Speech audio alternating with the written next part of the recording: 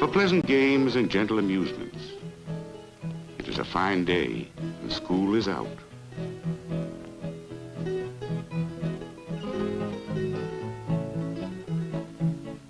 It is a day, Juanito, and you have had your lunch.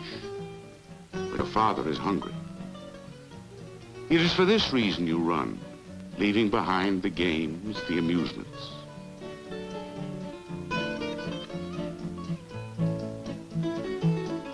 Run now for the food your mother. Story of Juanito and his father Juan Tomas Garcia, and his mother Maria, his sister Petra, his little brother Jesus, and the baby Conchita.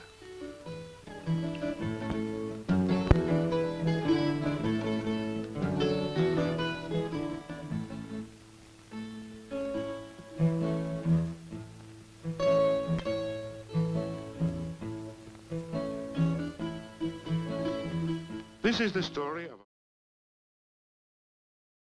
Puerto Rico. The story of the people who live on that island.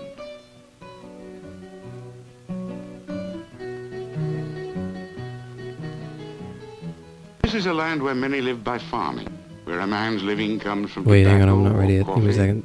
or citrus or sugar.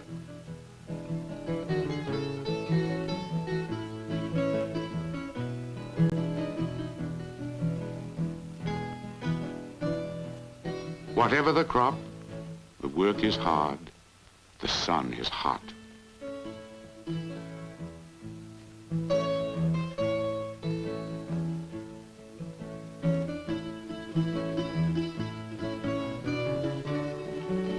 The work is hard, the land is poor. It is difficult for a man to earn a living.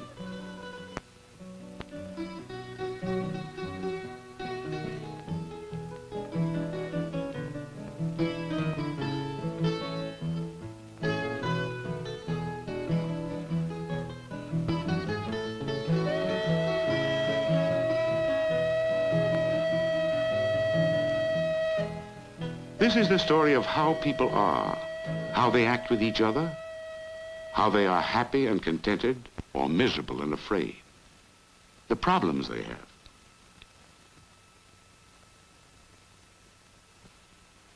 Island, the land itself, the poverty on the land, have much to do with the nature of a man, a woman, a child. But the nature of people, the way they are, grows out of other things too. It grows out of the feelings a man has. The way he feels toward the men he works with, toward his wife, his children. This is a story of some of those feelings that men and women have. How those feelings affect the children, how they help to mold the way a child grows, the way he develops into a man, the kind of man he will be. It is also the story of children and how they feel, and what the feelings of a child may do to the man or woman that the child will grow into. A child learns to be a man by playing, by imitating in his play the things men do, the way grown-ups act. They pretend to be men because it makes them feel good inside. It makes them feel more like the grown.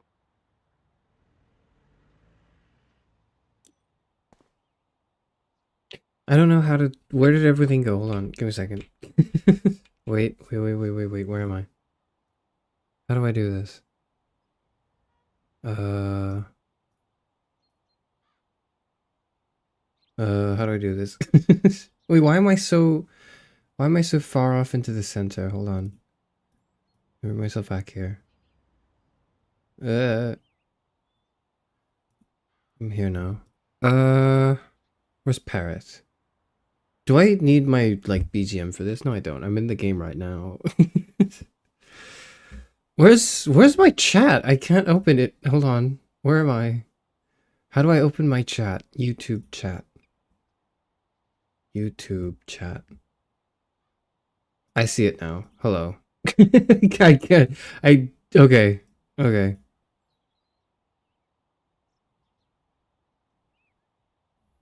Clap for the professional VTuber, everyone. Hello. There are people here. I clicked go live, and Oh I was shit, like guys, is he clicking going through it, senile? and then I was going through it, and then I was like, okay, I'm like booting it, I'm watching the game. Where is everyone? Clapping hands, Where did everyone clapping go? hands. I was like, nobody cares. And then I was like, no, why is nobody saying anything? Before like I think I realized, hang on, I don't have chat open. How could I see if anyone's saying anything if I don't have it open? I have it open now. I can see you. Hello. I can see everyone now. Hello. You missed stream elements. Yeah, okay, whatever.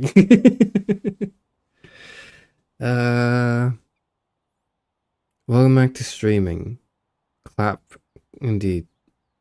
How many people here? There's not that many people here. That's good. This is like this is one of the streams of all time. This is like a stream of all time, I think. It's a stream. It's a stream of consciousness. Senpai, your mic is peaking. My Unusually mic is for you. peaking. Lower gain / add compressor. Where's my compressor? I have a compressor. Welcome back, Chairboy. Give me a second. Guess you wanted to listen to chat telepathically. Compressor is set. What's going on? What's going on? Hello. Wait. I know why. It's because my gain was really high. It's because my gain was really high because I was, you know, doing the thing. You know, the thing. You know the thing? I don't want to have to explain it. I'm going to explain it. I'm going to spend... I say, like, I don't want to explain the thing. I'm going to spend the next, like, 4 hours explaining the thing. Or not. I don't know. It depends on, like, you know, where we are.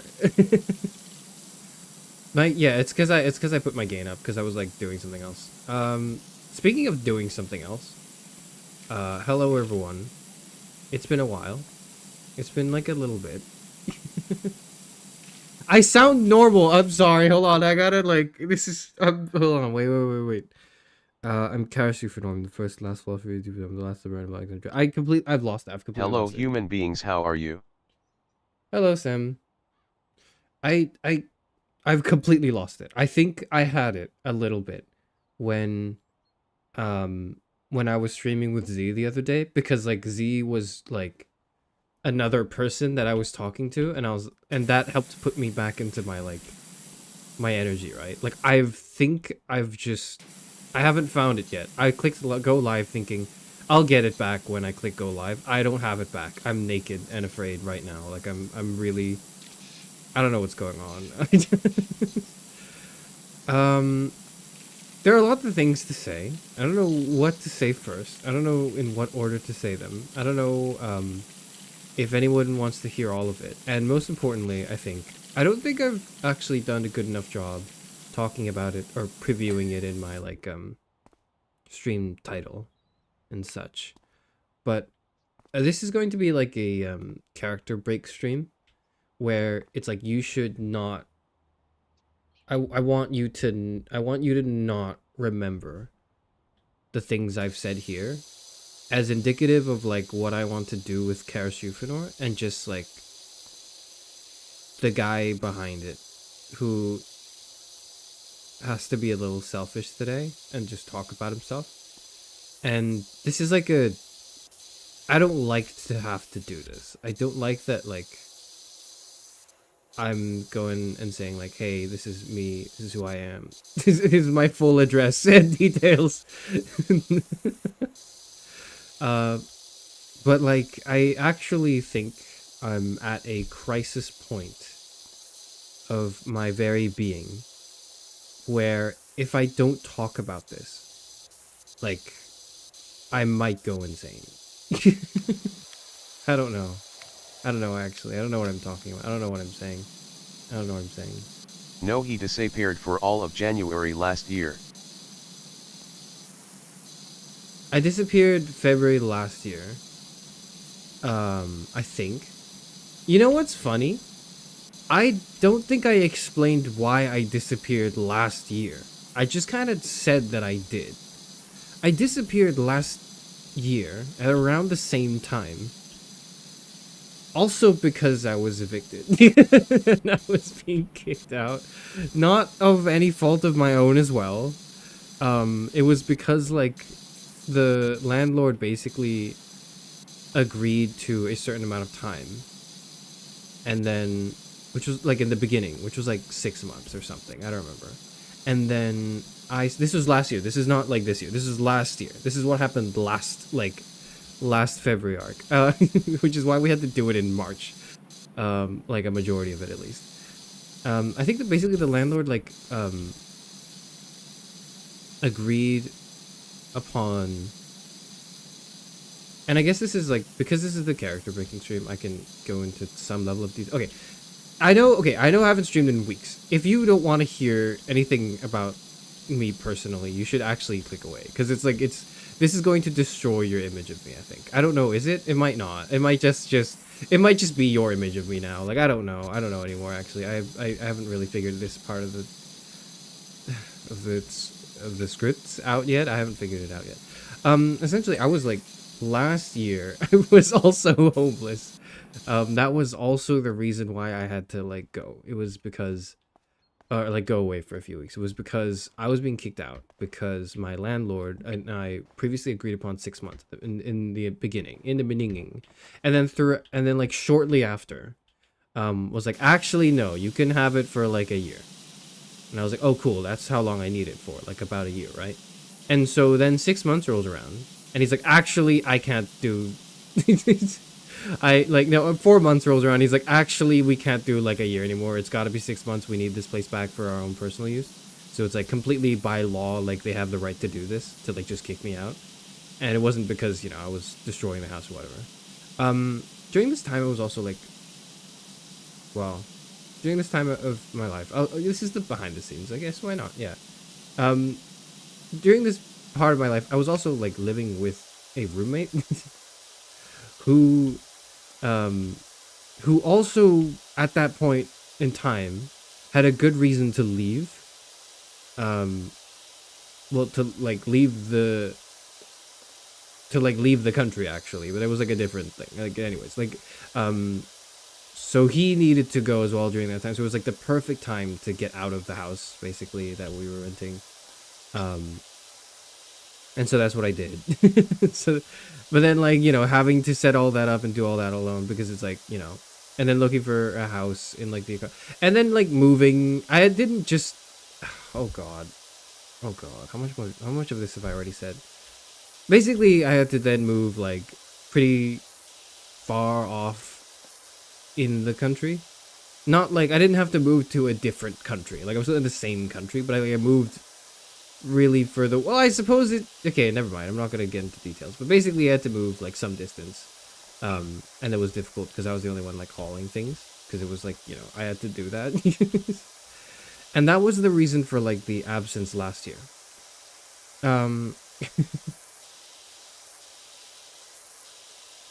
He didn't say anything. Yeah, because I was like, you don't need to know this, you don't need to know any of this. How does this inform your interpretation of Charis Euphranor? It doesn't at all.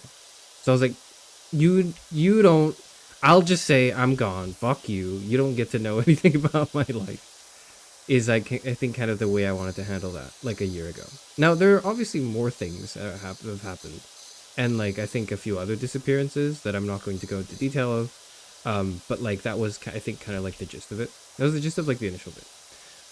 Now, what's changed? Why am I telling you this now? Well, first of all, it's because time's passed. It's been like about a year. So it's not really People like a would thing have that's thrown money at happening. you. Yes, that's the other reason, actually. And part of why I've decided to do this, but I'm really hesitant because I'm like, I don't want people to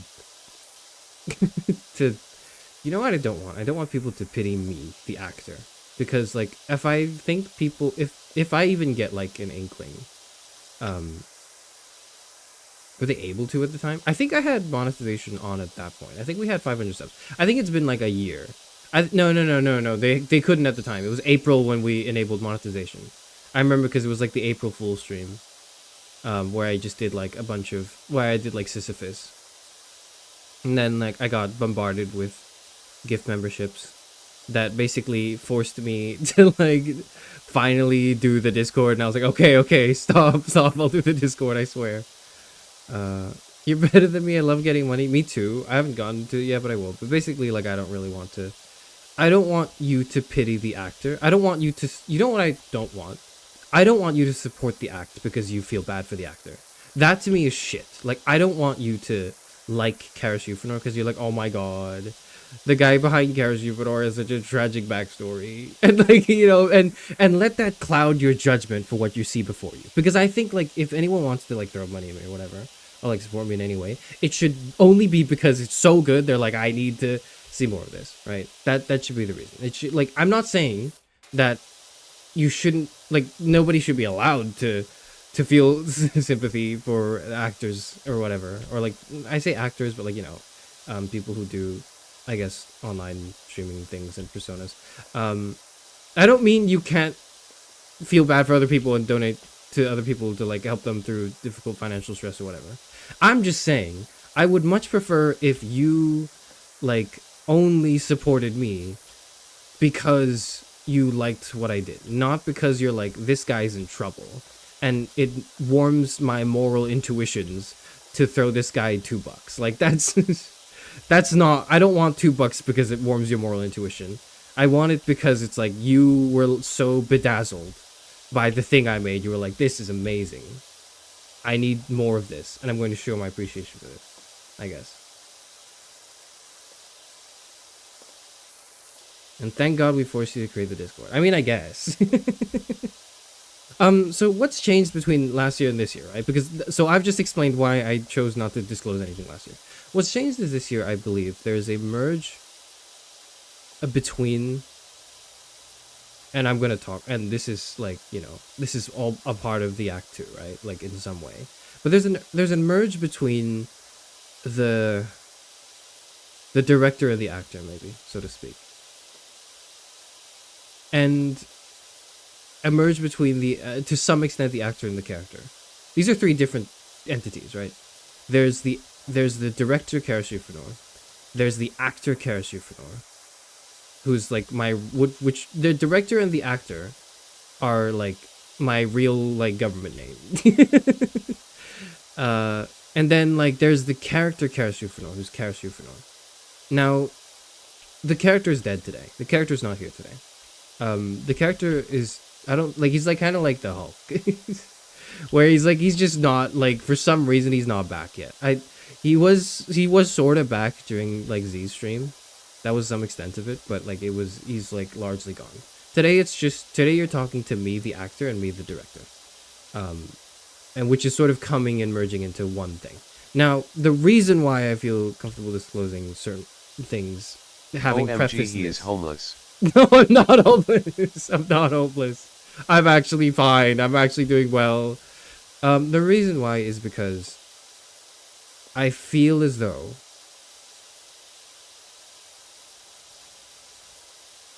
there is some merit to you knowing who I am and certain things that I'm struggling with, maybe, to see, to better understand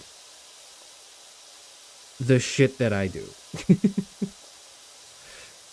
I don't, like, it's, you know how when you, like, when you can read Dostoevsky, right, and understand the work, and then you can read his Wikipedia, and then that gives you, like, a, not a new, different perspective on the work, but, like, it helps you enjoy the work a little bit more, right? Doesn't it? To me, it does. The parasocialism affected me. It's affecting all of us. It's actually, I think at the end of it, we're all going to die. We're all going to turn into like Resident Evil 9 zombies. With like the chainsaw and everything. But like, which has been my recent obsession, but we'll get into that. So this stream is a little bit of like the Wikipedia article that you read to get a better understanding of like the book or the film or whatever this is. The metaphorical equivalent of where you don't have to regard like nothing here is canon, right? You don't have to regard any of this information to enjoy the book, I think. But also it might help you enjoy the book. I know it does for me. Like, I know for a fact that, like, I don't dig into, like, for example, like HoloLive. Is it rude to ask if the landlord hired their cousins that look like the Jimmy Gang from 28 years later the Bone Temple to get your stuff out the unit? No, man, I wish they did. It would have been an easier time instead of me, like, you know what I motherfucking had to do? You know what I had to do? I had to pack my shit into, like, 5 suitcases or something, because that was, like, the best way to move stuff, because I, like, was not, my ass could not afford, like a moving service, but I didn't have enough, and I didn't have enough stuff to justify, like, the hiring of a moving service, so I packed, like, 5 suitcases worth of shit. No, 5, no, like, hold on, let me think. I moved 4 at a time, 3 or 4 at a time, I think. 3 or 4 big suitcases at a time. And a big backpack. And I lugged that shit all the way across the country, like having to deal with their shit public transport and like I like moving around the entire thing. Ah! Sorry, hold on, I'm playing a video game. I'm playing PowerWash Simulator. I'm like washing a car. I'm washing a car. I'm washing the floor. I'm not washing a car.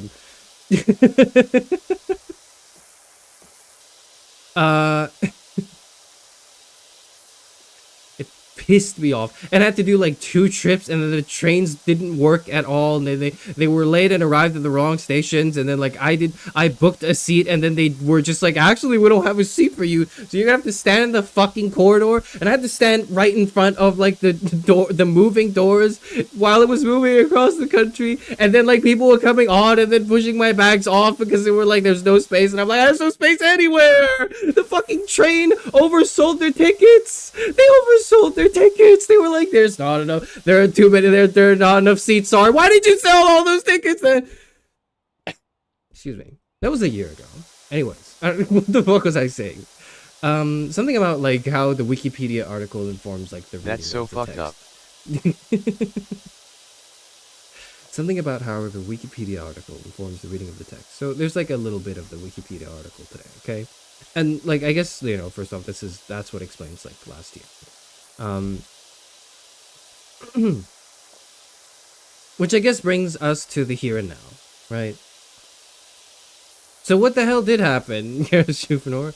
Why were you gone for 3 weeks? You showed up like you showed up a week ago, I think, for Z's stream, where you guys talked about love and robots and stuff. That was cool. And then you disappeared for another week. Or at least like most of a week, and now you're back. But are you back? Or are you gone? There's no schedule. What's going on? Are you dead? Well, I'm not dead, I think. I don't think I'm dead. I don't think I'm dead yet. I think I'm alive.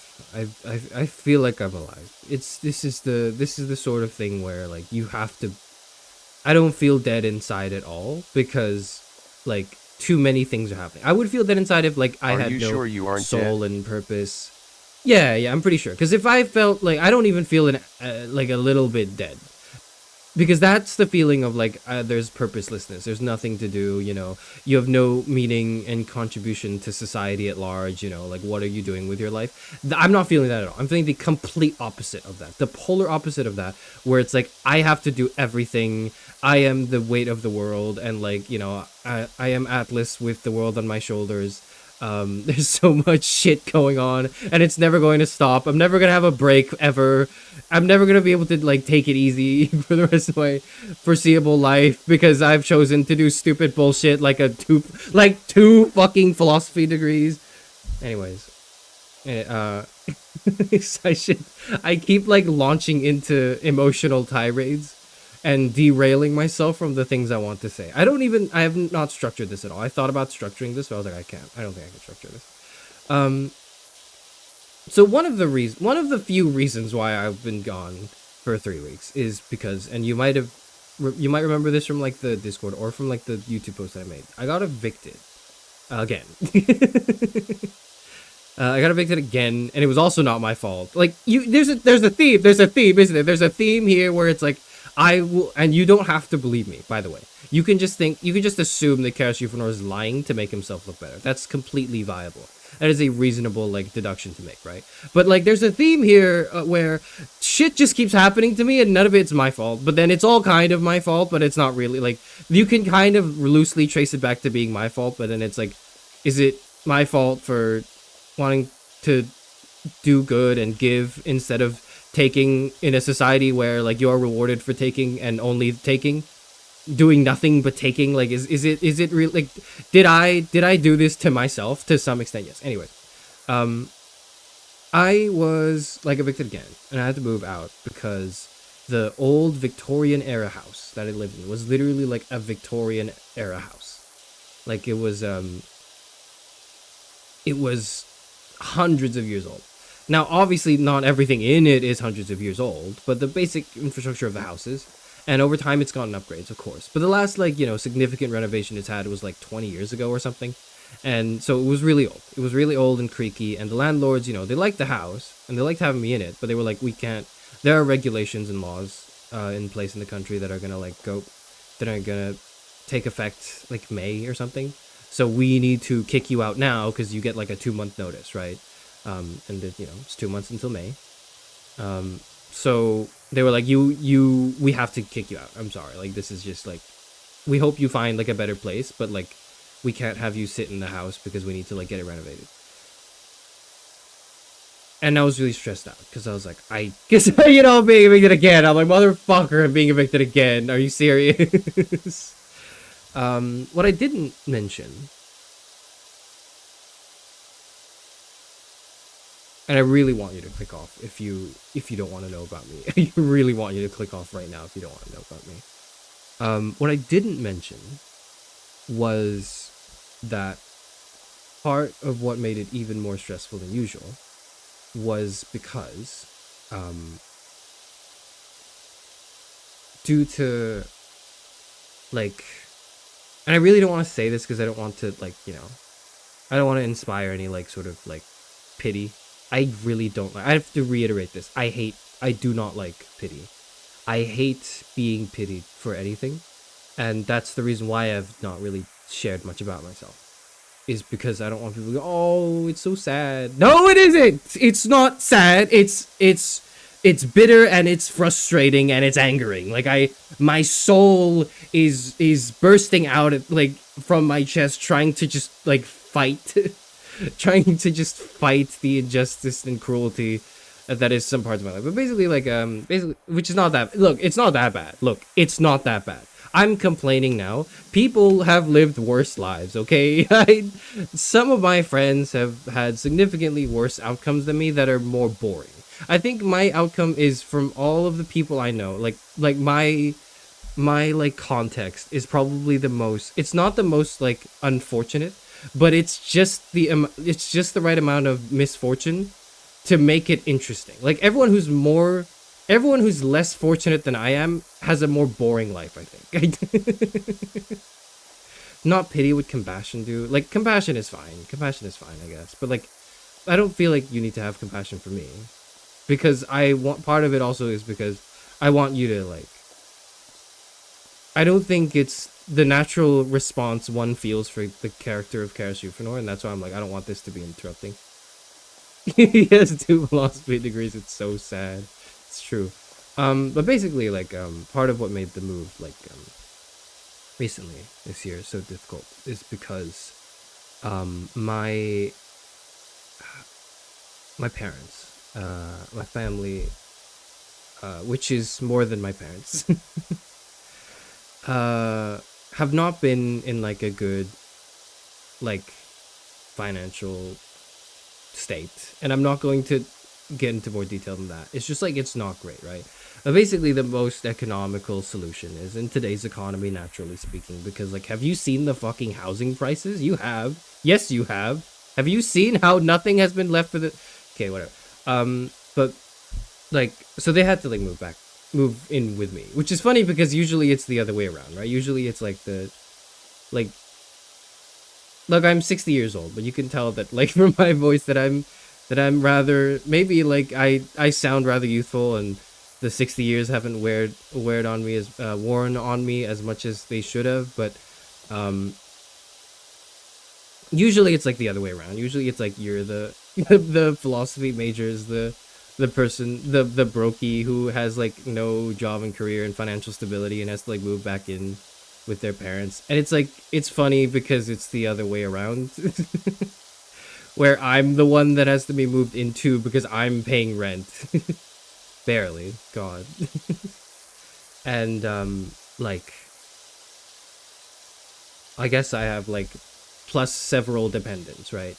Which has made it, like, really hard to stream, too, because it's, like, they have to hear me. They have to hear me yell.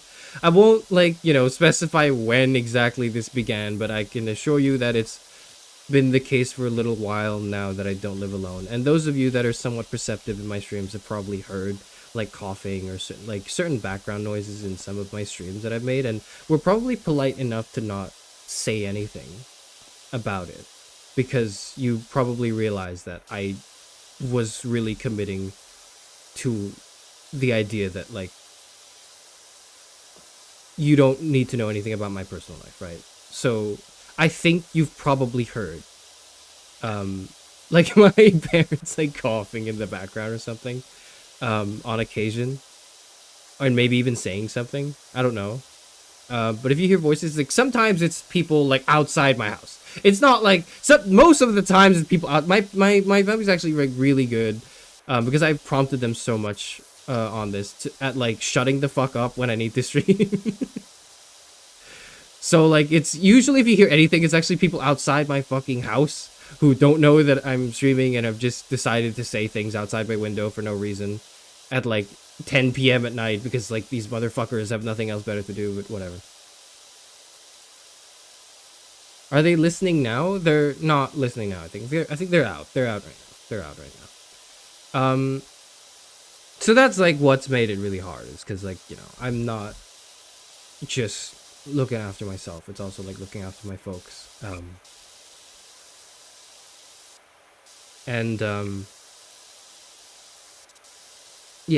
Yeah, that's been rough.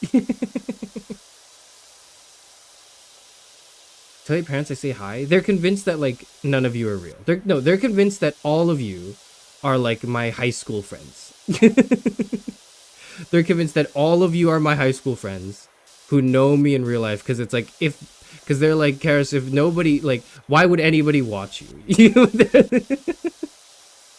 They're like, it's not even no offense why, it's like full offense. Why would anyone want to watch you talk on the internet? It makes no sense to us. Anyways. So they think like you're all like my IRL like friends who know me, I guess, which is like not. I don't know you. I don't know any of you. Go away. First time meeting your parents, kind of nervous. I cannot. I hope to God that never happens. I hope to God my parents never meet a single Charis Euphranor fan ever, because they're like, they will. I do not want them to know. They don't know. They know this channel like exists. They're like, they know it exists. They just don't like. They don't know what it is. They don't know the name, so they can't like look it up. Because I'm not. My ass is not giving them the name of this channel, especially not after the recent content that's been uploaded.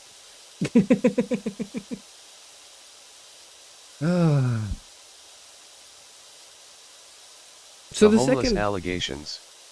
What about the allegations of intentionally missing International Women's Day?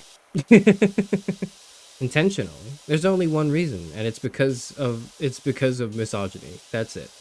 It's plain and simple, isn't it? The truth is, it's sometimes easy to grasp. The other reason for why my life has been really difficult, and like I've not been able to consistently stream, and I had to take 3 weeks off because I really needed those 3 weeks. Like so frankly, right? I moved. It took about 2 days to move. Like it took about a week to move everything. We had like a bit of an overlap in our like housing, in our like rent contract, in between like the new place and the old place. But it didn't actually take very long to get set up. I probably could have started streaming like 2 weeks ago, but the reason I had to take like a bit more time than that is because, like, do you have roommates now? No. And it's, you know, it'd be funny. No, it wouldn't actually. It would just sort of be stereotypical to say, no, I don't have roommates. I live with my parents, but it's actually the other way around. It's like my parents live with me. And like, what's the difference? Well, the difference is I pay the rent and the bills. That's the fucking difference. The fucking difference is like this. It's not like, you know, because, oh, woe is me, I got 2 philosophy degrees and now I can't support myself. It's like It's like, now, woe is me, I have 2 philosophy degrees. I can support myself, but now I also have to support, like, other people who are, I guess, technically dependents now.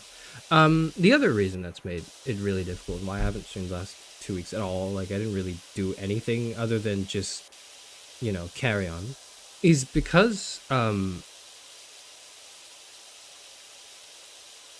I'm...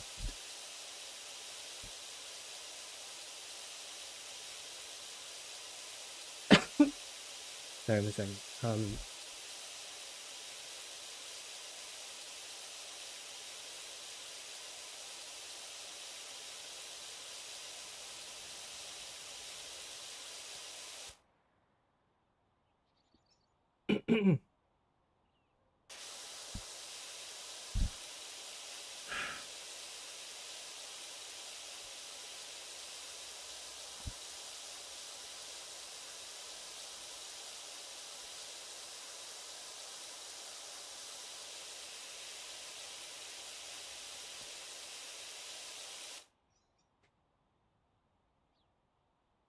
Sorry, I just, my parents new to the area, kind of, but not really. Kind of, but not really.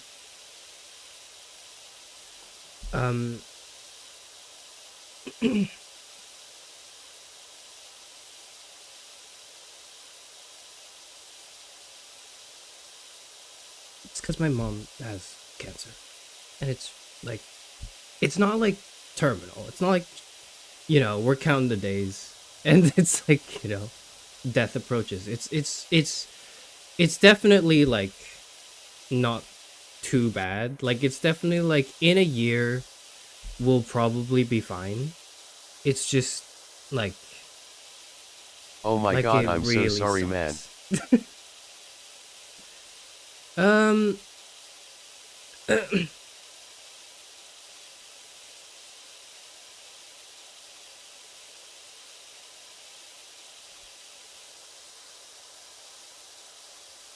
So it's like, it's not that big of a deal, I guess. So what I'm trying to say is, like, it could be worse. Things could be worse. It's funny because, like, I was thinking about how when Markiplier made that, like, he did like a nude calendar thing, right? He did like a nude calendar thing because he was like raising money for, like, you know, like, I think it was because his mom was also, like, you know, dealing with health issues, and he was like raising money with, like, the nude calendar. And, like, I don't know why Markiplier is always like my first, like, reference point for, like, when somebody who normally doesn't do it does, like, sell out, quote unquote sell out content. And so that was that was going on in my mind the entire time when I was, like, planning the godforsaken thing that I'll touch upon later that I've uploaded recently, the preview to the BFE ASMR. I was like, I guess that's my nude calendar, right? Like, that makes sense. Sure, that could be my nude calendar. Where it's like, it's a little bit of, like, what the people wanted, but it's also like there's an artistic pursuit in it that's, like, probably that merits my participation, I think, in some sense of the word. Are you gonna do nude calendar? No, man. Like, why? Okay, look. If you want to do a nude calendar of Charis Euphranor, you can. I'm not gonna do a nude calendar, and I'm not going to ask our team to do a nude calendar for Charis Euphranor. I'm not doing that. Our team has enough shit I'm asking her to do, so.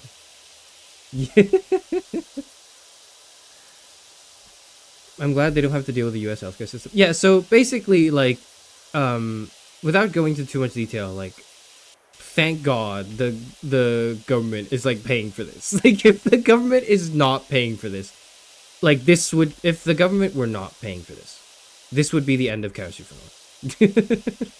If the government was not, like, paying for the surgeries, the checkups, the scans, all that shit, if I had to, like, do it myself out of my own pocket, you will never see Charis Euphranor, like, not, like, again. You might see Charis Euphranor in, like, I don't know, 20 years or so, because it's like, you know, it's not just about getting through the thing, it's also about, like, you know, beyond that, in the future. Like it basically it would be so financially catastrophic that like I would have to from the ground up like restructure everything in my life and not ever I couldn't afford to stream. Like it just would not be possible.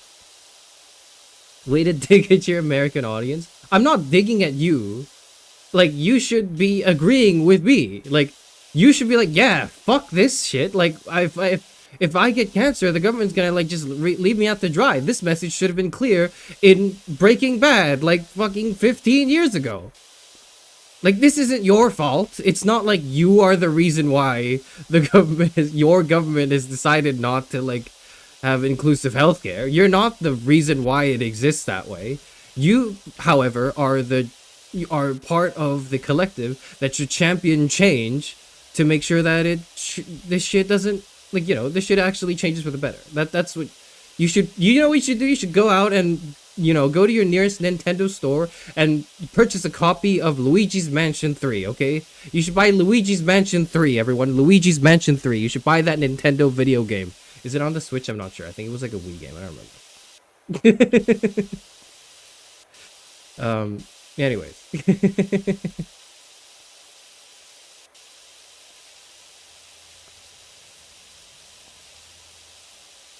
What was I saying? Anyways, it's like, it's not that bad because I don't have to pay for it. But it's also like, it could get worse. And if it gets worse, this is the beginning of the end. If it gets any worse, and it very well could, this is the first and last. This is not the first and last. This is the first of the series, of the last bits of Charis Euphranor you'll see. Like, this is the. Okay, Siri fucking popped up. I'm sorry. Give me a second. This is like the beginning of the end, right? If it gets worse. Now, I don't think it will get worse because, you know, I'm optimistic, I guess. But if it does get worse, then this is the first time you see the beginning of the end of me doing anything here forever. Probably. Like, for 20 years, right? Like, for 10 years, probably. For, like, 10 years. And 10 years is basically forever. So, it probably won't happen. But if it does, you can pinpoint exactly, this is the stream where it all went downhill. Joke's on you, I don't have health insurance. Is the joke on me? Is the joke on me, man? Is it really? Fuck.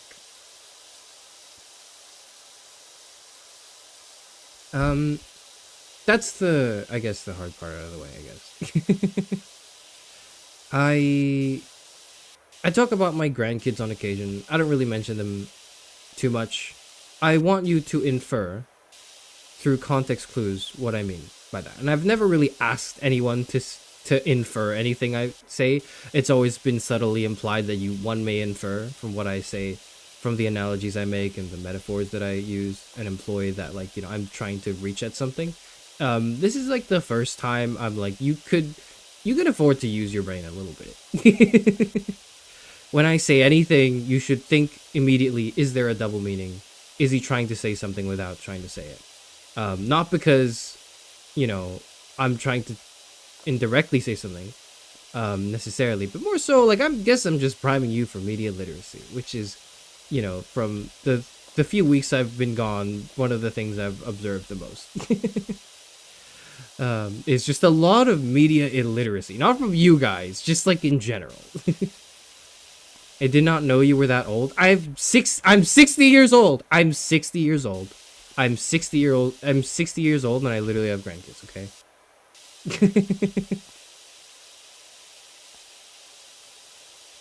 Anyways. That's like the main bit for why it's like I've been gone for like 3 weeks, because it's been back and forth with the reports and the scans and the diagnosis and the dealing with it and the yeah, that's the main like fallout. Subsequently speaking, you might be wondering, okay, you keep saying you pay rent, right? Do you really? Charis Euphranor? Do you pay rent with your YouTube money? No, man. I get like, how much money do I get from YouTube? So I don't have 1,000 subscribers because I'm not a real YouTuber or something, or the other way around. Like, I'm not a real YouTuber because I don't have 1,000 subscribers. Maybe that's the better way to put it. I make, let's see, how much do I make from YouTube? It's dropped by 3%. 3%? Okay. I make like £10 a month, which is like, I don't know, how much is that? Is that like $8 American? uh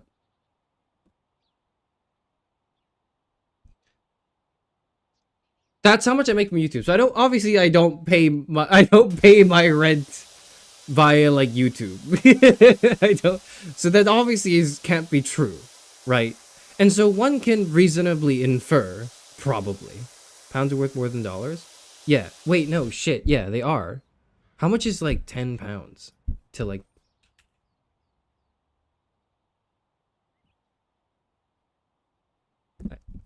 I think I did it the other way around. It's like $13. I made like $13 a month from YouTube. So which is no, wait, no, this is before tax. I think, or before the YouTube takes a cut. YouTube takes a cut, and then there's no tax on this specifically, but YouTube takes a cut, I think, from this. So this is what, so I do bring home like $10 a month, I think.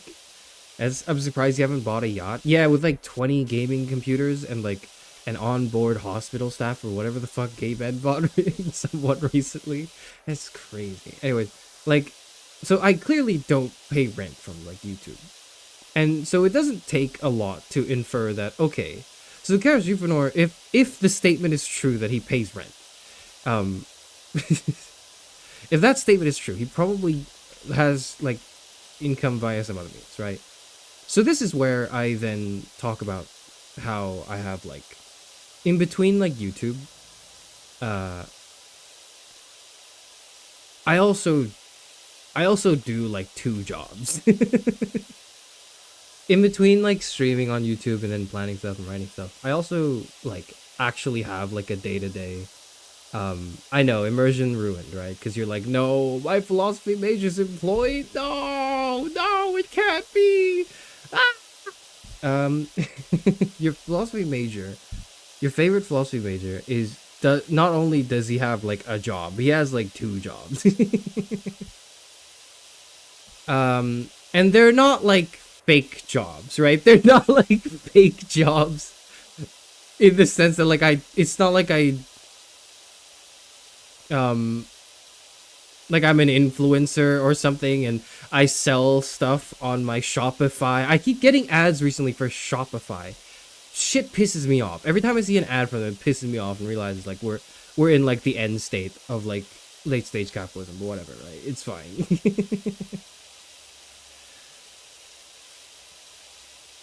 It's like, yeah, so it's not like this is supposed to be like a surprise to you.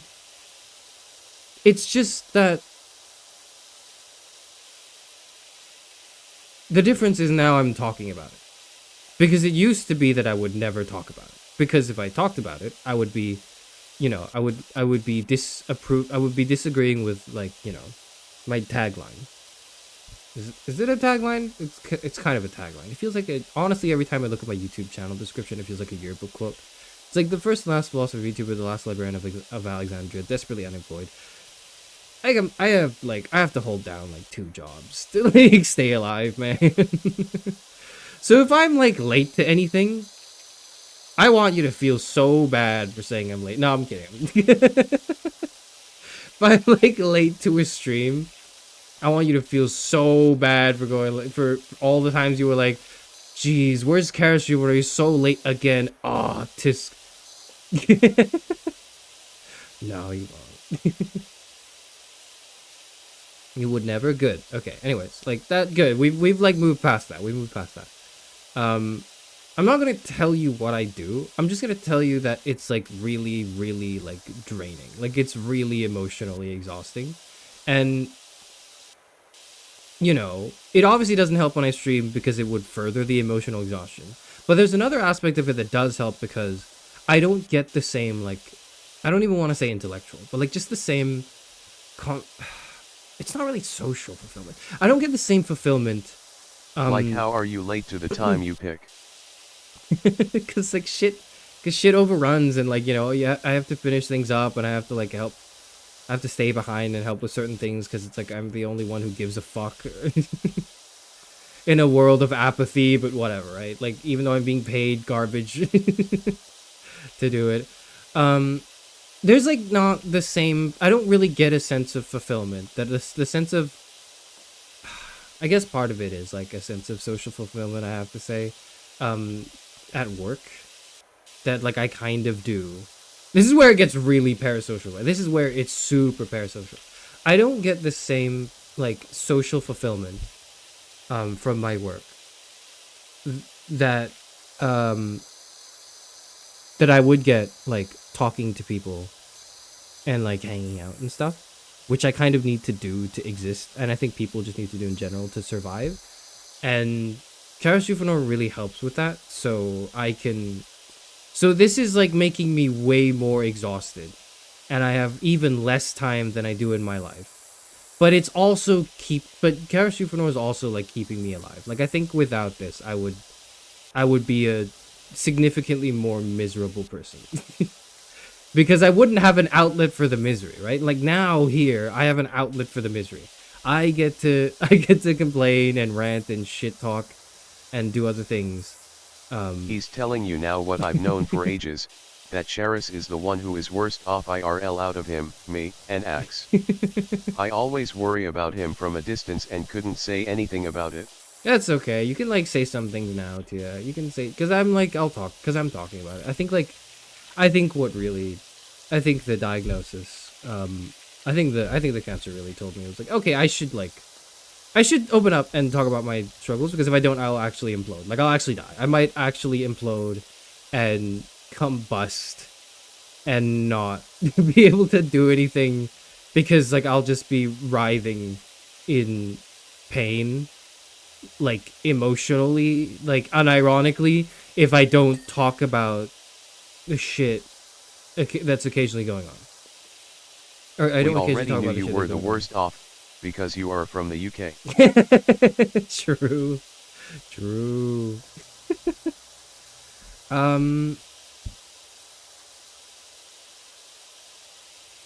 I'll say one more thing. Maybe I'll say one more thing about my like Wikipedia. This is one more entry in the Wikipedia article. This isn't lore.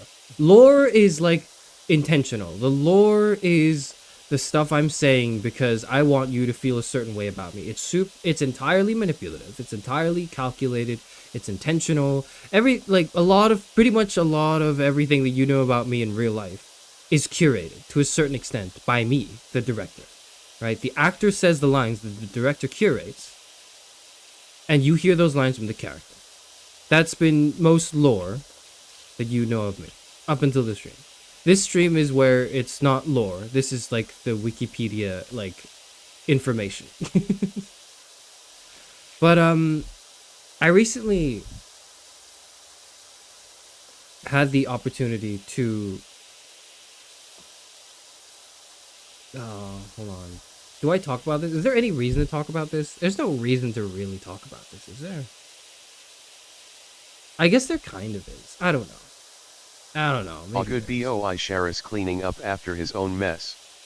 In case you needed to hear it, there is no shame in wearing adult diapers. What? Hello, Leon. I'm sorry, what? I don't know what you're trying to say. I don't know what you're trying to say. I'm sorry, that was genuinely unintelligible to me. I don't know what you mean by any of it. I can't. Leon Scott Kennedy from the Raccoon City Police Department, please explain what you were trying to say. I don't know what you were talking about, man. Is it just because I'm old? Is it just... It's because I'm 60? Okay, I guess so. Yeah. I had to, somewhat recently, Okay, so part of, Can you stream Re9? No, I'm not gonna stream Re9. I wouldn't. I wouldn't stream Re9 because, I would shit my pants. He's just spurring him to watch you and taking it out on you. Alright, fair enough. Fair enough, yeah, that's fine. I don't mean this as like, actually, no, let me switch it up. I mean this entirely as a flex. I mean this, I was gonna say I don't mean this as a flex. I wanted to, this is me like trying to explain to you the, like, some of the things that have been difficult. No, actually, no. This is entirely me flexing on you and telling you I'm a better person than you. Are you ready? Okay. I recently had the opportunity, not like once, but twice, to interview with like Oxbridge. I won't tell you for what, but I did. And I failed like the first one tremendously. It was the worst. It was the worst bout of my life and a crushing amount of like ego death. and then I completely like aced the second one. And so this is me saying I'm better than all of you, by the way. Just I wanted to make that very clear. I'm saying I'm better than all of you. But I've like which is a kind of a big deal if you live in the UK, I guess, or not. If you don't live in the UK, you probably understand to some extent like the deal that it is. But you know, I got an offer, which is like great. I was gonna say congrats, but I'm gonna retract it right now. Good, yeah. But I've had to like turn it down because of all this that's going on. Like I just can't afford to spend more money in like education when I have like 2 philosophy degrees and like a dying dying relatives, man. Like I can't do this. I can't do this, man.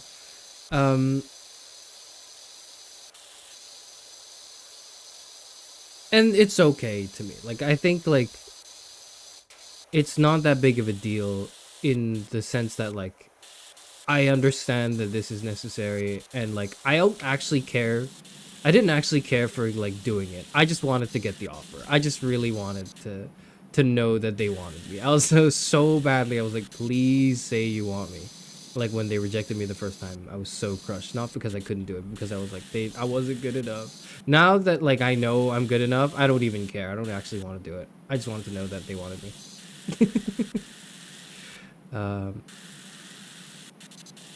But what that means is like, this is maybe like backgrounding for how like seriously I take the like the almost like the intellectual side of Charis Euphranor. Not like the intellectual side in the classic sense of like video essays and just like lectures repurposed, but like an exploration of like how the human condition responds to like the way the world is right now, basically, I guess.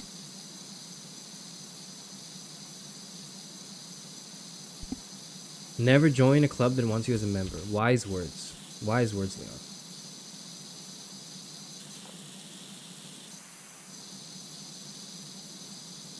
None of you know what Oxbridge is? Okay, well then I guess it doesn't matter. What do you mean? Like, what do you mean you don't know? What are you talking about? What? You really are American, huh? You really all are Americans. It's 1 a.m. here. I wish I could stay, but I need to sleep. See you later. Goodbye, Sam. Goodbye. Have fun doing whatever it is that you do at 1 a.m. Probably sleep. Have a good sleep. Have a good sleep.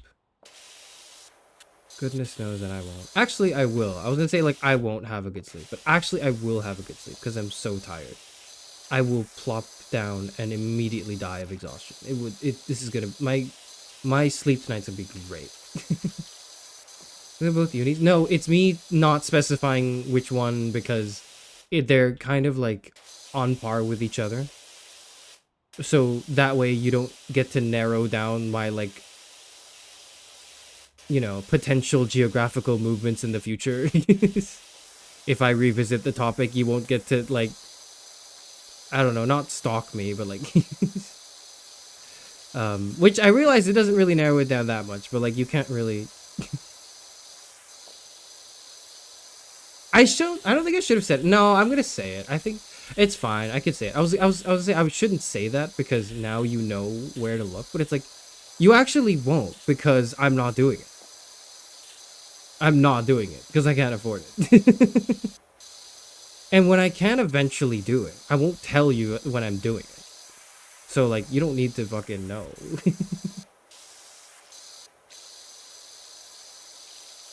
I'm gonna go to the UK and stalk you. Look, you'll find me.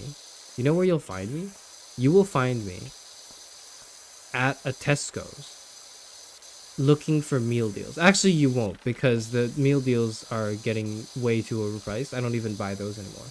I don't even know where you'll find them. I don't know where you'll find me. Let me think. Would you find me at the park? I don't know. You know where you'll find me? Here's where you'll find me, okay? You'll find me at a charity. Alright, okay? Like, at some point, if you went to every single charity in the UK, every, like, volunteer service, you will, and, like, you went to every single, like, event and thing they did, you would eventually find me. Because I would be at a charity. Volunteering, because I do that sometimes. Like, on occasion. So, you know what? If you want to stalk me, here's what you should do. You should volunteer at every charity in your vicinity, and then eventually you'll find Charis Euphranor. It's true. It's true. Would you find me? Would you be in your house? Yeah, when I'm, like, not, like, working. I guess. I don't know if you would find me at Greg's. I don't know if you would find me at a Greg's. Anyways, I just couldn't justify it because I was like, this is, like, you know, it's far and it's having to commute is not great, and then, like, having to also provide income for, like, rent and bills is, like, not gonna work out if I also go ahead and try to pursue my intellectual developments a bit further. Anyways, the point of me saying that, what's the point of me saying that? What, other than to flex on you guys? So, that was, like, one, I guess. The actual point is to say that, like, Charis Euphranor means a lot to me, partially because Charis Euphranor is like is like my own research project. Not in like a, this is disposable once I have my research results, I can remove this. It's more like it's, this is like the ongoing project that is shaped by my core belief that traditional systems of education don't work. But not because, like, teachers are useless. We should, like, you know, have you seen that fucking podcast clip with Mr. Beast going, like, teachers are useless, they don't teach anything interesting, we should sit students in front of, like Mark Rober videos and they'll learn science? And I freaked out. I freaked the fuck out. I lost it when I watched that clip. I was actually like, I cannot believe that people, not only that people think this, if it were just some fucking guy, I'd be like, I can't believe people think this. But, like, because it was him specifically, I was like, this guy is being heard by, like, millions of people, including my own grandchildren, who I'm going to have to course correct. Like, I'm gonna have to course correct these motherfuckers and be like, listen, Mr. Beast doesn't know what the fuck he's talking about, without saying the word fuck, because I'm in front of my grandchildren, right? But, like, he doesn't know what the fuck he's talking about. This is insane, and it is dystopian, and it is, like, I can't believe he's allowed to have a voice. Like, why is he allowed to say things? Why does he have an audience? Why do people listen to this guy? I'm gonna lose my mind. I'm gonna lose my mind. And, like, what was I saying? Everything I hear about Mr. Beast, I feel more and more he is a psychopath behind that vacant smile. He absolutely is. Like, at first I was willing to give him the benefit of the doubt for his philanthropy. Like, I wasn't defending his philanthropy, but I was like, look, at least he's spending the money on, like, good things. Now I see him as, like, unequivocally evil. Now he's actually, like, an evil entity. He represents, like, not like Mr. Beast, not like Jimmy, what's his name? I don't know his last name. I don't care who he is. Like, that's not what I'm concerned with. I don't think the person is an evil person. I think the character, like the character Mr. Beast, is an evil creation. I actually think this is, like, this is one of the worst things that has come out of like society. Like it represents everything that is wrong. It's so sinister, partly because the philanthropy that's being used is the shield for the perpetuating of the motions of the system that oppress and like make people's lives worse. Not just in material senses of the word, but in like a profoundly psychological like state of being. People have been influenced and affected by the basically what is Robert Nozick's happiness machine, but like condensed into handheld form. It's terrifying, and one of the few bastions of defense against this like sinister like threat is the work of the educator, like the work of someone who's trying, like a not like a school teacher necessarily, but like someone who believes in the idea that people should be educated, like is one of the last few remaining bastions. This is why I feel so, this is one of the many reasons why I feel so strongly about this, and why like although I respect it, I disagree with the way educational content is being done on YouTube. Because ultimately my issue with it with video essays and with like content that is designed to be snack bites of knowledge that are fun and feel fulfilling is because that's all they are designed to be, is to feel fulfilling. They don't actually have to be. Like, it's the whole Mark Rober thing where, look, we're giving you a bunch of science facts, but Mark isn't like looking at you, the viewer, and going like, did you understand this? The concept that I just went through. Like, does this make sense to you? Do you see why, like, you know, the object reacts in a certain way to like to the air when it's like thrown in a certain direction? Like none of those things are present. There's no quiz. There's no like, you know, here's a test of your knowledge in any meaningful sense of the word. Not, and I don't mean this as in like we should put standardized testing into like YouTube videos. That's fucking insane. What I mean is like there's no confirmation of you, the viewer, being there. You don't have, your being doesn't have to exist when you're watching a Mr. Beast video, when you're watching like a Mark Rober video. Like, it's educational only in the sense that it gives you like facts, but it doesn't give you anything. It presents facts, but those facts are not given to you so you can use those facts to deepen your understanding of it. Those facts are given to you to like almost pacify you in a way that like allows you to just forget that ultimately what you're enjoying isn't that you're not actually like learning. You know what I mean? You're not actually learning anything. You are being beholden to this like funny like egg drop video idea thing, and your 8 minutes of entertainment just so happened to include a few facts to make you feel less guilty about eating. It's like, you know what it's like? It's like it's like salads. It's like buying a salad in McDonald's. Like, you know what it's like? It's like buying a salad in McDonald's. Educational content on YouTube is like buying a salad from McDonald's. You are at McDonald's. Don't kid yourself, okay? You are allowed to go to McDonald's. You are allowed to do that, okay? You are allowed to go and consume fast food. But, like, if you buy a salad from McDonald's and you delude yourself into thinking it's healthy food, you have lost. You've lost it. Like, this is, they have won. The system has won. You believe genuinely that a salad from McDonald's is what you needed to get healthy. No.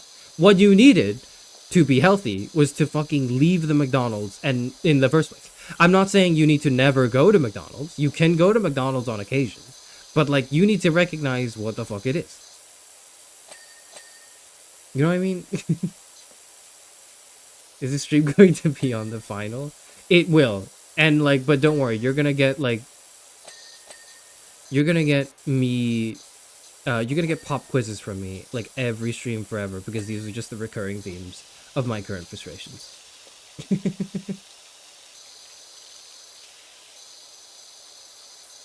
Good analysis. How do you convince people to give up something if it's bad for them but feels good? That's the central question. That's the question. The question is, how do you if it feels like, the reason why it's so good is because it's so effective is because it feels so good.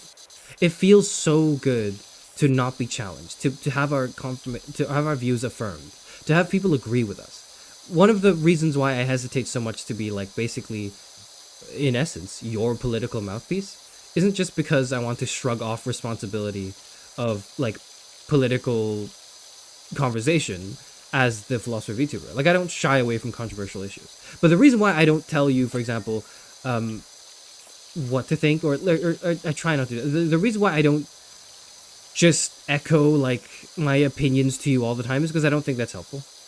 Like, this happened a while ago, and thankfully it hasn't happened since. So, and I take it to mean that I think this person and people since then who've heard me respond to this comment, this like chat message, have understood like why my stance is a certain way. But like somebody many months ago, it was when I was first streaming. I was streaming the class of it was probably one of the class of 09s or subsequently thereafter, and the wave of class of 09 people showed up. And speaking of, there's a new short. Maybe I'll content farm that. Maybe I will. Maybe I will give into the dark side. Maybe you will have McDonald's. Maybe we'll have McNuggets next week. Okay, but this person was just like, "Hey, Charis Euphranor, can you say trans rights?" And I hate this. I actually hate this. Like, I hate this not because I hate trans people. I've done like enough Pride Month streams like for you to know my thoughts on the like, all of it, right? So it's like I'm shying away from the topic of like LGBTQ. Like, he hates trans people. But like, it sickens me that all you want from me is my verbal confirmation that like I'm on your side. And that's it. Like, you didn't ask me, "Hey, Charis Euphranor, there are certain difficult topics within the realm of like discussion, a political discussion. What are your thoughts on how we can curb bigotry? How do we respond to bigotry?" Because it seems as though the general, progressive leaning political motivations of we need to cancel people is working out very well. Like, it works to some extent as like a force of like, reclaiming power for people who are disadvantaged by those who are higher up in said hierarchy, some sort of hierarchy, right?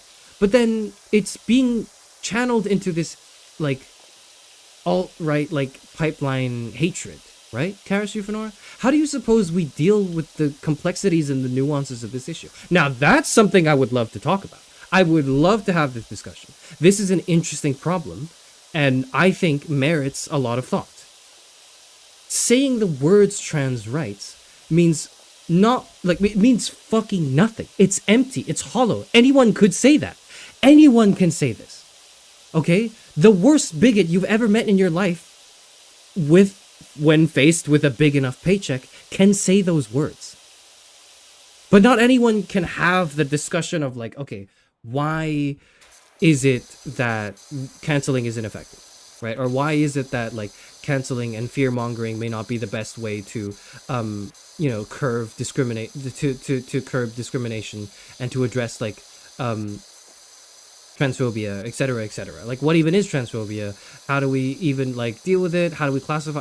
Like, there's so many more interesting questions from this, and all you want from me are two words that a chatbot could say. Okay, Parrot could say this. Why do you want me to say? Here's what I suspect. Okay, I suspect that not you in particular, but like if this doesn't apply to you, it's not you. It's like, when I say you, I mean it's applying to whoever this applies to. Okay. Now, you, the person listening to this right now, you know who this applies to. You know people in your life this applies to, okay? And if you don't know anyone in real life who this applies to, you certainly know people online who this applies to, okay? But do you want to hear me say the words trans rights? Because you want affirmation that, like, why is that? I suspect it's because you want affirmation that I am an ally and, like, I am on your team. I'm on the good team. I'm on the side of the good people with, like, the good morals. And it makes me feel good because I'm on the side with the good people with the good morals. This somewhat charming and intelligent and charismatic streamer is on my side of the moral fence. And that makes me feel good because then I can feel like I'm a little like that person too. and like that's it. This is meaningless and hollow. Like there, you gain nothing from this. Like you think you're getting something because you feel like, okay, I have people on my side now, but you're not engaging critically with the matter. Okay, you're being told like that your opinion is correct, and all you're doing is you're looking for other things that validate your opinion. I don't want to validate your opinion. That is fucking pointless bullshit. Like, you know what? You know what's really good at you know what you want if you just want your opinion validated? All you want is a chatbot.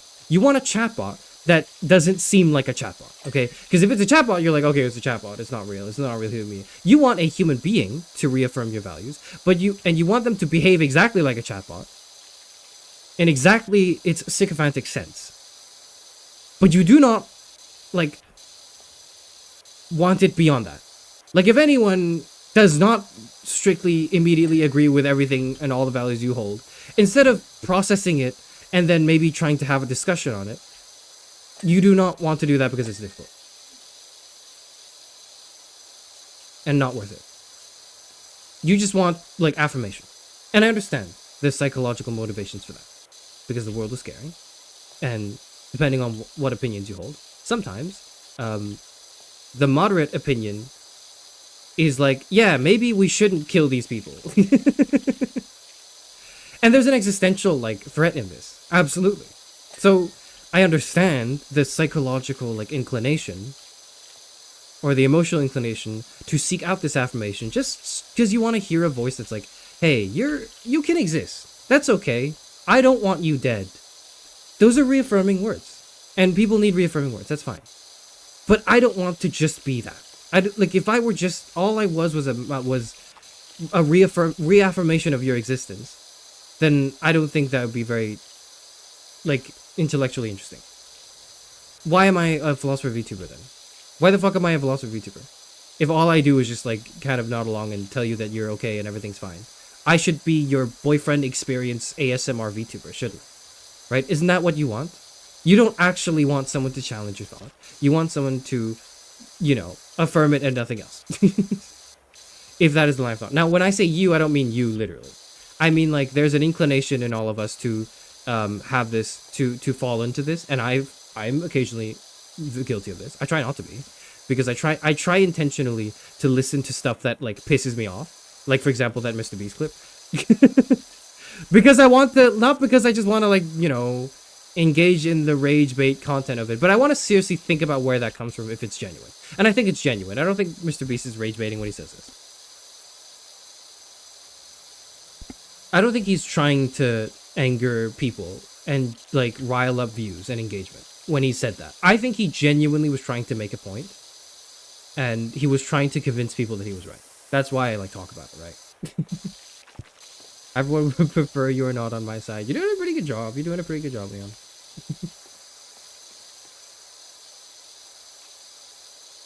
I say a lot of people aren't looking to engage rationally at all. All they're looking for is safety, which is attained through social dominance, hence sound bites and canceling. Safety is, like, true. Safety is definitely true. You said it in the time it took me to type it up. And, like, obviously people need safety, right? Generally, I really like this speech from Rowan Atkinson. I don't think I agree with all the points, but I love the way he delivers the speech in particular. But it's his speech on free speech. Right, Rowan Atkinson, like Mr. Bean, like the actor from Mr. Bean, right?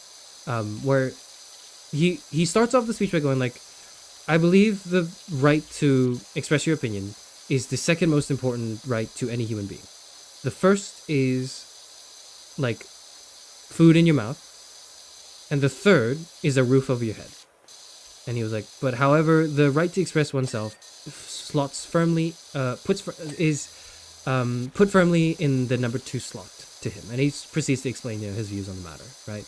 And, like, his views on censorship and how it's not a good idea for a government to censor things, even if it's, like, just because it's insulting, right? And the issues with insulting, with insult being easily interpreted as such. So safety is, like, the highest importance. It's your safety and well-being, I think, as a human being, is easily the most important thing, right? That is undeniably true. One of the biggest issues is that it's hard to come by these days due to various certain things. And I think it's creating a lot of ripple effects. Like, it is actually causing our inclinations to lean a certain way. And by our, I mean, like, you know, people who talk online today. Not specifically of any age or generation, but just people who talk online today, right? Feel like they're always under existential threat. And that's because, to some extent, that's fucking true.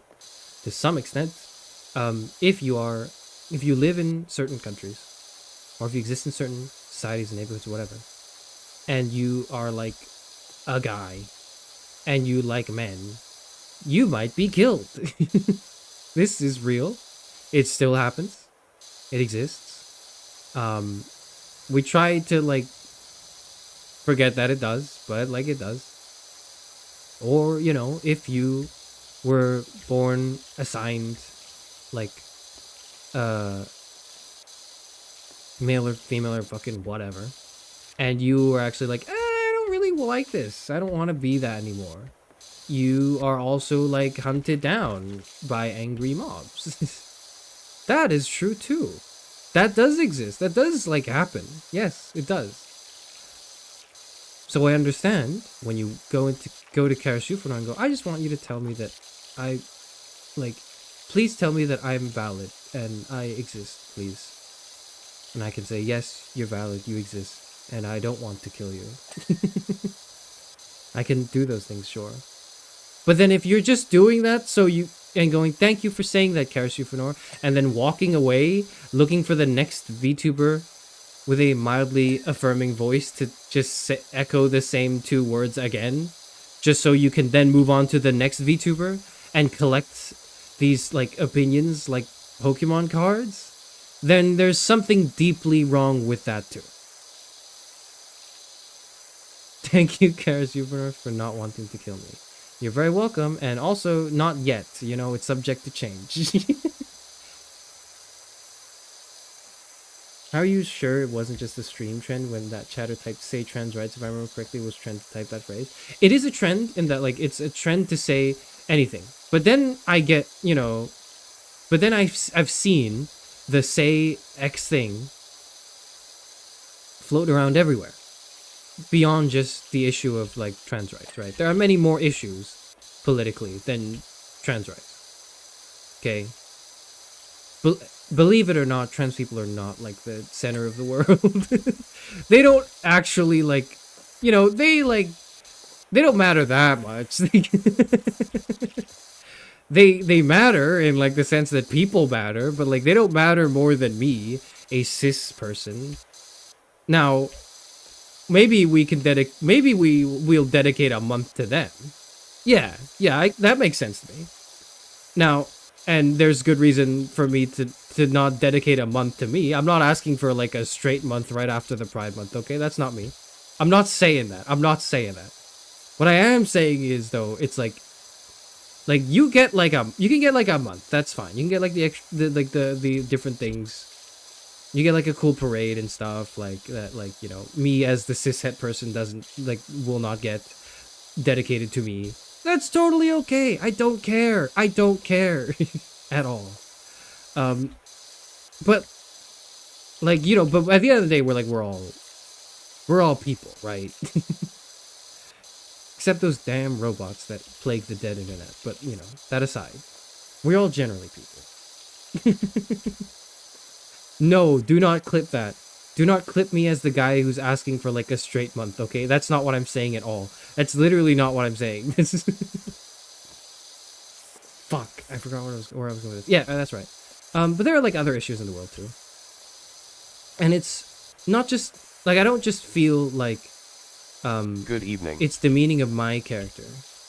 Good evening, Viking. I don't just feel like it's demeaning of my character to think, or to be told, like, hey, Charis Euphranor, say this opinion that I think. Okay, I said it. Alright, okay, cool. And then you, like, move on. Like, it's a little demeaning to be treated as nothing more than a mouthpiece. Granted, a very wise and intelligent and mature and like handsome mouthpiece of that. But like, you know, nonetheless a mouthpiece, right? Like it doesn't feel very good. But more importantly than that, I don't think this is helpful to you. Like, it's not great for me, but it's also not good for you. If all you're doing is going around seeking validation and echoing, an echo chamber. I don't know how to deal with this. This is a problem that naturally occurs. This has occurred in this channel to some extent, and also on the Discord to some extent. Because everything is, it's not like something is a binary yes or no echo chamber. Like, things are echo chambers to certain extents, right? I think it's a spectrum. I think it's a spectrum, okay? And so because of that, it's less about how to avoid being an echo chamber, and more like, how do I not let it completely poison the well for intellectual and productive and fruitful discussion. Alongside this is, shit, what was I gonna say?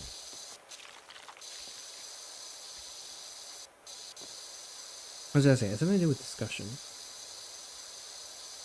I don't remember. Shoot, I don't remember. Sorry. Sorry, I was going somewhere and I forgot. Oh yeah, this also goes for parasocialism. Parasocial thing. I don't think parasocial is itself a bad thing. It's the keyword, it's the latest keyword in a series of keywords that people like to use and not understand the full, you know, consequences and meaning of. This is a stream that is, relatively speaking, more parasocial. A lot more parasocial than some of the other streams I've done. Because part of it was me talking about my, like, personal life. Like, I'm talking to, like, almost as if I was talking to a friend. I'm not. You don't know me. I'm giving you, like, Wikipedia, like, backgrounding. So there is maybe, hopefully, a deeper understanding of my work. And maybe a little bit of, like, compassion, I guess. Like, not that there isn't. Like, I know there's, like, all the irony aside, I feel very loved and supported. Which is something I don't say very often, so you can have that, I guess. This is the stream where you say those things. Charis Euphranor? Sure, why not? So it's like that doesn't exist, but that's sort of the main push for why this is a stream that's relatively parasocial. Now, just because it's parasocial doesn't mean it's inherently bad. It's not bad because it's parasocial. It could be bad for other reasons, and it could be bad because the parasociality, the parasocial dimension of it, encourages bad behavior, maybe. But I don't think there's any bad behavior. Here's how this becomes bad. This becomes bad if, right after I told you about my, like,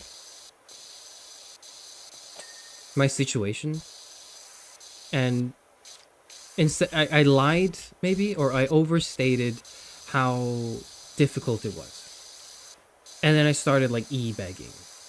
And by lying. If I were truly in such a dire strait, it wouldn't be, like, an issue. But if I wasn't, but I was pretending like it was really bad, guys, please donate to my membership. Please buy my membership. I have ASMR content on it. You know, like, if I did that after giving you, like, a sob story, then it would be bad. That's bad parasocial engagement. If I did not constantly try to caution you about the dangers of thinking that I'm, you know, someone you know in real life, because you could never know the complexities of who I am, among other things, then that would also be bad parasocial. But it doesn't, you know. But just by the nature of me sitting down and talking for, like, God knows how long. How long have we been talking for? Like an hour and a half? It inevitably is going to be parasocial in some sense, because I'm going to be talking about my day. I'm going to be talking about, like, things I'm thinking about. And you do those things with... This is, like, that is a pseudo-social experience. Pseudo in the, like, it's not totally the same thing as a standard social experience the way we understand it. Partially because the dynamic is different. I'm the one with the microphone. I'm sitting here, and I get to hear myself and my beautiful voice.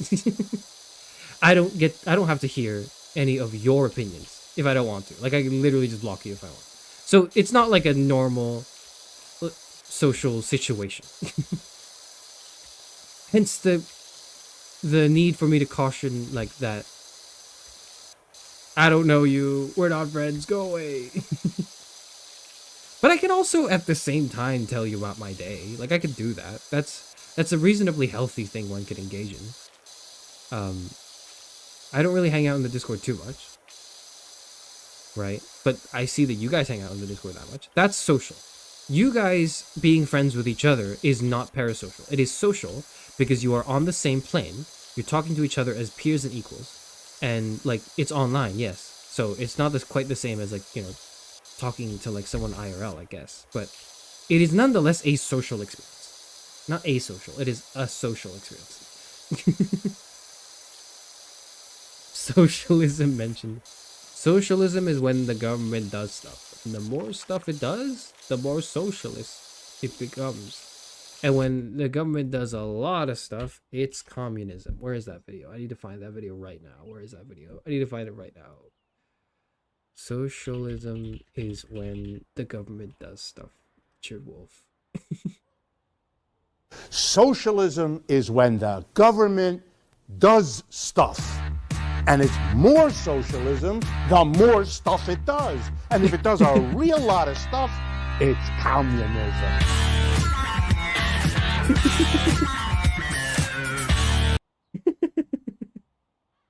Sorry, I just needed to hear that. Every time I hear the word socialism, I just think of this clip. It's beautiful. And I love the top comment as well, which is just Bernie Sanders really let himself go, which is mean. It's funny, it's mean, but it's a little funny. You say Wikipedia weird? What? Wikipedia. Wikipedia?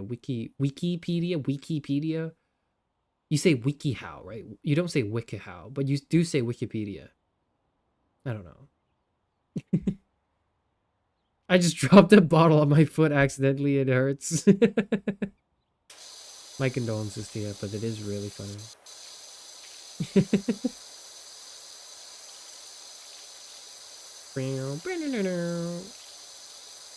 It's communism. Where's it going? Where's it going with this? So, in conclusion, stop asking me to regurgitate political opinions. Now, when I say stop, I mean... Okay, that's wrong. Let me rephrase. In conclusion, I am very thankful that shortly after my debut, it seems as though people have stopped asking me for my political opinions in a direct sense.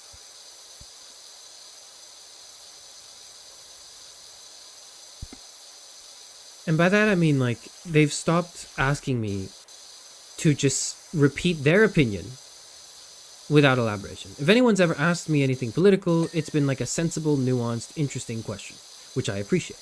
So that's, like, good. And I'm thankful for that. I think that's great. God, this bit here is filthy. How do I clean this? I don't know.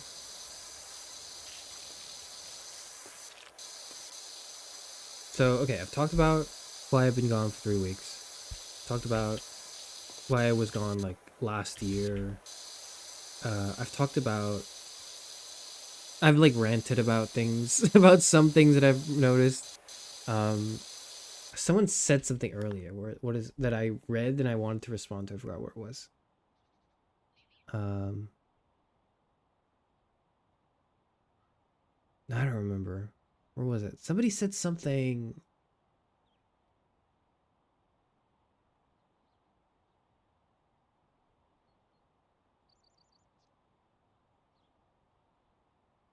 I think somebody said something along the lines of, like, NL takes 2 days off from streaming and then, like, Charis Euphranor decides to, like...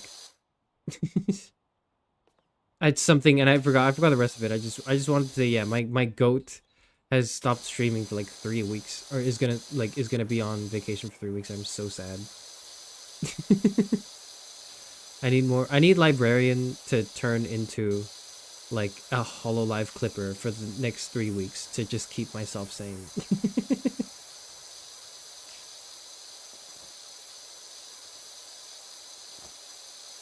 Could you play the short of the pastor performing the song his producer told him not to save his reputation? I don't know that clip, so I can't play it. I don't know that one, sorry.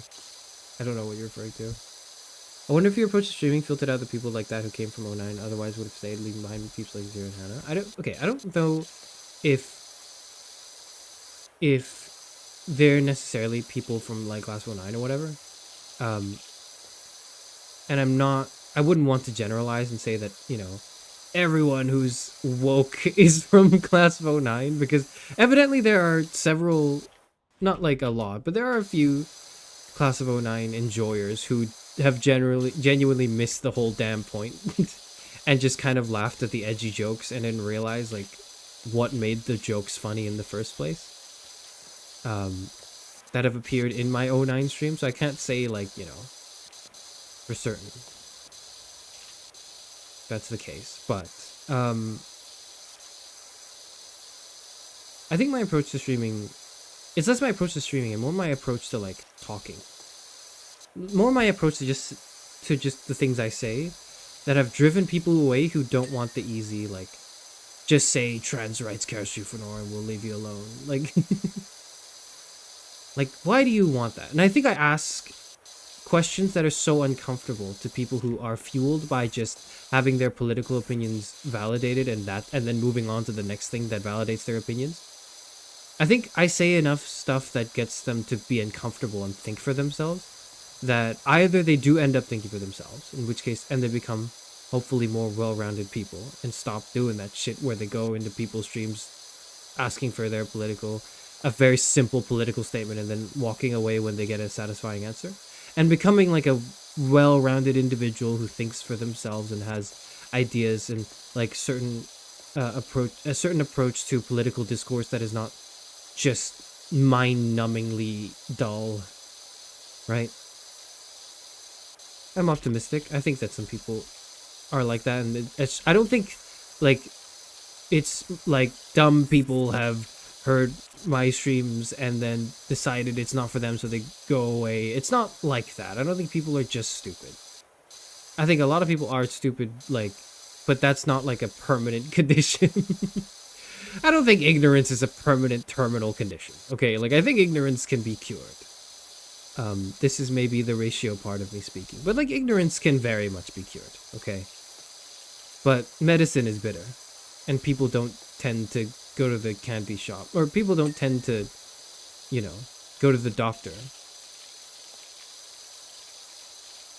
for sweet treats. Okay, you go to a candy shop for sweet treats. You go to a doctor to get better because you're so sick beyond like repair. The doctor says you should take your meds, and then you should do these things in your life so you won't have to ever come back to the doctor again. Then you go, okay, I'll do these healthy things, and then you don't do it. You take your meds and then you commit to being healthy for like 2 weeks, and then you just slump back into your old habits, and then you inevitably have to come back to the doctor again, and then they have to say the same shit to you. That's like the way I see like ignorance. That's the way I see it.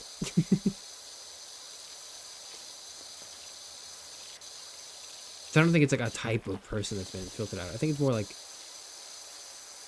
some people may have been, some people may have benefited from the shit I said, and some people who haven't were not patient enough to listen, and that's fine. People are not patient in this day and age. Have you seen the way people scroll their phones? Like every time I look at my grandkids, I get a little bit more depressed, like just a little bit. Not because like I'm like these damn kids and their phones these days, like a 60-year-old would usually, like my peers, but like because I'm on my phone too, and I think I'm using it relatively healthily. I say as I probably have at least 3 hours of Reddit today logged, but I at least feel guilt. At least I'm like, this is bad, and I know I should be doing something else, anything else. I'm gonna continue reading my book now, right? Like at least I'm doing that. But some kids are like, they don't know something, and their instinct is to not even to Google it, which is what the grandparents of old used to caution against. But now it's like they're TikToking it. And when you TikTok something, there is no basis of truth on TikTok. There's no basis of truth in short form content. Like there might be truthful content in it, but there is no way to determine whether or not it is truthful. It's, if I were to liken it to a philosophical thought, somewhat similar to Meno's paradox. But I won't get into that. Why confront uncomfortable questions when you can just stay in the echo chamber where everyone thinks like you? It's easy. It is, yeah. It is so easy, and it's so nice. They just hear everyone say, wow, you're so awesome, and your opinions are so right. Wow, we're so cool. Like, it's so much easier to hear that than to talk to people who might potentially think of you as like a lesser human being who deserves like less rights. Like, it's harder to interface with people who want you dead, or maybe if they, you know, maybe not want you dead, but maybe people who just think lesser of you as a person. It's hard. But like, if you don't do it, you're eventually the only like interaction you will have is not dialogue, it's conflict.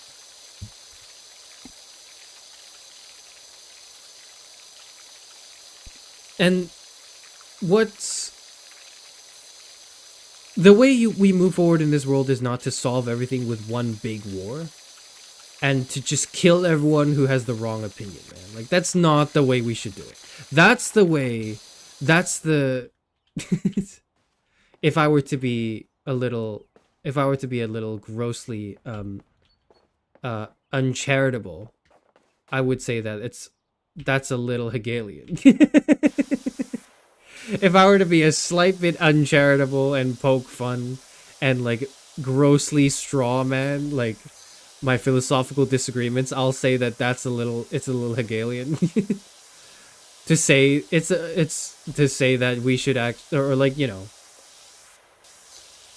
to insinuate that it lends itself to thought that can be fashy. Is it disingenuous of me to say that? Absolutely it is. It's I'm being so uncharitable right now, but yeah. So he is a Redditor.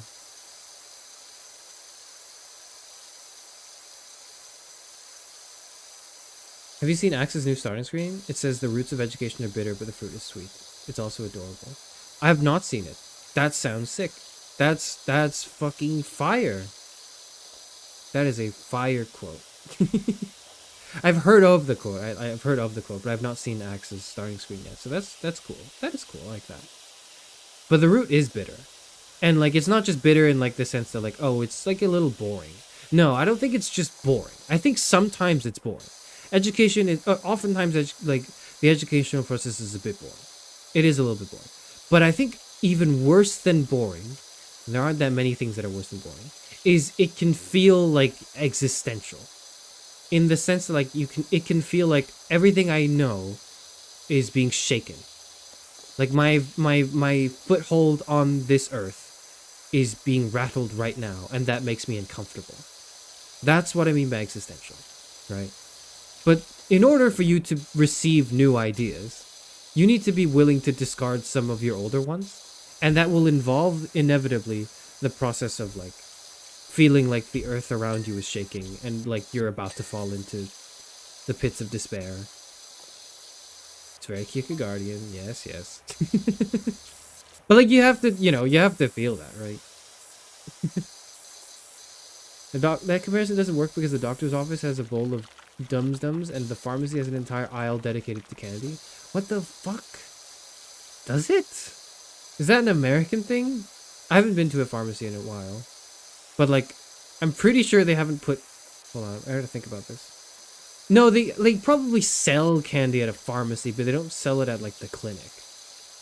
And you can get meds from like the clinic or the pharmacy. Whatever. Whatever. So then, to arrive at the question you asked like 20 minutes ago, Tia, how do we, I think you asked this, right? I'm pretty sure you asked this. Like, how do you tell people what they don't want to hear? And the secret ingredient is crime. The secret ingredient is to lie. The secret ingredient is to lie to them. And not like lying as in like withholding the truth for the sake of advancing your own like, you know, selfish gain, but making the truth palatable initially before like revealing what it actually is. So if the analogy, if I were to go back to the analogy of like, you know, sticking food in people's mouths, because I just like that analogy. um,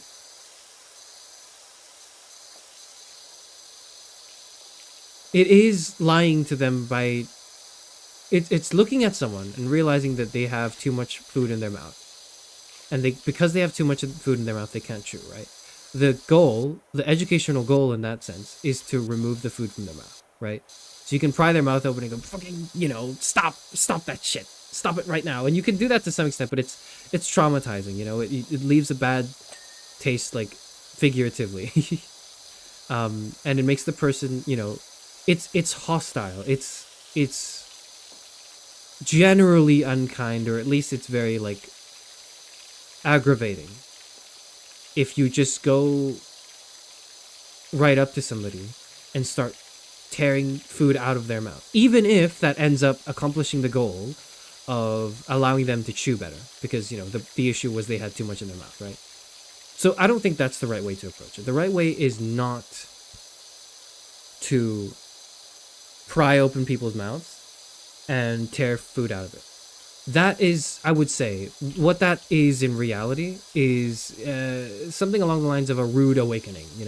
When people talk about rude awakenings, when they go, "Oh yeah, this person's super rude," but or like is super impolite. I can't use the word rude twice to mean different things. It's confusing. This person's super confused. This person is super rude. This person is super impolite. Right? Maybe they're like a teenager who's saying "fuck you" to like everyone and like sources of authority and thinking there are no consequences. Oh, this person deserves like a rude awakening in their life. They're eventually gonna, one day have to get a job and then realize that you can't just say "fuck you" to everyone you disagree with, and actually have to be sociable and amicable and have to negotiate and like compromise in life, and like that'll hit them like a ton of bricks. That's the rude awakening. That's the person having their mouth pried open forcefully, and that can work, but it also like hurts. It's traumatic, and more importantly, people will do anything in their power to avoid that. If you walk up to a child who has too much in their mouth and cannot swallow, and you are saying, come here, little child, I'm going to pry your mouth open and tear shit out of it," they're gonna go, "No, what the fuck?" And they're gonna run away. The issue is, most people who can't chew are adults, and adults have rights. They've got rights. They've got pesky rights. But they've got rights where it's like they don't have to listen to you if you don't want to. If they don't want to, it's a free country. Some might say, if you're American, we choose all of you right now, right? Because none of you understand that. Never mind. Because you all have very specific, different views on healthcare compared to me, because I live in a different context. But if somebody can't chew because they've got too much food, and your solution is to go to them and pry their mouth open, that's assault to them. Even if you're not trying to like assault them, that's what it will feel like. And if something feels like assault, any normal human being is going to be like, "I'm not doing this. I'm not having any of this. I'm going to go away. I need to leave right now." Right? This is normal. This is a normal knee-jerk reaction.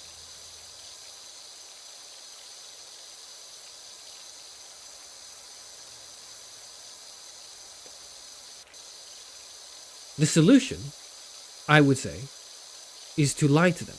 The solution is to disguise. Normal people need to learn how to be uncomfortable with things. Yes, people need to learn how to be uncomfortable. And this is hard because we hate being uncomfortable. We want everything to be easy. That's why you Uber Eats. That's why you that's why you DoorDash your food, okay? It's because you want to be comfortable. That's the reason. That's why it exists. The reason why fast food exists is because it's comfy. If it were like a culinary experience every time, you wouldn't go. Because that would be, that's way too much. I want to stick with my comfort food.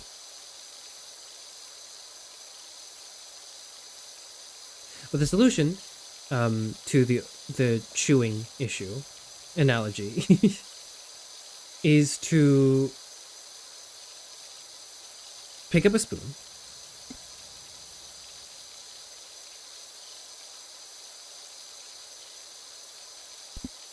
and then fill it with food, and then go to the person and go, ooh, here's more food. And they go, yay, food.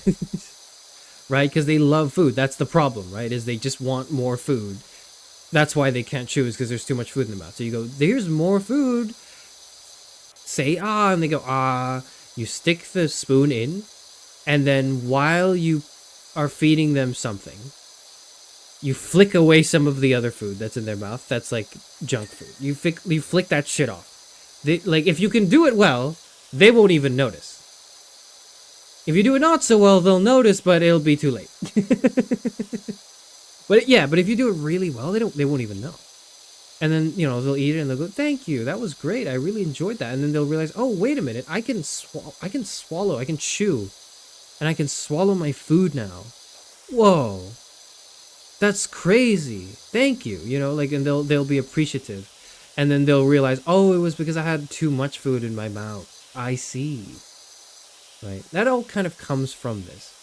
But when I say you need to lie, that's what I mean. Like, you need to pretend like you're making content. And then actually do something else that is not just, just merely content. You need to make content in that you need to make food, right? You need to put something onto the spoon, or else the person's not going to open their mouth. But like, that's not the main point of it. The main point isn't how good the food is that you made. The main point is your skillfulness with the spoon and how you can use it to pry away bad food. That's the strength of the educator, right? It's not just how good the food is you make. It's your ability to handle the spoon. That was a rhetorical question. I wasn't asking for the purpose of your answering me today, lol. Okay, but I wanted to talk about it, so that I wanted to say with good packaging, you can make people open a lot of presents they wouldn't otherwise open. Yeah, exactly. Yeah. That's a different analogy, but it works just as well. Anyways, that was way too rigorous. We need to move on to something simpler. What do I need to talk? I need to move on to something that's like not as joining the stream a little late, but welcome back, Charis. Hello, Axe. Hello. You joined at the worst moment because I just finished the point, the interesting intellectual point I wanted to make, and now I'm like probably gonna move on to talking about the boyfriend experience ASMR video I made the other day. Which is like the opposite of that. It isn't, but like it seems that way. It definitely seems that way. Because I need to talk about it. I need to address the elephant in the room, okay? This is the elephant in the room that some people have decided is now like is either the best thing to happen to Charis Euphranor or the worst thing to happen to Charis Euphranor. It's leaning towards worse, which is good. I think that's good overall. It's a good inclination. So is the trolley bomb video essay lost media? No, it's not lost media. I'm working on it. It's just that's more of like a the ASMR thing is a proof of concept, like just a fun idea I had. Well, it's not just a fun idea. It's a little bit more than that, but it's a fun idea I had. The trolley problem is at least what I've set it up to be in my head, like a magnum opus type project. I'm not saying it will be my magnum opus because that's not something you can control, I think. Like you can influence, but you can't really control it. I think I want the trolley problem video to be my magnum opus. I do not want the ASMR thing to be my magnum opus. And that's why it's taking longer.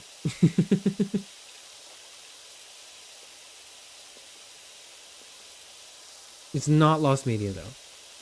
I'm editing it and I've decided I'm done doing more takes. I think I've done like 20 something takes.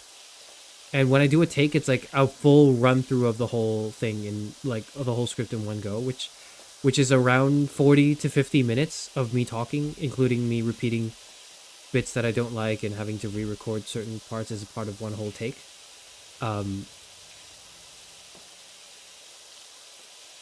But I've decided like I can't do that. It's not gonna be perfect. It will not be my magnum opus, and that's fine. It just needs to exist.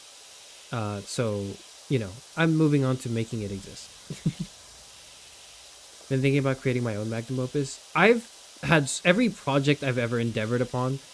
Okay, not everyone, but like when I was like much younger as a whippersnapper, my goal for everything was like, this is my magnum opus. This is the best thing I'll ever make. This is perfect. This is going to be the sum of all my experience and all that. And like, you just can't do that when you're like 20. When you're like 20 years old or whatever, you can't, your magnum opus can't exist. Because you have so much more shit to learn and figure out and do. That like, if it did exist, then that just attests to the decline in your later life.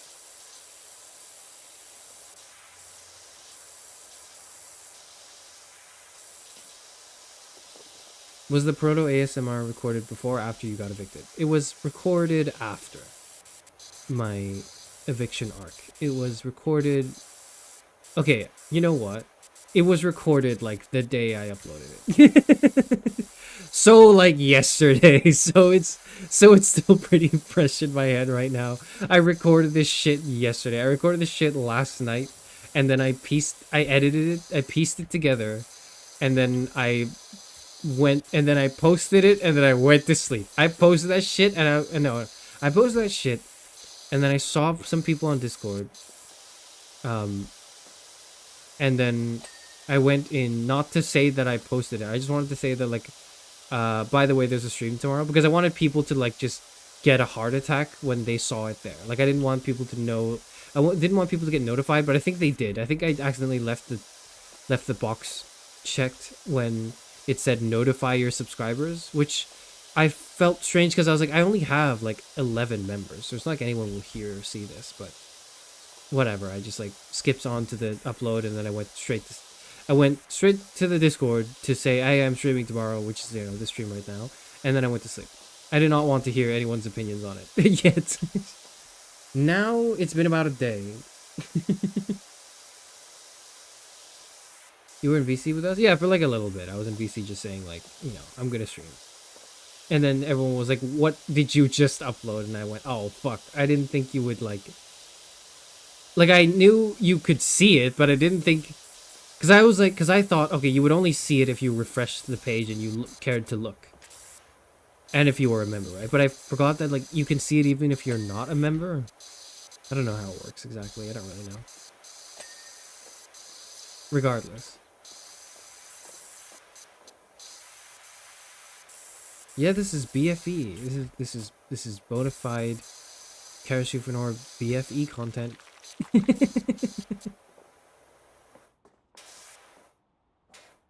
Hannah got fucking scared because she came in breathless. Yeah, I can like believe it. This is within the realm of conception. This is not surprising news to me.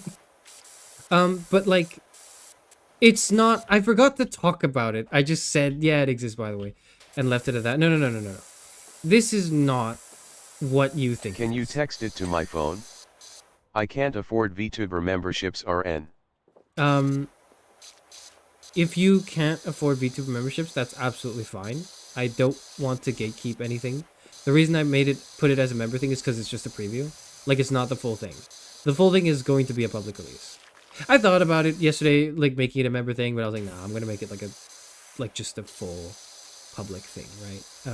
So if it's just a 5-minute preview of an incomplete project, so you're not missing out on that much, Link. Not that you were missing out on anything at all, but if you were, it's not that much. The full thing will be a public thing. If you want to hear the preview really badly, you can just DM somebody on the Discord who does have membership, and they can like share it with you. But like, I'm not opposed to that. You could do that if you want. You have my permission if you don't want to fucking buy the membership for some, but you also really wanted to hear this, to just ask someone who does have membership and have them share it with you. That's fine. That's fine to me. That's fine to me. But I just don't want it like posted, like, I don't want it posted, but it can be sent, I guess.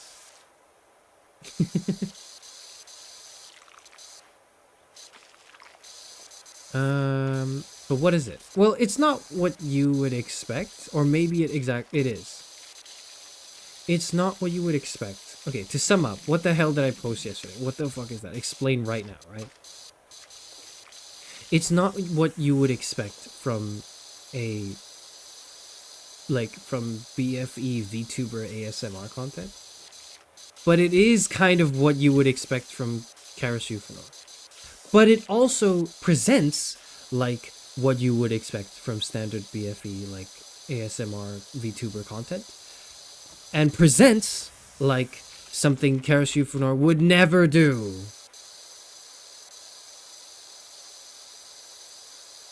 Now I know that's confusing. It's phrased confusingly, intentionally so almost. But it's true.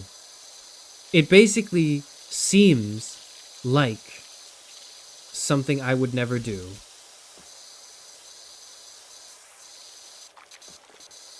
But it actually is something I would do.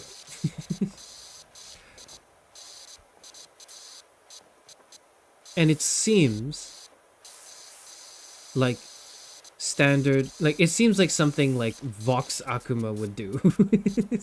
I don't know why I don't know why I said his name in particular, just like I was just thinking of like male VTubers who lean into that a bit. This is it seems like something Vox Akuma would do. But you look inside and it's not at all anything Vox would ever do. He would never do this. Not because he would be incapable, but because the ramifications of that would not bode well with his image. Because that's not who he is as like a VTuber.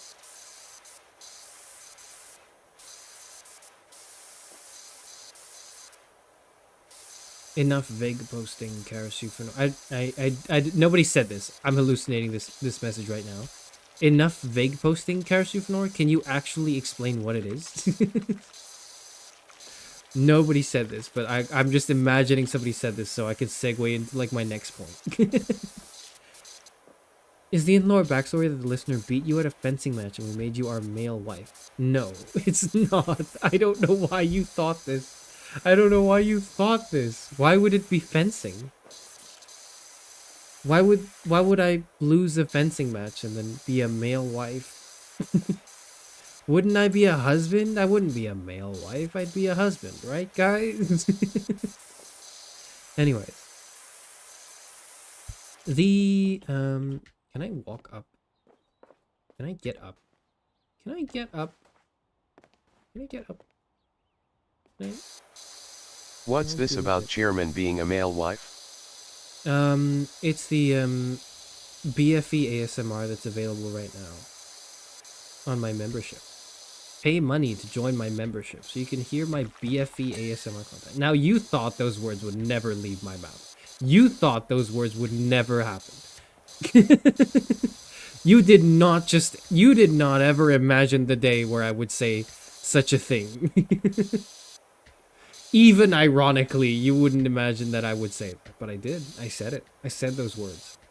I said them. But why? Why, Charis? Why would you say those words? This isn't like you or the usual things you do. That's what it appears to be.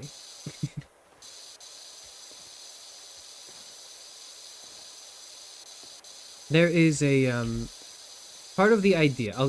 Rather than talk about what it is, because the full thing's not out yet, I don't want to just, like, explain to you what I haven't finished doing. But I'll give you, like, part of the, idea. Or part of the inspiration for the idea, right? As I was doing my research on, like, ASMR content, because I've been asked of this many moons ago, and I said, okay, stop asking me, I'll do it. I'll do it after a certain milestone. Okay, just stop. And I meant it. I wanted to keep my promise. I wanted to do it. Right. What I did was since then I started researching. And I started listening to ASMR. Both like stuff that's more like for het male listening. And also for stuff that's for like het femme listening. headphone listeners, but also like stuff that's made for everyone. Like I've listened to like a range of things, I guess is what I'm trying to say. Like I've listened to a bunch of e-girls and a bunch of e-boys. Like it's not I've had a relatively diverse palette of interest in this regard.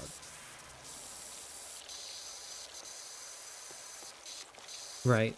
So I don't want anyone to say like you didn't do your research, because I did my fucking research, all right.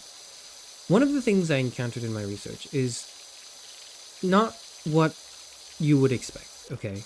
But I felt fear. It felt scary to me listening to a lot of it. Most of it, in fact.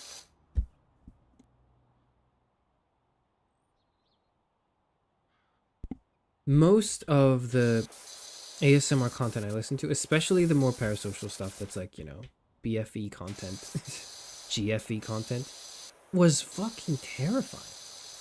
And when I was listening to it, I was like, I cannot be the only person who's hearing this and not being soothed. And not only am I not being soothed, I'm being violently disturbed by the content that I'm listening to. Like, this is terrifying. But nobody else feels this, I think. I don't think people feel the fear that I felt listening to, like, your boyfriend comforts you in the car while it's raining ASMR. Like, because to most people, it's comforting. But when I was listening, I was like, this is fucked up. Not like, okay, what I mean is not like it's fucked up. I mean, like, it's scary in that people need to hear this because they don't hear this in their life and they can't cope with not hearing it. But more importantly, it's not just hearing it, right? I don't think you're a worse person for like listening to boyfriend ASMR or whatever. Like, if I did, I wouldn't be doing it myself. like it was frightening to me because I was imagining people who had nothing but that and had to live their life coping with it, pretending like it was real, but ultimately either successfully deluding themselves into thinking it really was real, or eventually having to confront the reality that it's not and falling into that bout of depression only to sort of cope with it by listening to more parasocial stuff and like numbing yourself from it. That eternal cycle, that loop, that scares me. So it's not like the content itself is scary, but like I'm terrified listening to it because of the implications of it.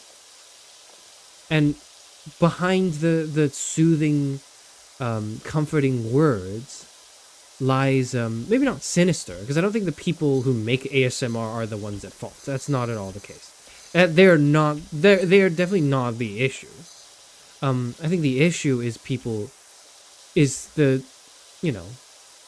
systems that are perpetuated that make it so that people have to rely on these things, right? But that's a more system talk. This system is bad. You get down with the sickness. Rage Against the Machine. Thank you, Charis Euphranor. Yeah. Okay, that aside, right? I felt a profound sense of fear, and my goal for this ASMR like BFE thing that I did, the preview and hopefully the full release when I actually finish it and get it done, right, is for you to feel the same fear I felt. I want you to feel the same fear. Not just understand the fear, like intellectually, but to feel it. That's very different, because you can understand it. Oh yeah, that's why it's scary. Yes, the system is bad. People are isolated. Parasocialism is on the rise, partially because like the ability to socialize is being diminished because due to certain socioeconomic contributing factors. You can understand all of this. I don't want you to understand it though. I want you to feel the fear. I want you to feel your skin crawl. I want you to feel like not I want you to feel scared, not just in like the I'm playing Five Nights at Freddy's and like, you know, Freddy Fazbear or is like, you know, gonna come out and jump at you. Ah! Right? I don't, not like, you know, I don't want you to just feel Resident Evil, Leon, maybe not Leon. Leon's bits are more fun than scary, like Grace's bits, where she's being chased after by the fucking, like, the monster that's just referred to as the girl, I think. That's like a terrifying, horrible, like disgusting creature that's like gonna bite your neck off or whatever. But then you turn the video game off and it's like, whew, okay, I'm glad I'm back in real life now. I want you to feel a fear that doesn't go away when you shut it off. I want you to feel a deep sense of fear, of existential dread maybe, from this like BFE ASMR thing that I'm doing, that is not gone when it's over. It begins when it's over. I want the fear to begin when it ends. I want the whole thing to be just like really, really nice.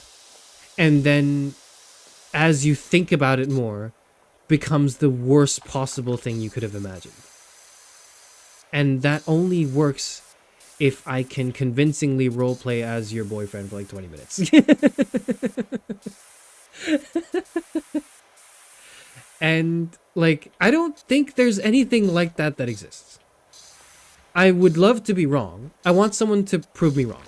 So if you know of like ASMR content that is like that, that's subversive, but not in the sense of like, oh, here's BFE ASMR content, except your boyfriend is falling down like a flight of stairs, and then there's like, you know, wacky sound effects, and the police are here, and there's a whole chase sequence, and it's funny. It's like, it's humorous once, and then the joke is immediately obvious 10 seconds into it, right? Like that's the subversion. I think that's cool, but it's not what I want to do. The subversion I want to embark on is something deeply disturbing, I think, but like hopefully justifiably so, right?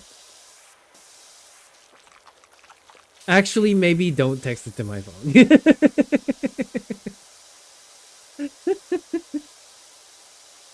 The BFE I was expecting was that you affirmed the listener before getting shot into space or the void because of an explosion. So that's the typical route, right? So there's two types of ASMR that exist right now, okay? There's two types. If you can find a third type, tell me. I want, forward it to me, direct it to me, email it to me, DM it to me on Discord, post it in my comments, do whatever the fuck, okay, to let me know. I need to know if you can find anything that's not either of these two categories, okay? There are two categories. One, it is unironic. If it is unironic, it is just, you know, standard things that make you feel like comforted and soothed and tingly, right? It doesn't have to be verbal affirmations. It could just be like sounds. It could be like, you know, tapping of the woods, of like keyboard or different materials, you know, whatever. What have you. The aim is to comfort, right? That's the aim of it, is to comfort. That's category one. Category two is, it is subversive. The aim of it is to discomfort, but the joke, but it's meant to be humorous, right? The joke is on you. Sorry, I was just like trying to grab something. The joke is on you, the listener, for clicking onto it, maybe thinking that it was like, you know, going to be soothing, and then being bombarded by Spider-Man. Where's the clip of that? Spider-Man with a chain on like a cheese grater in his microphone. I gotta Google this. Hold on.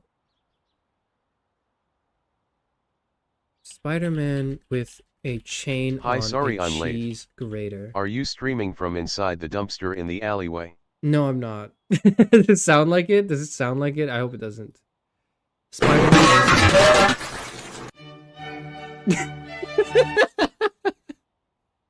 I like this edit. This is the I'm talking about the I'm talking about the BFE ASMR thing now. Let me find, this is what I mean, right? So there's two types of, hold on, wait, let me look for the other one first. Let me illustrate my point. I need to illustrate my point. No, I was just curious. I wasn't here to hear about the homeless arc resolution. I said a lot of things that I don't know if I want to repeat. So I would say, like, if you have the time to go back on it, maybe. But basically, I'm fine. Some of it is like, I'm fine. That's it. That the basic sum of it is I'm absolutely fine.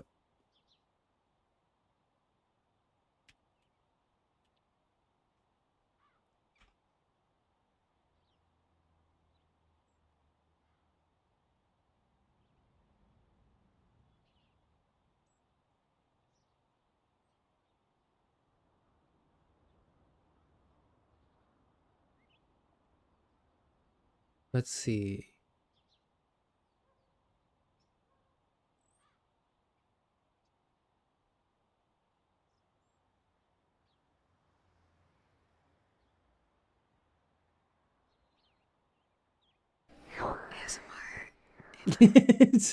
So there's two types of ASMR content, okay?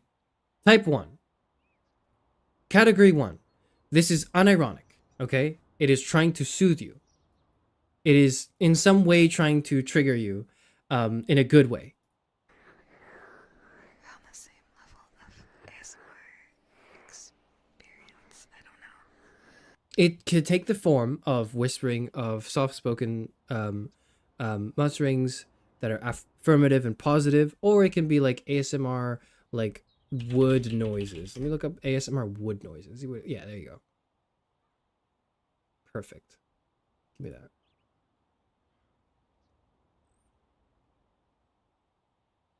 If it would load, I'd really appreciate it, YouTube, if you could just load the damn thing. Boyfriend hits you with a metal bat to cure your insomnia.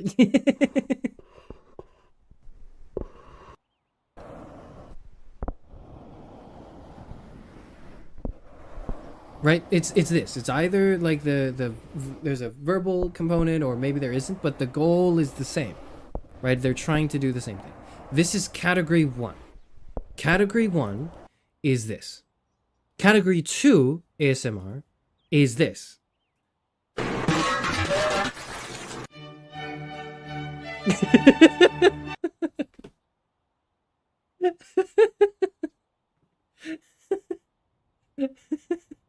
Where's like the Spider-Man cheese grater original? There it is.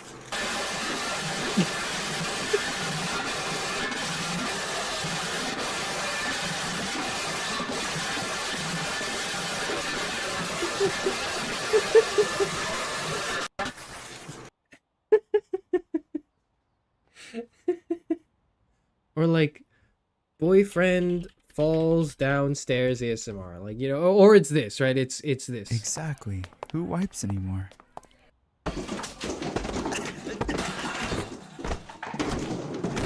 Hey, I'm okay. What did I do to deserve this?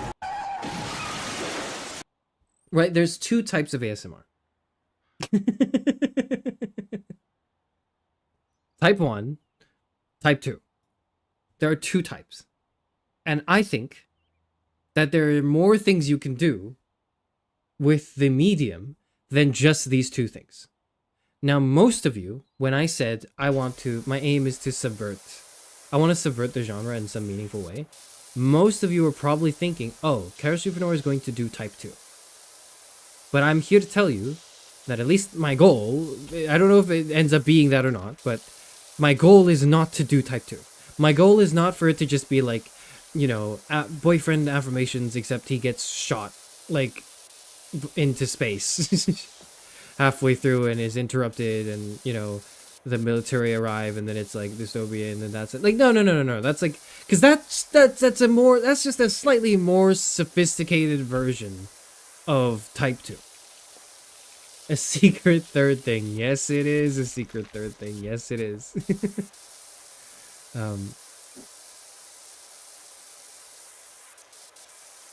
So, like, that's what I mean. And if it ends up being type 2, I'll be disappointed in myself. I hope it's not. I hope it's not type 2. The way you describe how you felt researching ASMRs is how I feel when people praise the Stanley Parable. What are you talking about, man? What are you talking about? Barrels, you that's not Have you played the game? Have you you haven't played it. You keep rage baiting me every stream. You haven't even played it. Who am I talking to? You're literally not a real human being. Not even a real human being. I don't need to interface with this. I don't need to. Can the third type be audio logs from horror games? They're always whispering in those. So that would not be ASMR though. Right? Like it's interesting, but it's like an audio, that would just be like an audio drama. Right?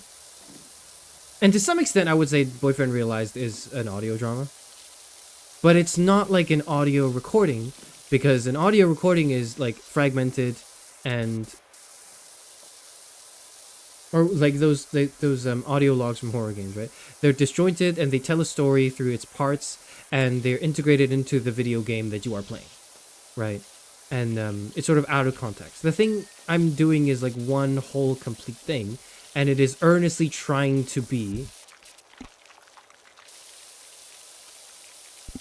like BFE ASMR, right?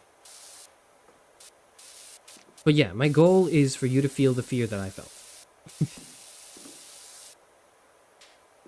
I can't go. How do I go under? I can't. I have to just shoot it at an angle. Ah! Okay, whatever.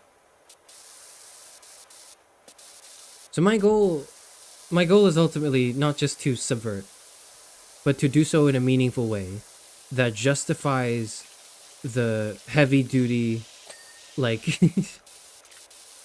sacrifice that is Charis Euphranor is actually going to do ASMR, and it's going to be BFE. What the fuck is going on? What's happening?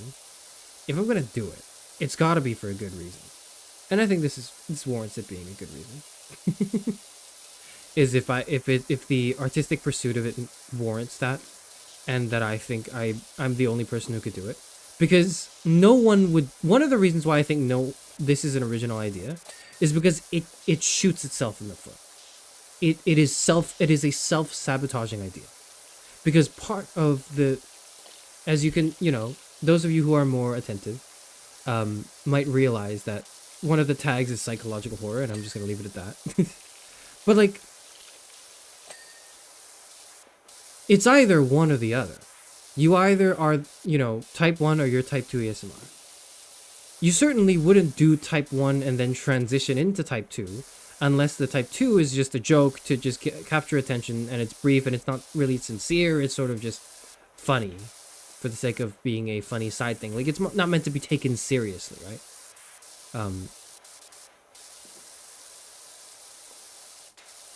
If it were merely subversive. But it's not just merely subversive, it is also disturbing. And the last thing you want to do in ASMR is disturb.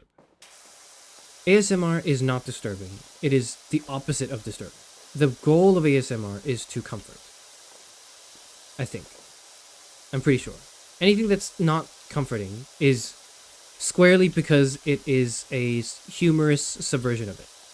Where the joke is either on the listener, or the joke is on, like, the perhaps the ridiculousness, somewhat, of the fact that ASMR exists in the first place. Like, content like this exists in the first place. It's a joke on... It's a joke.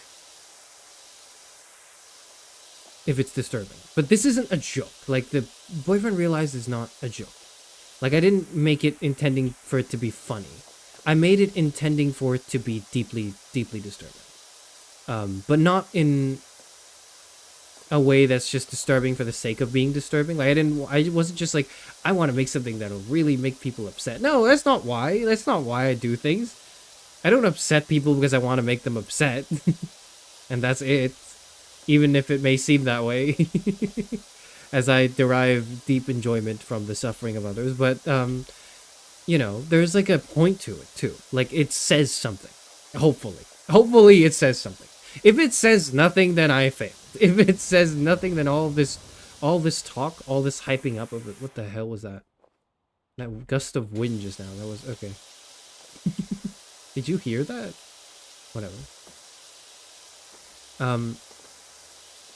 Hopefully, like, it says something and it implores you to think about stuff.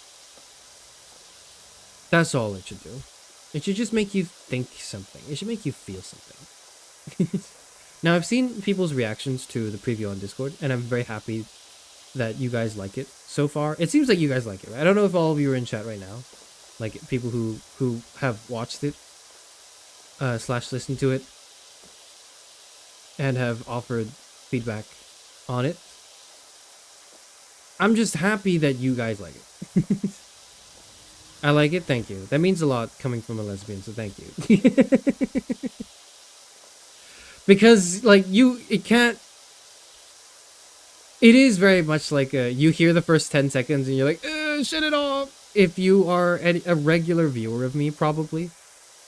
Because you are probably not predisposed to this type of content. If you are predisposed to this type of content, you wouldn't feel that. You would be like, oh, okay, this is like, hopefully, right? Like, it's standard. This is good. This is fine.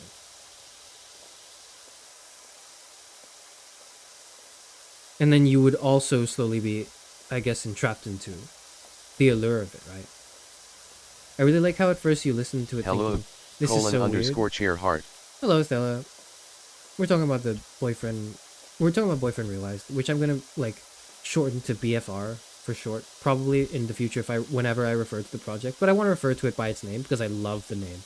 I love the name I came up for this. Like it popped the name, the idea, and the name simultaneously popped into my head at the same time when I was thinking of how to conclude the Valentine's arc. And it all just crystallized from that. It was all just, oh, it snapped into place. Perfect. I know exactly what to do. So I love the name. So I'm going to call it by its name. It's Boyfriend Realized, okay? But I'm going to shorten it to BFR for short.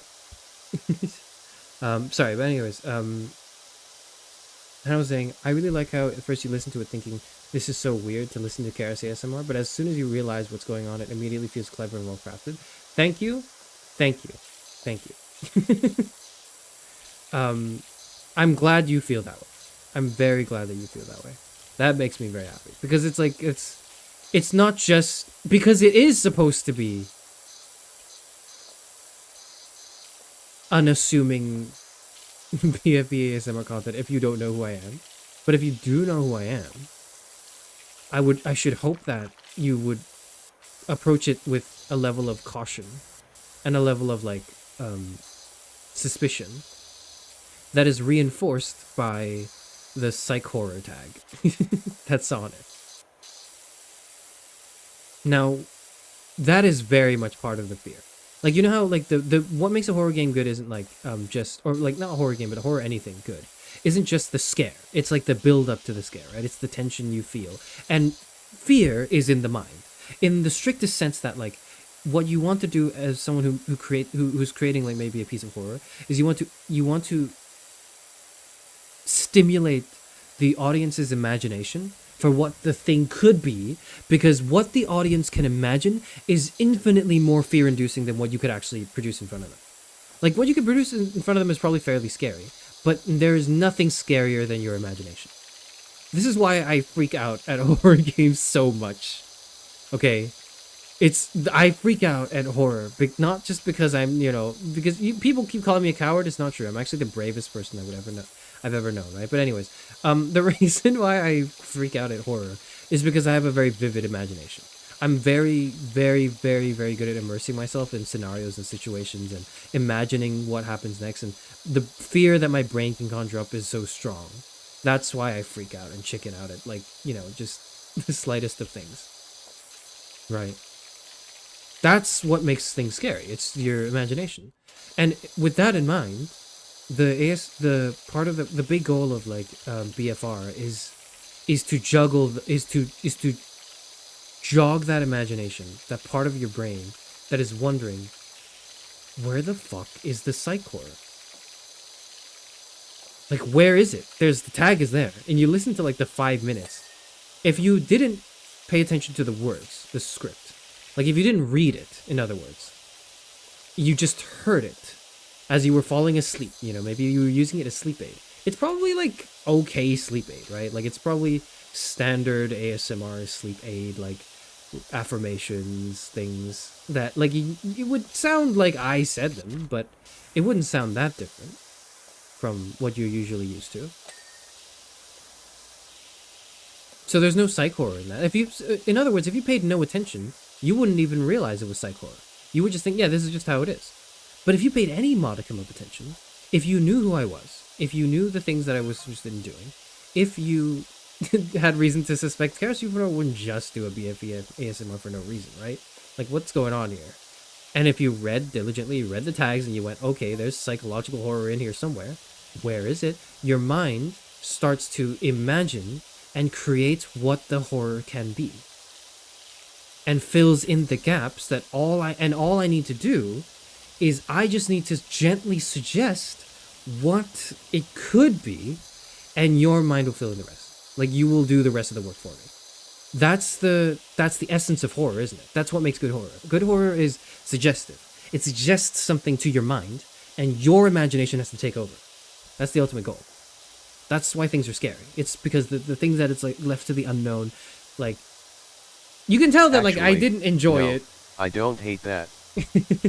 You can tell that like I didn't really like it, in the sense that I enjoyed it personally in like an emotional sense, but I was profoundly like intellectually impacted, perhaps, or creatively impacted by the horror months that have gone by, like the Octobers that have happened, and the horror games, and like I've thought the concept of horror has dwelled in my head a lot since then. Okay, you can tell that it's been around.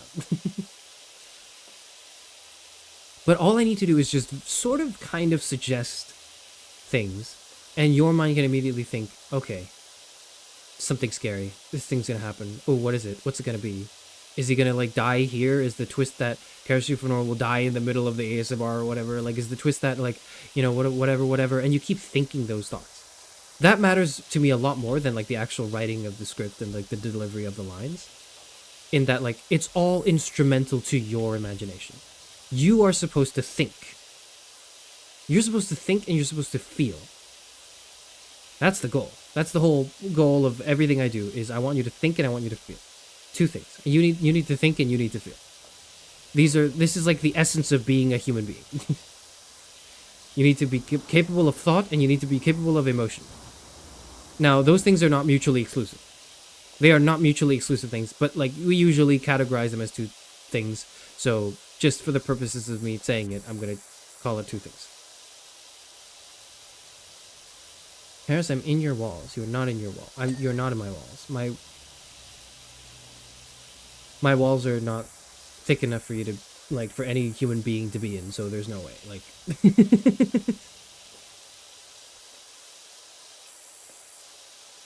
I hate that you're so evil. I'm not evil, okay? Like, if I were evil, I would just do 30 minutes of that.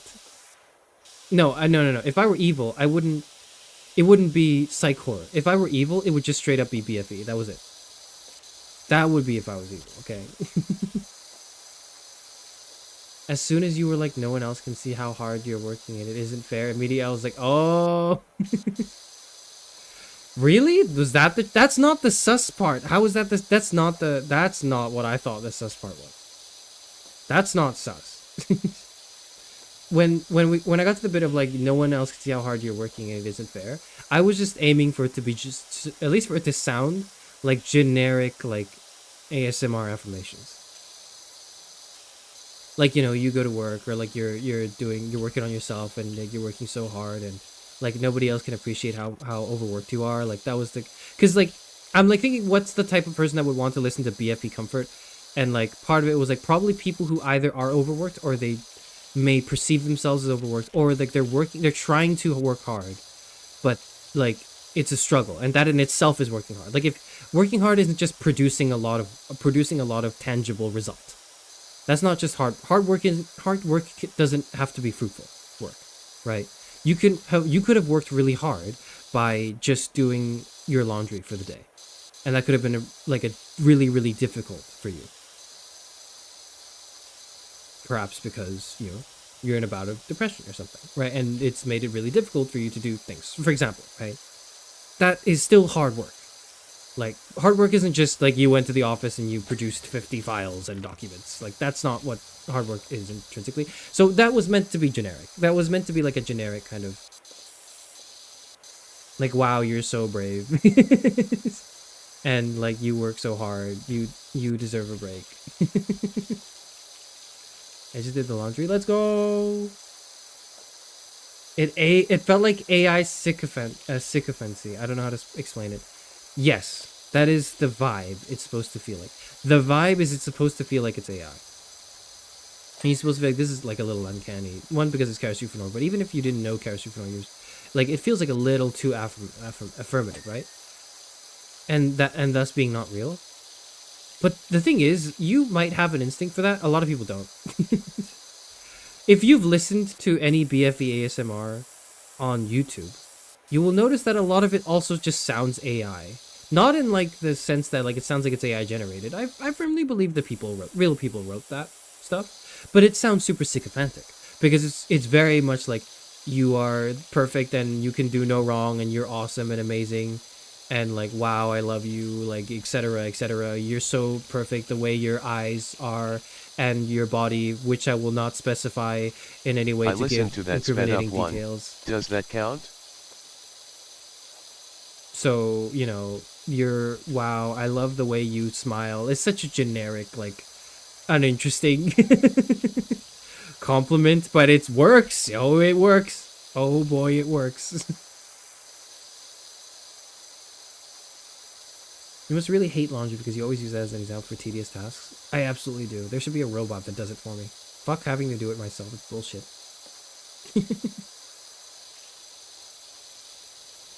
I don't listen to a lot of it, but I think it was just because it was coming out of your mouth. It immediately felt uncanny. Okay, that's because you've heard so much other shit from my mouth that is not, that directly contradicts this. That's why it feels uncanny, which is fair.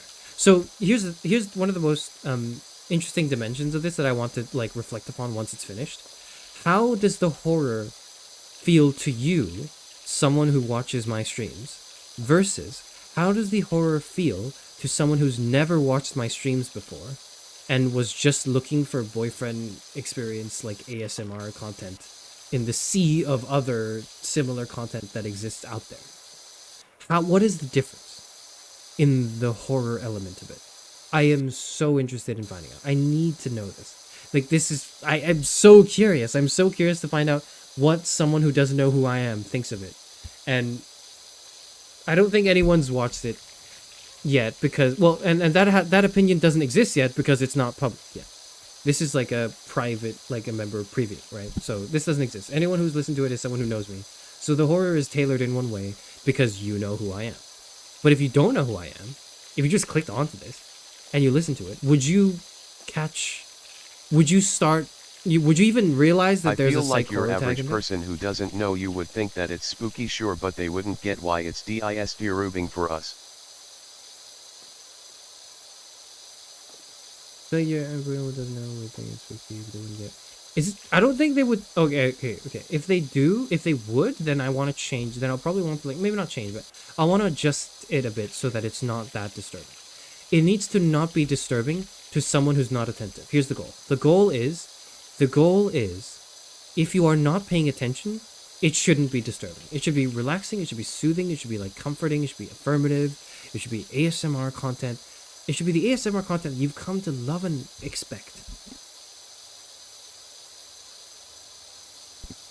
If you are not paying any attention. If you are paying attention at all, and you are thinking, if your inner human being is attending to the world exterior, the exterior world, and you're not like falling asleep or whatever, then you should slowly begin to realize something's wrong. Like, it shouldn't be immediately obvious that something's wrong. It should slowly seep in. And then by the time it happens, it's too late. And then, here's my goal. Here's what I want, actually. I want to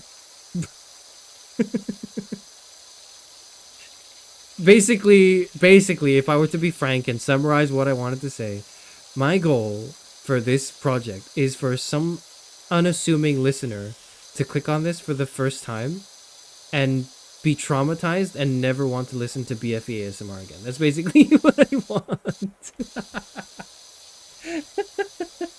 That's not true. I don't want to actually traumatize anyone. That's not true. I don't want to traumatize anyone. I don't want people to like to actually be like emotionally distressed for like prolonged periods of time. Like, I don't want that. That's bad. I do not want this. What I do want is for some level of distress, but only because it makes people realize that not what's scary isn't my project. That's not what's actually scary. My project just enabled you to realize how scary the concept of BFE ASMR actually is. Or maybe not BFE, it's just like parasocial, ASMR in general, how scary that is. Like, it just helps you realize it. You know, the whole, the horror game is scary, but it's not as scary. Like, the real scare is how, oh, this is an analogy for real life and how the government will do certain things and it's bad. You know, like, it's a bit like that. It's a bit like the generic horror game takeaway where it's like, the real horror is that some of it is real life, right? But applied to a very different context. It is real life, but it's not like a generic thing like capitalism is bad. Like, that's not the message. The message is not capitalism is bad. If that was the message you walked away with, then I have failed miserably as your boyfriend for like 20 minutes. I have failed miserably. So hopefully that's not the takeaway. It's not something too generic, I hope. Can I still enjoy it if I don't listen to BFE? You can. You can enjoy it. I think you can enjoy it as a horror experience. Maybe. Yes, you can. I think you are probably inclined to enjoy it as a horror experience first time around anyways because you know me and the content I do. If you don't know me, you are inclined to enjoy it first time around as just generic ASMR. And then you get to the end, you go, wait a minute, this is not what that is. What the fuck? And then on a subsequent like re-listen / re-watch, you enjoy it as a horror thing. So it's almost like it's a horror film that presents itself as a comfy film. And you don't realize until at the end that it's horror. But then once you do realize it, you can go back and listen to it or like watch it again and then appreciate the horror elements of it that make it a part of that, I guess. Or not, or I talk a big game and it ends up being generic and a failure and I never do any good content again that is ambitious because I realize I'm a failure and like none of my creative projects are going to work out. Maybe that will happen. I need to have that as a realm of possibility. I need to think about that. I need to be prepared for it to flop and bomb and not do very well. And just be generic and not inspiring or interesting at all, as at least not as interesting as I thought it would be.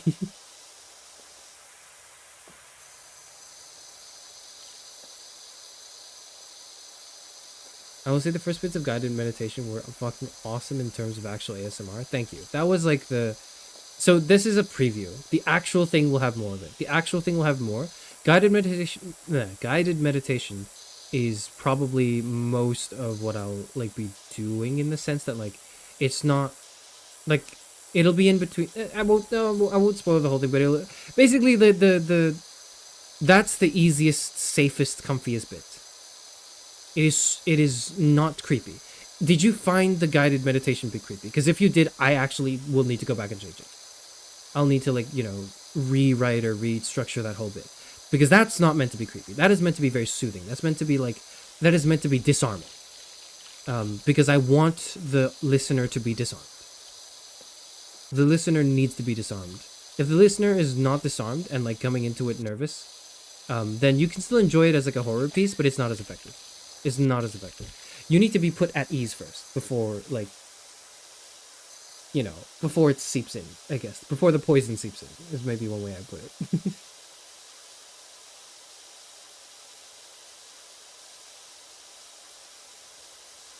You can find out by sending to one of your IRL friends to get the perspective of someone unfamiliar with Charis Euphranor. No, because that doesn't work either. Because they're familiar with me. Like, literally, one of my IRL friends, it wasn't our team, it was like somebody else, one of my IRL friends posted to, like, our group chat and went, like, legal name here's ASMR BFE content has finally arrived. And then everyone was like freaking out. I was like, what the fuck? Are you okay, dude? What's going on? Do you need financial help? And I was like, no, I'm fine, actually. This is like an artistic project. And I had to explain it. And then they were all like, we understand it and support you, but we could not make it past the first 5 seconds because it's like we know who you are and it's fucking weird.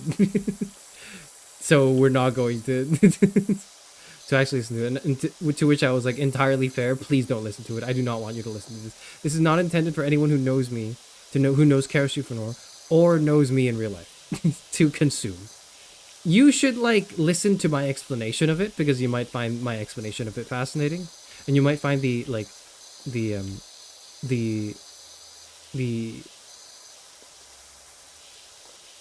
writing of it, the artistic merit of it interesting. But like you wouldn't want to actually experience it yourself because it would just be too cringe. I don't know if it was unintentional and I forgot the line, but I also liked one of the lines where it's not X, it's Y. It also it felt very ChatGPT. Yes. Did I say that? I don't know if I said something. Let me go back to my script. It's not. I didn't say it's not. I said like it's just, and I hesitate and I go, oh, it's just this one thing, which is like a little different from it's not this. It's not X, it's Y. I don't think I said it's not X, it's Y. Were you even listening? Come on. I kid. Yeah, no, I don't think no, I didn't say that. I didn't say that. You said it isn't X? It isn't. 0 out of 0 in my script in front of me right now. It was the silicon imagination, right? I said not some silicon imagination, but a living, breathing being. Yes. So I guess it's a little ChatGPT coded. It is. It's a little ChatGPT coded. That's true. I didn't say it's X. It's not X. It's Y because that'd be too on the nose. But I did definitely try to invoke that like that sense of sycophantic agreement, right? That was definitely intentional. Now I have to also disclaim I did not use AI to write any of this. Why would I? I'd probably should have said it earlier, but like why would I do that? Why would I use AI for my like for a project I care so much about? Like it's not like this is my homework and I have to do it and I'm like, oh, okay, I guess I'll just ChatGPT something and I'll read it, whatever. No, man, I actually like this project and I care about this project and I want it to be good. So I wouldn't use AI for it, no. But, obviously I have to disclose it.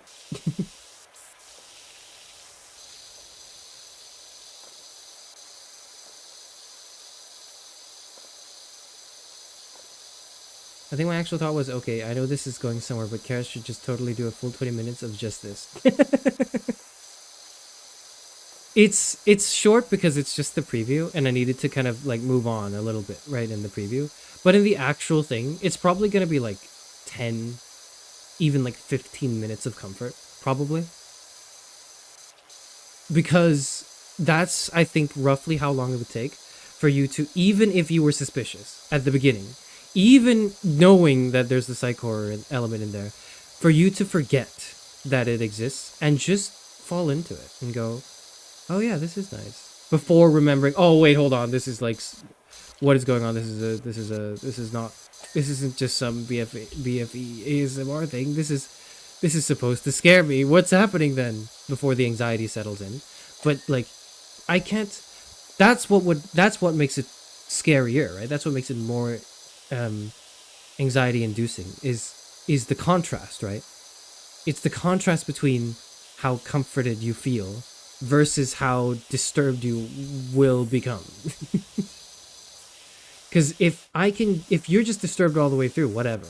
But if I can get you from 0 to 100, that is an emotional experience that's unforgettable, right?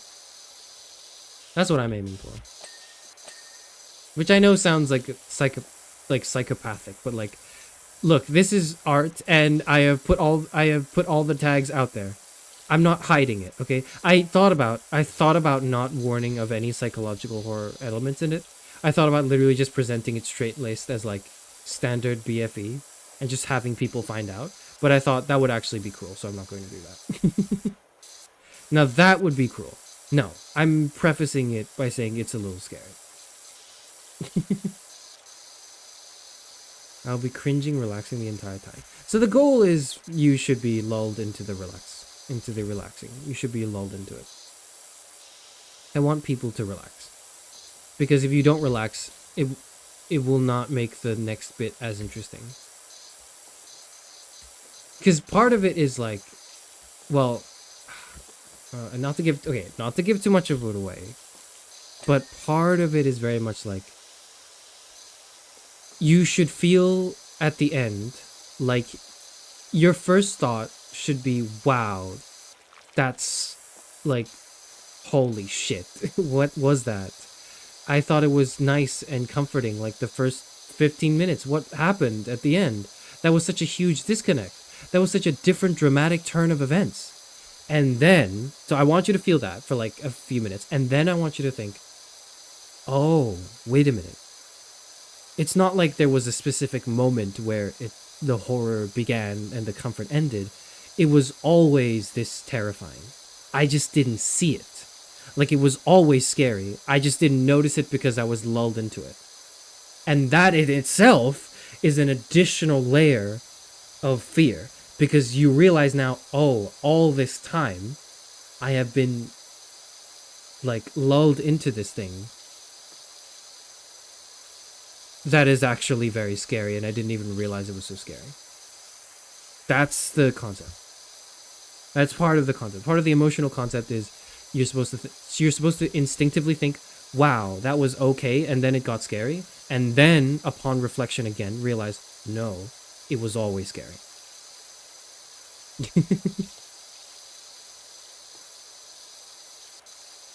Just not in the way that you thought it was originally.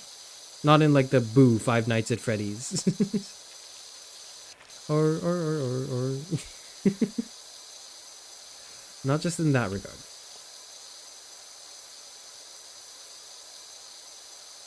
Oh, you should incorporate speaking an ancient language to play into your lore as one of the people that built the time machine. I'm not one of the people that built the time machine.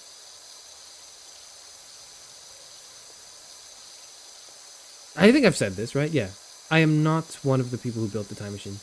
If I haven't said this, then I'll just say it now. If I haven't said this, then you get free lore, I guess. I am not the person who built the time machine. The time machine existed before me. I think you said this before? Okay. I've said this before then. Yeah. Yai lore crumbs.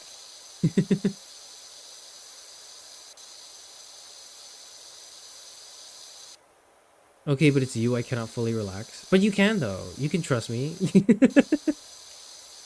I'm a human being. You can be trust. You can trust to be around and not at all fear for your life for. What do you mean? This is. Yeah. You can feel free to lower your guard and feel disarmed and relaxed. That's absolutely fine. Oh. Anyways, I will say that, like, the moment it all clicked in my head, which was like last month or so, last month, 2 months ago, when the concept of this all clicked in my head, I was so excited to write it and produce it and to like record it and everything. And then I got evicted, so I couldn't quite get it out on time because my goal was to complete it for March 14th. My goal was to complete it for March 14th, and that would be the wrap up for Valentine's Day. Or for White Day, sorry. Now, that obviously cannot be the case because that time has passed. It's been a week since then, and only the preview came out yesterday. And I also haven't fucking finished the trolley prom video. Here's what'll happen. I think I will finish the trolley prom video first before I continue working on BFR. BFR is a project that is in the works, but it will only continue once I'm done with trolley prom because trolley prom needs to come out. Trolley prom just needs to exist. I don't even care. It's not my magnum opus. I've accepted the cruel, harsh reality that is, if I wanted it to be perfect, it will never be done. And so it will not be perfect. It will just come out and it'll be fine. It'll be okay. It'll be fine. It'll be maybe even a little generic, but whatever. I need to be done with this and I need to move on my fucking life. I need to move on to my fucking life. I'm okay. maybe like 8 months ago, but now? What did I do? What did I do now? I haven't even... You haven't even seen... I have not even done the thing yet. I've just told you that I'm going to do it. I literally am warning you now, too. Like, it's not like I dropped the full thing one day and didn't disclose its psych horror elements. I was literally like, I'm going to do something very upsetting. I want you to emotionally prepare for it to, like, minimize actual harm that will come about. You cannot be trusted. I can be so trusted. I'm so trusted. I'm so trusted. Whatever. Anyways, I hope you guys... I've been talking about that for like an hour or so, or like an hour and a half. To sum up, basically, I want to make it interesting and beyond just generic subversion. Like, it is obviously going to be subversive in some sense. Like, it's not going to be typical and generic, yes. But it's also not just, you know, it's not just going to be... Where is it?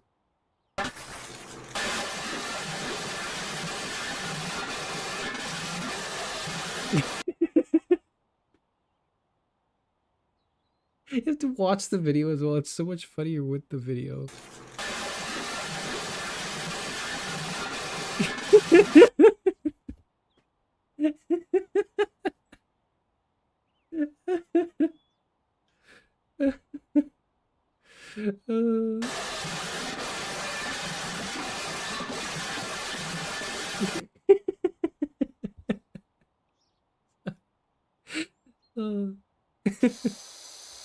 If you did just that post, I wouldn't be mad. I would be mad. I wouldn't be mad. I'd be like, haha, that's funny, Charis. But I'd be disappointed because I would have come. I don't know about you, but me personally, I would have come to expect more from Charis Euphranor.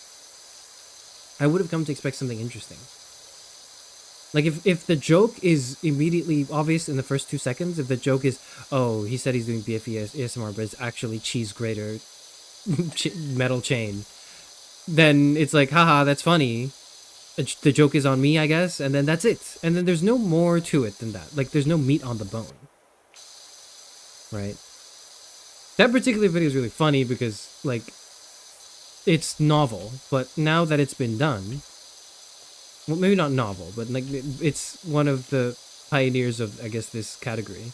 But now that it's been done, why would I just do the same thing but worse? I don't want to do the same thing but worse. What the fuck is the point of me doing something if it's just going to be the same thing but worse? Can you do that next? No! I'm gonna ruin my microphone. I like my microphone. It's expensive. No. Anyways. This is like a type 3 sort of thing. Or maybe not a type 3, but this is like not meant to be... This is going... Okay. BFR, in summary, to some, is going to be... It's going to seem soothing, but actually be disturbing. It is not the project... It is not the ASMR project I've been thinking about since like last year. The ASMR project I've been thinking about last year is the polar opposite of this one. That one, the one I'm thinking of is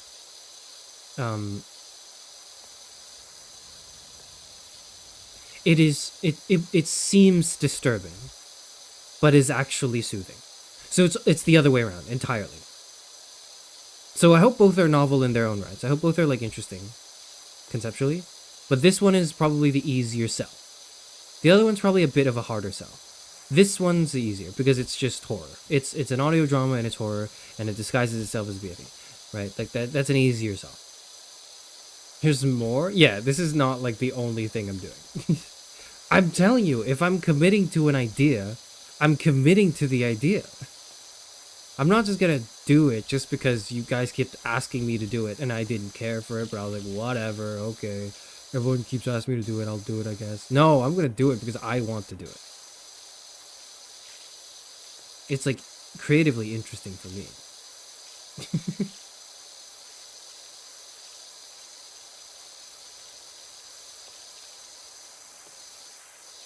You should release the project after you play Higurashi Chapter 2 to give the impression that the end made you snap mentally. Oh. Oh. Hmm. Hmm. Hmm.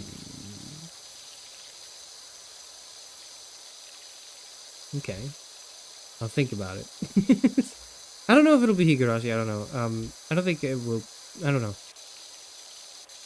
But that was very compelling. That was a very compelling case. That was a very compelling case, Val.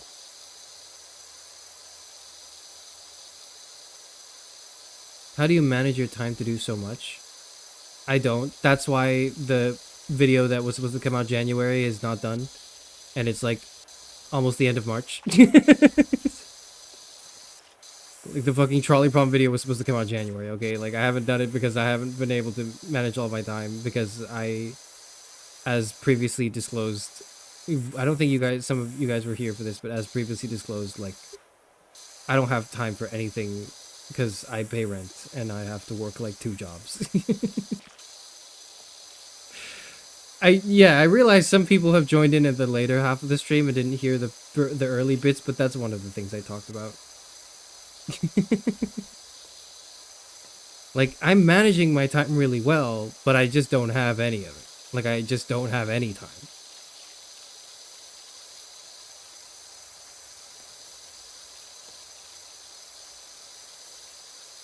I still like the idea that you got evicted because the landlord got wind of the idea that you wanted to make the FE. And they was like, no, absolutely not. Out of here right now, Charis Euphranor. Or whatever your legal government name is. That is stipulated contractually.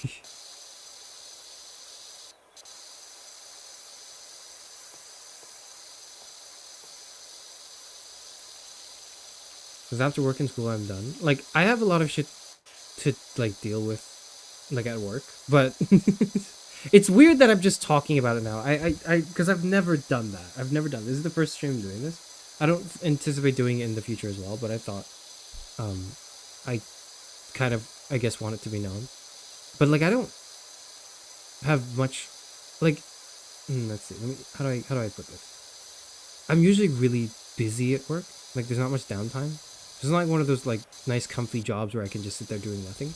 But if I do my job really well, I can make time in the day to, like, and if I do things very efficiently, if I do it really well, and nothing there's no emergencies happen, and, you know, it's all relatively good. I actually write Charis Euphranor scripts at work as well, and that's like one of the only ways I've been able to manage like doing things. For instance, a majority of the trolley problem script I wrote at work. Because when I get back home, I'm also like so fucking tired. I'm like, I can't do this. How am I supposed to write at home? I can't do this. Like, I have to stream as well. I can't. I'm tired.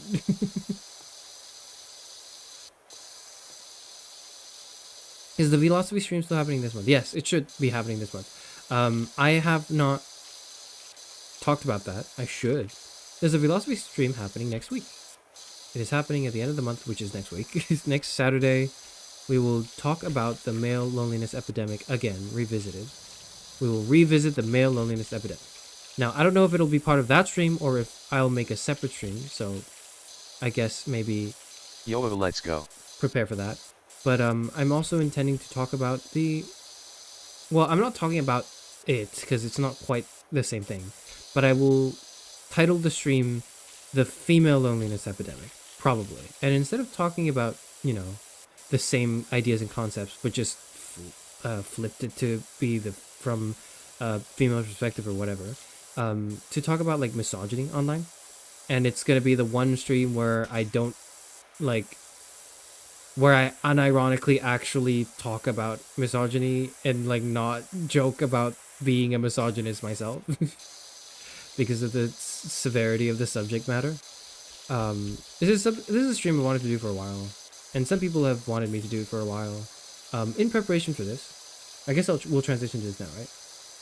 In preparation for this, I want everyone who's watching the stream / in the Discord, you know, whatever, right, to either to comment on my, like, next YouTube post when I eventually make the schedule for this week, or On Discord, I'll probably like set up a thread or something to maybe like if you want to, because it was an idea raised by someone earlier in the Discord. That's why I'm gonna just like announce it because I think it's a good idea, right?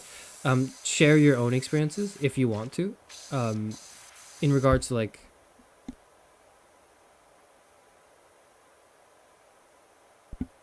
female loneliness or male loneliness. Like I think both are open, like male or female loneliness.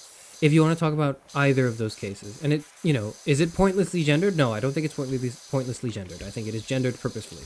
But if you want to, you know, talk about male and female loneliness, you're more than free to. And that doesn't mean you have to be a guy or a woman. Like you don't have to be a man or a woman to contribute, obviously. But like I figured that went without saying. But you know, yeah.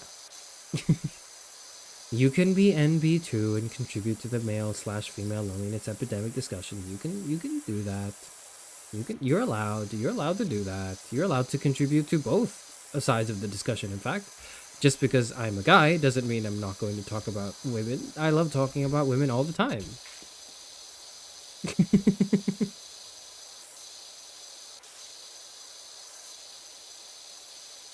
Anyways, that's like happening. So I'm gonna start. I'll like create a thread at some point in the near future, and then, you know, we can funnel certain experiences there, so there can be some sort of like community engagement. But then I'm also gonna talk maybe more roughly and broadly about the state of it in 2026, maybe, how I feel about it personally, beyond just it bad, misogyny bad. We should respect women, guys. Respect women juice. Like, you know.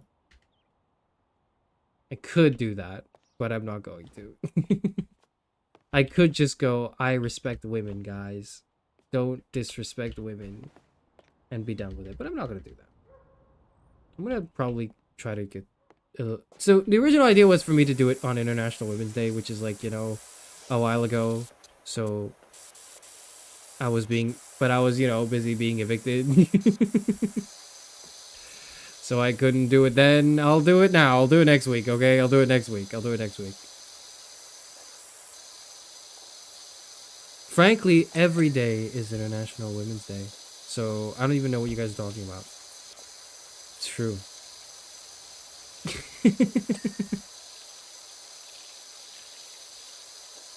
Do not ask me to name 100 women. I could not even name 100 men.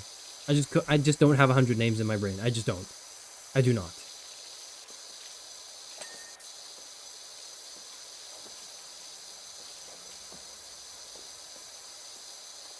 I'm lonely because I've had PTSD and espresso depresso for a while. Does that count? I mean, like, it's not like it doesn't count, but there are a multitude of things in there that are very real and very true and are deserving of sympathy. But I don't know if that would be relevant to the discussion. I think it could definitely be part of the discussion, but I don't know how much time I would dedicate to it, if that makes sense. For example, like when talking about male loneliness, and I'll give you an example, right? If I talk about male loneliness and I talk about how men are socialized to not talk about their emotions as much, and that's not good, that's destructive, blah blah blah. Men need to talk about their emotions more. I could, for example, bring up like autism statistics and talk about like the experiences of autistic men and autistic boys and the struggle and how the struggle is the struggle to express oneself emotionally is compounded, right?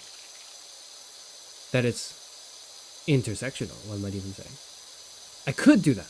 I didn't, and I probably will not.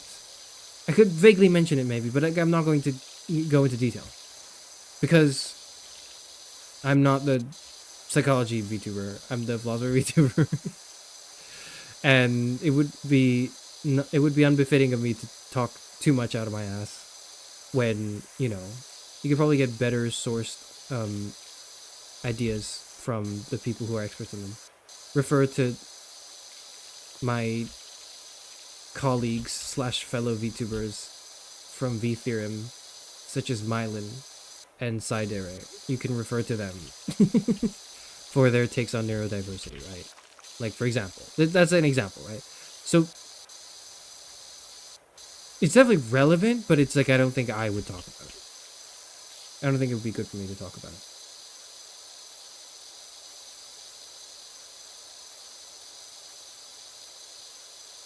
I was only for a long time because I found it hard to communicate and relate to the people and world around me. Yeah, I feel that. It definitely can be due to, you know, a multitude of factors. And also the way you socialize and the way you communicate and the picking and choosing of who you talk to can also be influenced by various things. That's absolutely 100% true. I don't know if I can even consider myself lonely after 5 weeks out of an almost 5-year relationship, but considering I'm realizing I lack a sense of self outside of relationships because of something. Okay, so it's not loneliness you're experiencing, it's like a lack of self-worth. That and I really leave the house. That's because you need to get a job. You need to get a job. That's why. That's not. It's not. Oh, Hannah. These are problems that might overlap, but but they are different problems. You need self-worth and like employment, and you those things usually fill into each other. Like those things usually spill into each other.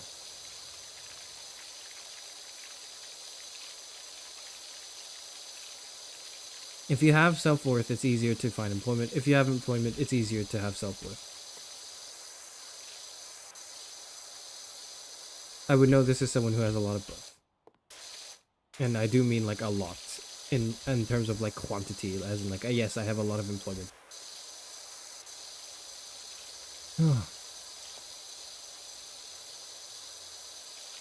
I need a driver's license? Honestly saying, fuck. Fuck. I wanted to do like driving lessons this year, but I realized like I can't afford that shit. And I won't be able to for a while, but like, you know, eventually maybe like next year I'll get my license, I guess. I don't know.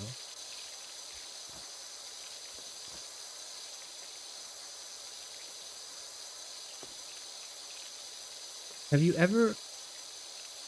you ever used the word femoid ironically? I think it's like femoid, right? I'm sorry if that wasn't something I was supposed to say, but like I wanted to clarify the question. I've encountered the word, but I've not like used it. Like I know what it means. Like I know that I understand that it's like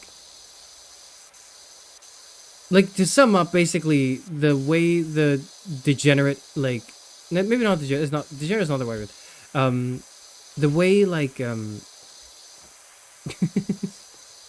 what's like the word for it? Like the way fucking stupid discourse happens. It happens in like the gender wars online. Is one of incredible like division. And the division is marked by calling men certain things and calling women certain things. Sorry, okay? But like literally, this is the topic of discussion, okay? So it's relevant. It's not like I just brought it out of nowhere, okay? This is precisely the thing at hand that we're discussing. I think at first the word incel was that gender neutral, right? And then later, it became a thing.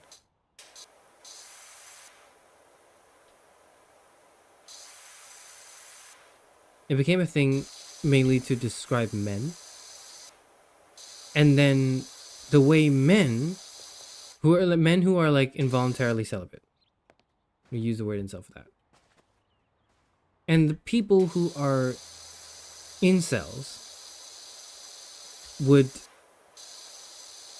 describe, because they did not believe in the concept of a femcel, which is like a woman who is involuntarily celibate, because the incel understanding, the misogynistic understanding, right, is that you could not be a woman and be involuntarily celibate, because if you are a woman, then celibacy will always be a choice, because men will always want to fuck you or whatever, right? Is the idea, right? That's the idea. So they don't use the word femcel because that's not a real word to them to refer to like women. They will use the word to like as a somewhat derogatory, but I don't personally feel it as derogatory because I've only seen it used in niche online circles and not in real life, so I don't consider it as like offensive misogynistic language as some other words. But like they would then call like women like femoids, I think. Or it's in response to women online. It's either that, it's either from the incel thing, or I might be misremembering, right? Or it's from the way women online refer to men as moids. I don't know why. That I actually just, I don't get it. Somebody explain moid to me. I don't really understand it. But then it's like almost like in retaliation, men have decided to use the term femoid instead. I don't know. I don't know. Personally, I feel like a word like the word bitch, right, is a more offensive, misogynistic term. But I say this because I'm someone who touches grass and interacts with the real world outside and see and hear this word being used more to, you know, with derogatory intention than the word like femoid. Like the only time I've ever encountered the word femoid outside of like niche internet circles is when people are referring to those niche internet circles, ironically, as like a joke. So it's not... I don't know. I don't... So obviously I don't use the word because it's not an interesting... It's not a word I need to use. Like it's not... It doesn't help like advance any discussion, I guess. There's no meat on these bones.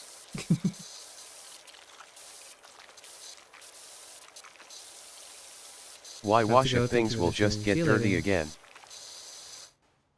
Hello, Pi. Why wash things indeed when they will just get dirty again? Why love when you will just get your heart broken? What's the point? Better to have loved and lost than to have never loved at all is bullshit, man. It's bullshit.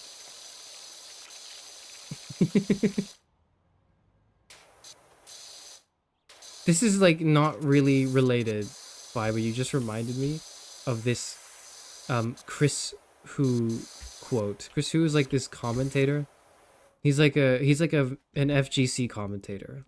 So this is like a niche, not like joke necessarily, but it like quote from him. This is it. Where is it? It's the Apple quote. I need to find it. Chris Who Apple quote. It's a...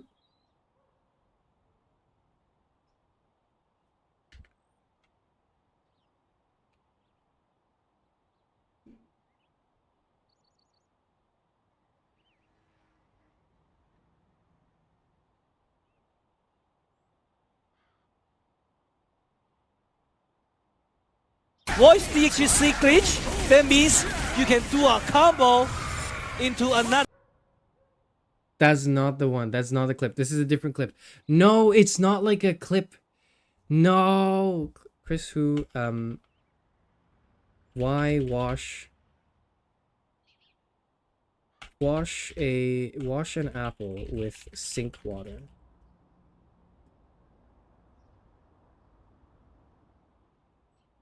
No, I can't find it. But the quote is basically, I'm sorry, the quote is basically, it's like a tweet. It's like a tweet that he tweeted.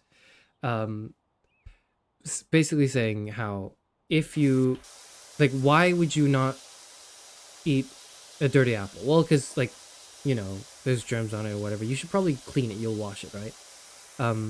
And you'll go to the sink and you'll clean the apple with the sink water. But then you wouldn't drink the sink water because the sink water is dirty.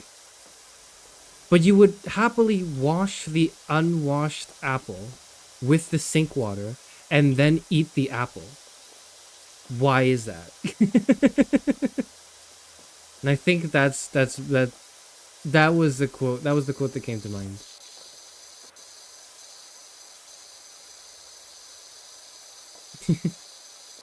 One must imagine the power washer happy. I think I'm happy. I think I'm happy cleaning this right now. It's good. Welcome to stream. I sort of like I know I went over some like heavier things earlier on in the stream and stuff, so that I probably won't retread because like it's heavier stuff. But basically, I just talked about how I'm not homeless, which is great. How I made boyfriend experience ASMR content recently, or at least I made a preview of it, and it's basically my take on psychological horror. Because when I was listening to ASMR as part of my research from people asking me to do it, I realized how scary it was.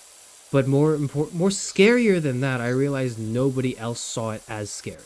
Everyone who was listening to it just liked it, like unironically, and enjoyed it and found it comforting. But I found like certain like BFE ASMR like deeply disturbing, and I seem to be alone in that. So I made this project, or at least I'm going to finish this project. I've uploaded a preview to like members, right? Trying to express the distress I felt listening to like ASMR through my own take on it. And that took like 3 hours. Holy shit. That took 3 hours? What am I doing? We're back. I guess that means we're back. I'm thinking I'm back. I'm thinking I'm back. I need to hear him say that again. Where is he? Where is he? Where is he? Yeah, I'm thinking I'm back. People keep asking if Shut up. Okay. I'm back, and I haven't really had an answer. But now, yeah, I'm thinking I'm back.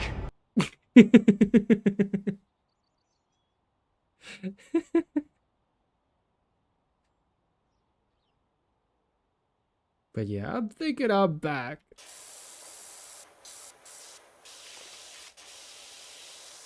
I love the way he delivers that too. There's a video on my channel of Toxo doing ASMR as the parasitic protist Toxoplasma gondii infecting a mouse's brain, which kind of explains my thoughts on ASMR too. That is... I didn't know that. I didn't see that. Really? That's cool. That's so cool. I love the idea of that. That is an interesting idea. I had an idea very similar that has morphed into a final project, so I'm not going to get into detail. That has morphed into a project I'm going to like do. But I did initially have the idea of like the premise of the ASMR being like a parasite infecting a brain. Like that was one of the initial like thoughts I had. Because that is kind of how I feel about it too.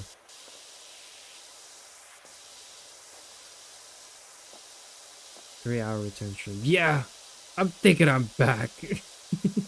People keep asking me if I'm back, and I haven't really had an answer. Yeah, I'm thinking I'm back. I just love the way he says that with such intensity. But like, it's like he's rehearsed.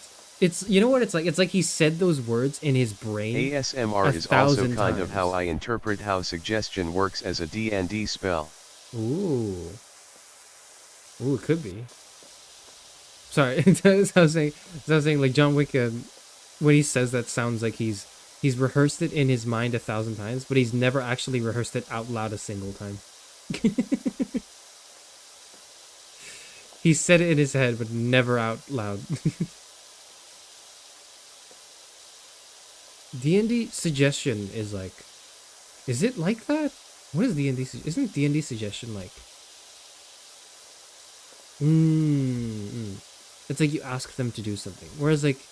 ASMR is like, you're not quite, it could involve asking someone to do something, but ASMR is mainly like comforting. I would say that an ASM artist would be really good, would be really good at casting suggestion, probably.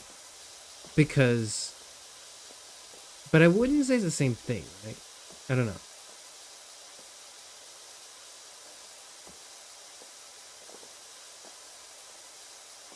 Because I think one of the best ways to get people to do stuff for you is to make them want to feel like they want to do it, not like to order them to do it. Because if you order someone to do something, they will, unless your dynamic is a very particular one, they will most likely not want to do it because they're going to think like, you know, I don't want to be ordered around. I'm a human being with agency, even if they aren't. I'm a human being with agency and like values and rights. So if they like think that, you've already lost. But if you can ASMR your way into their brain, then you're like comforting them. And they're not going to feel like, oh, like I'm doing this against my will. They're going to think, oh, sure. You told me to walk off this cliff. Yeah, okay, I'll do that for you. Like, you did this thing for me too, so I might as well. The parasite idea makes me think of that one dating sim where you're dating the personification of the... What is that? Negleria fowleri in your brain after swimming in a contaminated lake. Type 2. Type 2. Is it type 2? No, that's not type 2. That's like a type 1. I think the immediacy of the sound and the neurological response is kind of unnerving. I think it's unnerving too. No, it's not. Actually, I don't find that unnerving. I don't find the immediacy of it unnerving. The tickle too is like, I can see it as something like almost euphoric. I don't really experience it that way, but I can imagine experiencing it that way. Like, if it were real. The problem is it's not real. The problem is it's like online. It's manufactured by somebody who is designing this experience. That to me is what makes it scary. That's to me what makes it unnerving.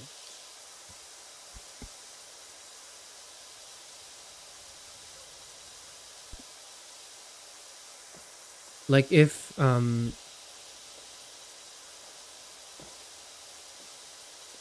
a girlfriend sent me, by the way, you don't know her, she goes to a different school, etc., etc. If my girlfriend sent me ASMR, I wouldn't be like freaked out about it. I wouldn't be like, whoa, that's like, I'm disturbed and I don't like it. I'd probably like enjoy it. But like, it's, what makes it scary to me is like more the fact that it's online strangers doing it. That is scary. Because then it's like, why are you in my personal space? I don't know you. You're not a real person. You're doing all these things, pretending like you know me. And to some extent, I'm participating in this role play as well. So it's not like I didn't consent to this. It's just that I can't fully immerse myself in it because I know it's not real. And I know it ends. I guess. I don't know.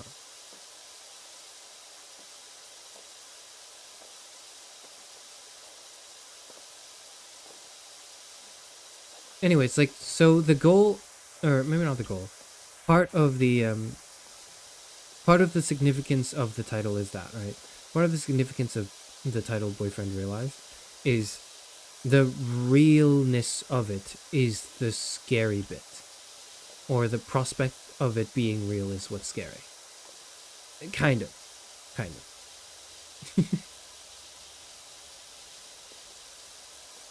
Like in my head when I was listening to like a lot of these like more parasocial leaning ASMRs, I was thinking to myself, like, this is terrifying because like I know it's not real. I know it's fake. But it's trying to convince me that it's real and I feel like I'm falling for it too to some extent. But I know at the end of it, like I'll have to snap back to reality and know that I'll know it's a fake thing, right? Right? But then, and then I thought, wait, but then what if it was real? What if it became real? what if in the process of like making it, it transcended its usual properties? Would that make it not weird anymore? What would that make it? And I came to the conclusion that it would make it scary. And then I wrote this preview, intending not to scare maybe, but to like, to unsettle just a little bit. Not too much. The whole thing is not unsettling. I would say probably 5% of it is unsettling. The rest of it is supposed to be comforting. Okay? If it isn't, then I fucked up so much.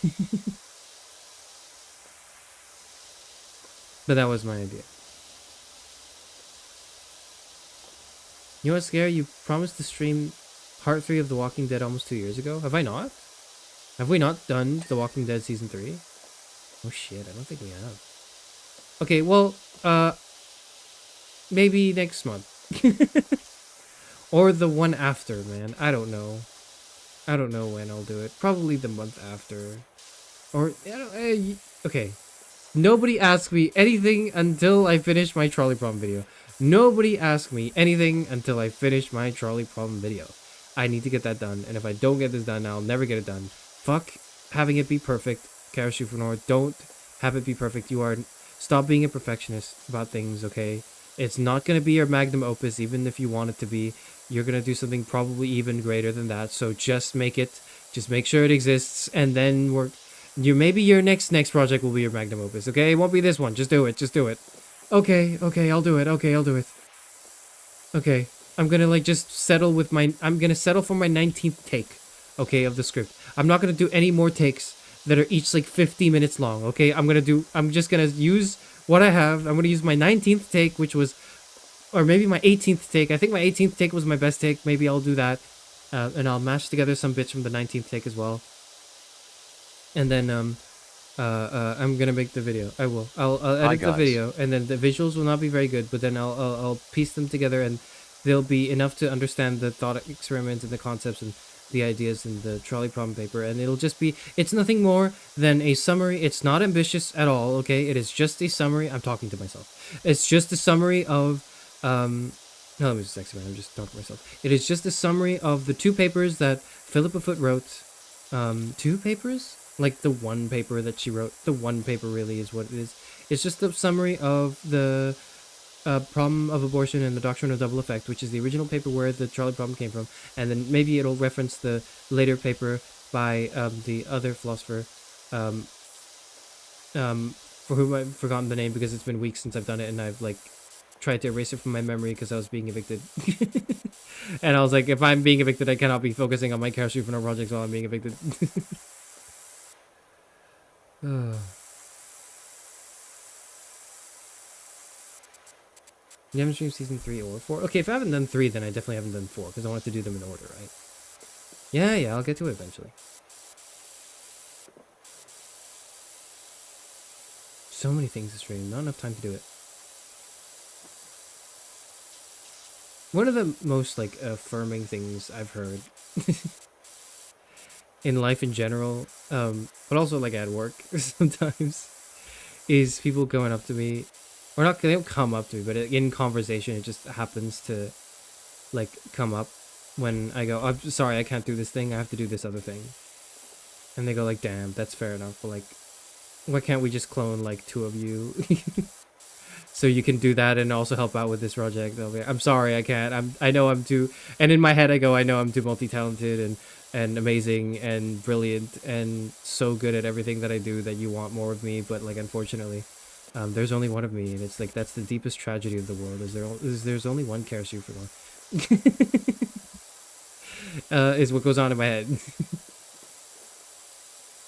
But I wish there were more of me, because if there were more of me, I could get so much more done, you know? And we could all, and you know what the best part is? If there were more of me and we can get more of it done, all of us could get enough sleep. Isn't it crazy that if there were just multiple Charis Euphranors, we could all get enough sleep? We can't right now, but like if there were more of me, we could.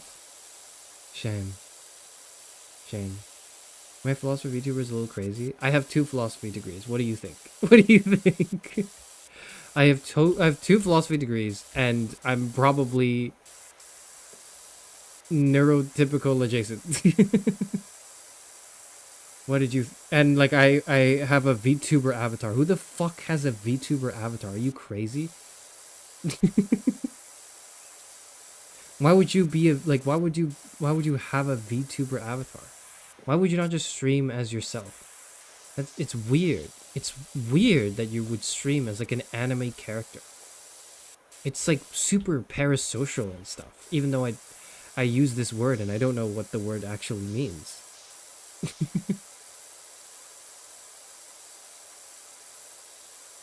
That's crazy. If someone said that to me, my response would have been, ew, one of me's enough. Well, like, maybe you feel that now, but, like, you won't. Hopefully in the future. In the future, hopefully you'll be so busy, in a good way, that you'll think to yourself, yeah, it would be nice to have a few of me. Because that would just mean that you have so much going on.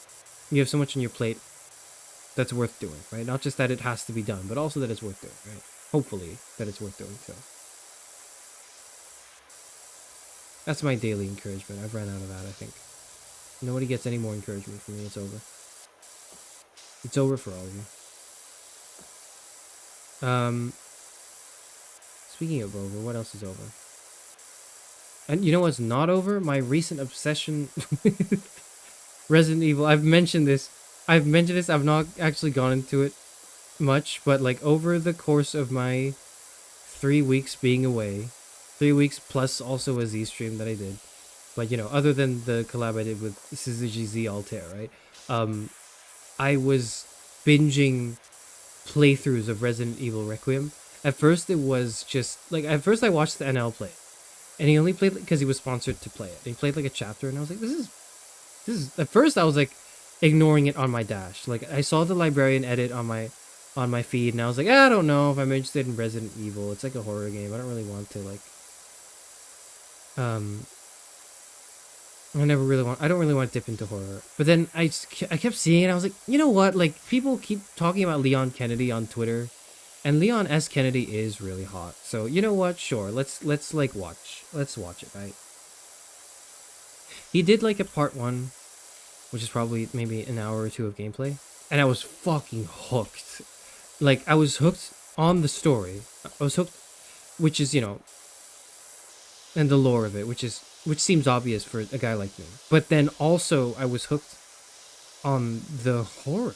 I was hooked on the scary elements of it. Like, I was still like at the edge of my seat, like curled up and like watching it with with my eyes peeking out of my hands and my fingers. So it's not like I was like just really into it. I was still scared shitless watching somebody else play the game. I wasn't even scared playing the game myself. I was scared watching somebody else play the game. I was fucking terrified. Even like, and then like when I was watching different people play it, meaning we're retreading the same parts of the gameplay, so I know where the scare is, I know what happens, I was still scared.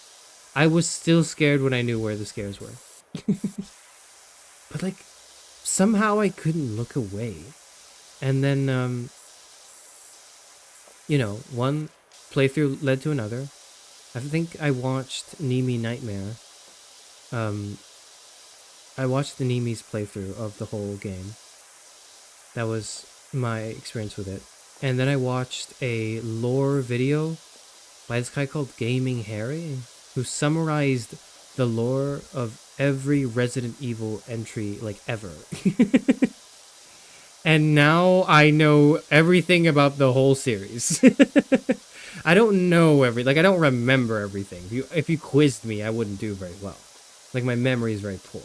But like, I've now know this. I've heard the entire story of everything, and I have to say, I think I'm a fan.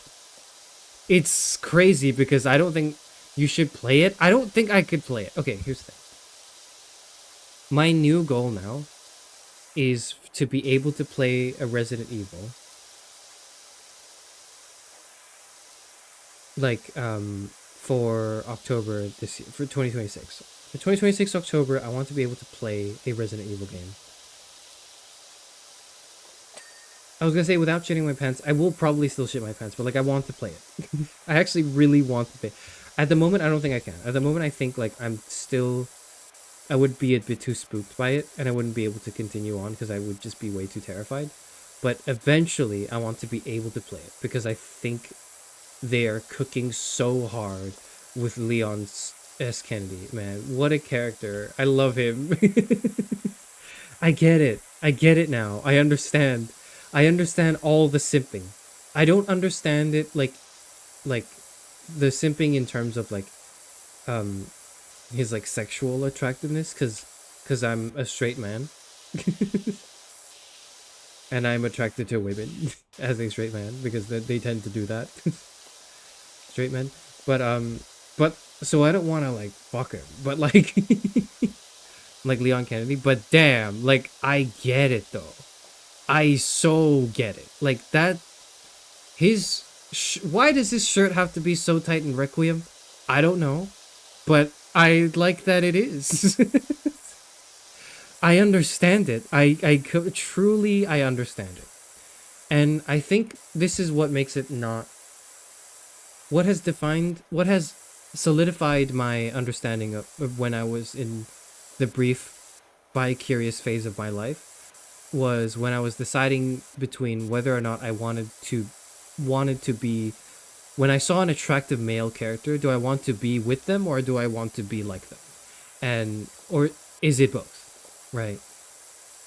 And to me I found out that it's not both. I wanted to be like them. So now I'm looking at Leon S. Kennedy and I'm like, I want to be a little bit like Leon Kennedy. Man, he's so cool. I want to be him so bad. I want to be him so bad.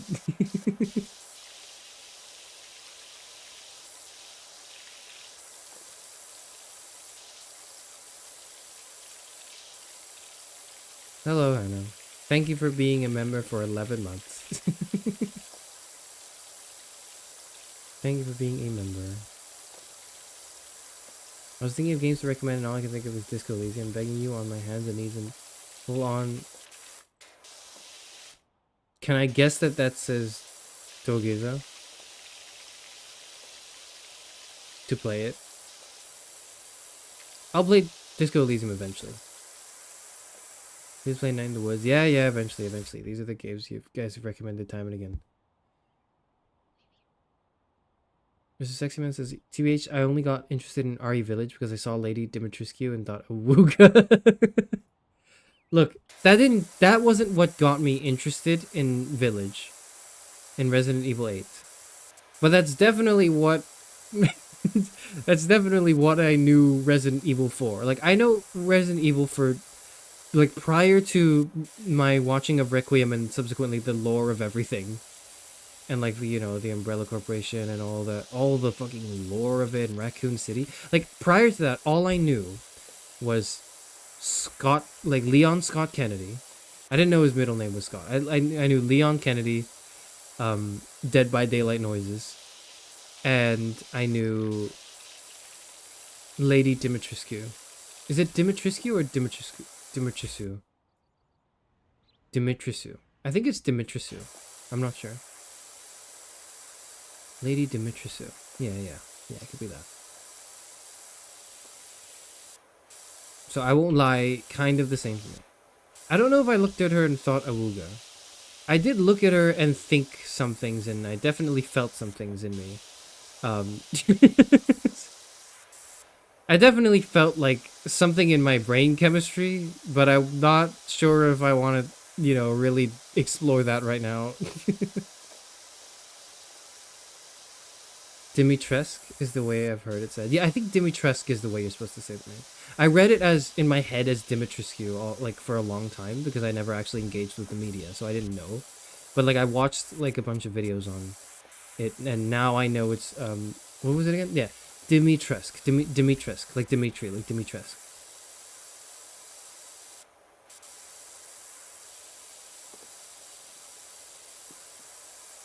Dimitrescu. I don't think it's Dimitrescu. I think it's Dimitrescu.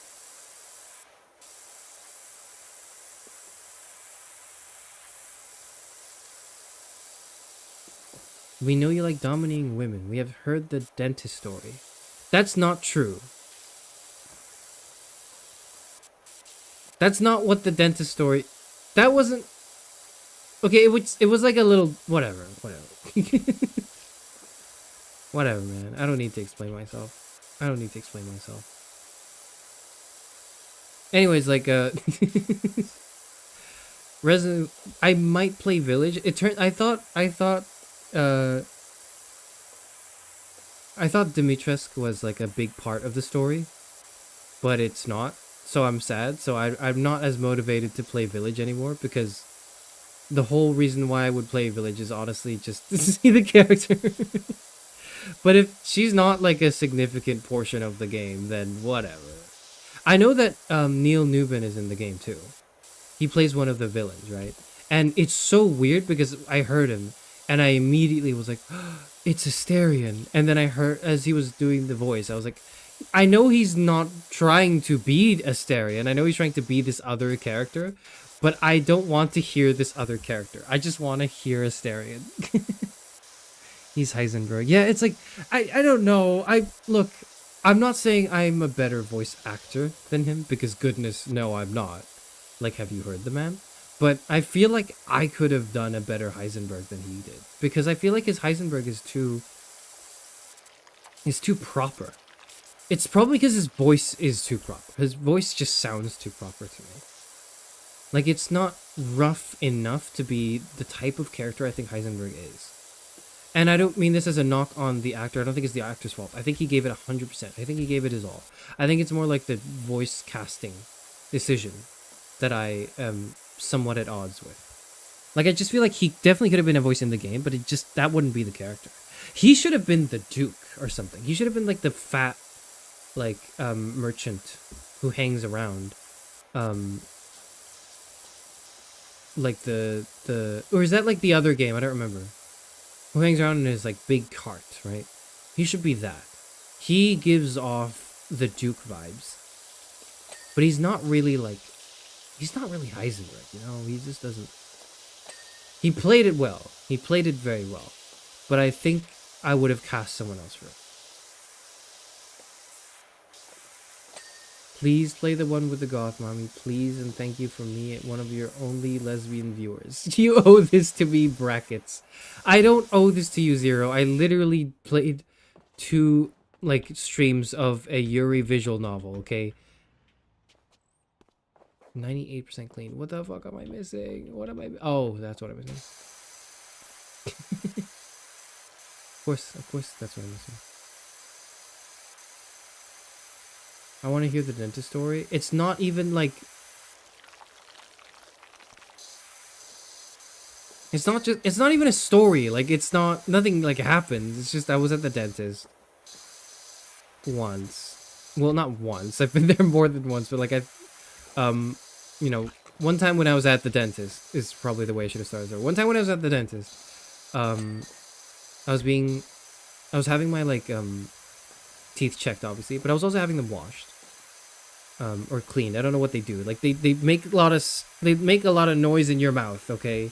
Anyways, like, you know, as is usual, the dentist comes over, and she's, you know, doing stuff to my mouth. And putting tools in my mouth. And, like, the way it was set up was, like, You're really making me think about this. I was like, I was on the table, like, or on the, is it like a bed or a table? The thing that they make you, like, lean on. The operating chair. It's a chair, isn't it? It's a chair. It's a chair that you lean back on. I was leaning on the chair, and like, stop making me think of this. Stop. Why are you making me think of this? Why are you? Okay, whatever. I'll just say it. Like I was, my head was pressed up against like her chest, right? As she was doing the the thing to the thing to my mouth, I guess. And stop making me think about this. Stop.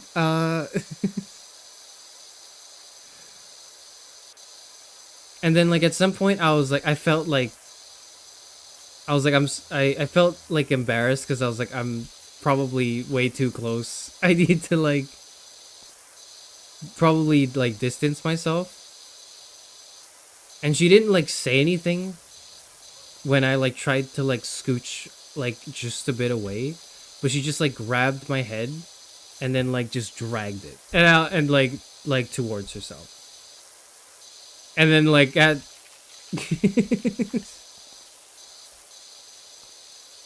I think about that sometimes.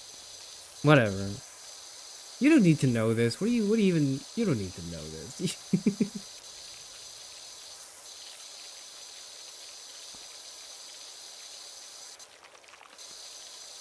How scandalous. Shut up. Shut up. Shut up. You don't need to know this. No one here needs to know this. Like, I'll talk about being evicted, but I'm not going to talk about my time at the dentist, okay? Like, I'll talk about being homeless, sure. Yeah, I'll talk about, like, my, like... At literacy, please. Personal, like, medical matters. Yeah, I'll talk about that. I'm not talking about my one time at the dentist. That's where I draw the line.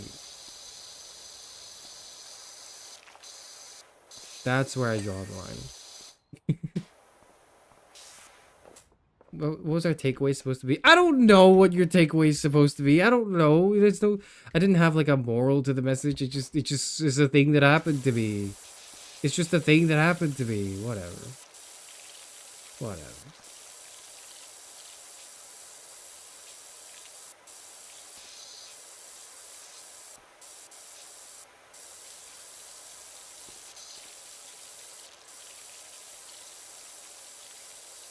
Why is it not clean?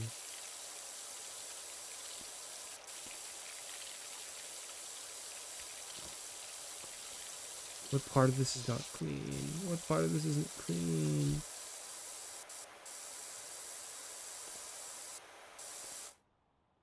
What part of this is not this bit? No.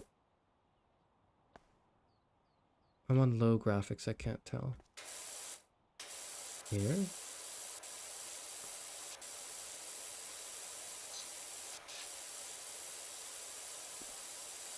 I don't know. Maybe I need to go behind it. I can't go behind it, so it can't be that, right? Whatever, I'm not talking about this. I'm not talking about this.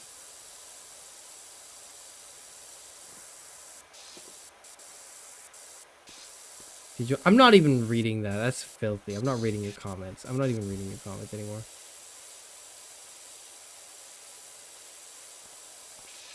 Stupid bin is not cleaning. Why isn't this bin cleaning?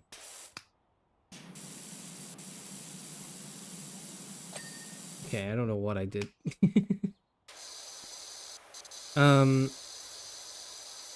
Anyways, let's go back to Neil Newman.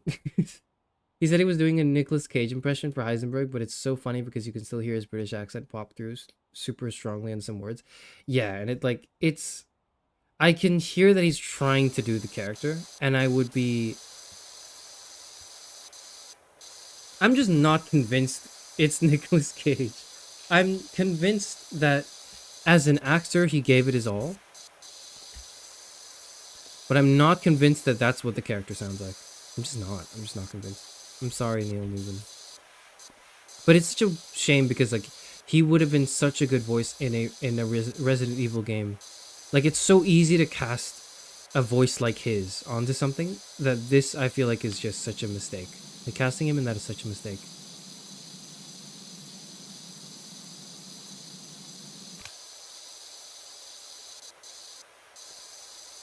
That I hope they correct in the future, right?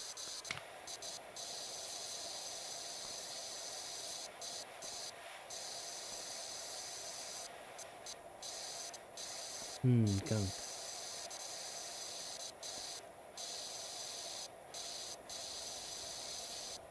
Is it clean enough yet, please? Why is it not clean enough?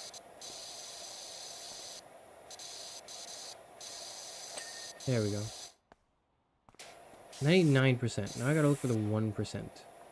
I gotta hunt down the 1%. There's equipment here. I didn't have to parkour up the... Whatever. I did it anyways. I did it anyways. So what am I missing? How do I check? Is it tab? Is it escape? It's escape, isn't it? Climbing pole guards. Climbing pole guards.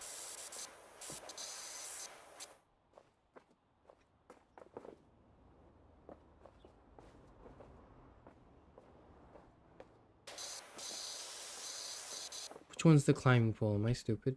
That's not a climbing pole. That's the climbing pole, right?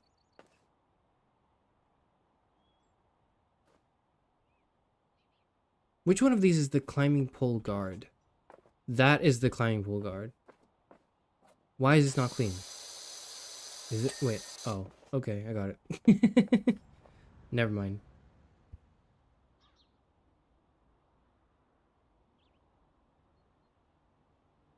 Just because you're pretending to think about something else doesn't mean I can't tell you're still not thinking about it. I don't need your opinion on the matter, actually. If you woke up tomorrow and found out you were part of the 1%, what would you do? I would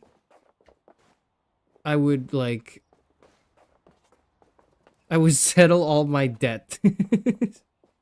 I would settle all my familial debt. I would probably like buy a house for my parents. And then for me, I would settle all my student loans. I would buy like a new PC with Windows 11 on it. I would go to Japan. And then I would no longer be part of the 1%. Like, that would cost so much money that I would no longer be a part of the 1%, I think. And if I still was, fuck it, you know, I don't need it. I'll build a school. Probably build a school. Oh, I can click tab and view. Okay. I can see it glow. Okay.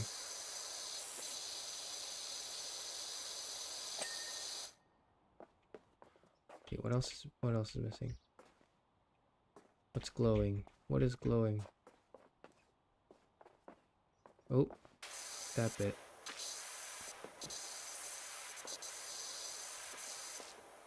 I need a ladder for this. I need to get that ladder. I'm gonna get this ladder. Pick up.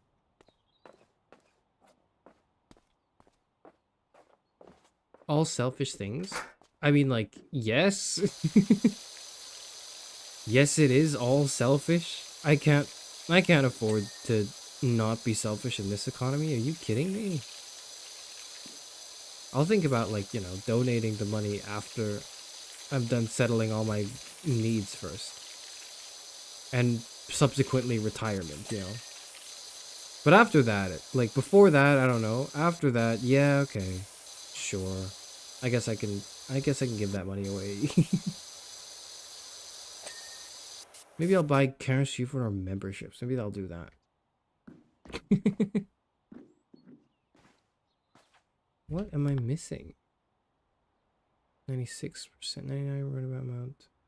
Slide guards. What? What? I've cleaned the slide guards. What are you talking about? What?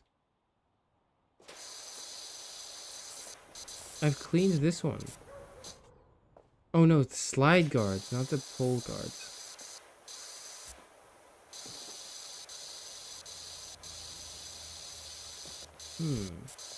Is this not clean? Oh, okay, now it is. Small bridge floor. Which one?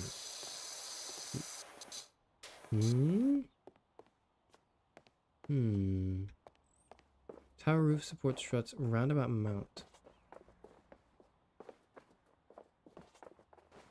I have to finish these off. Where are they? Where are they?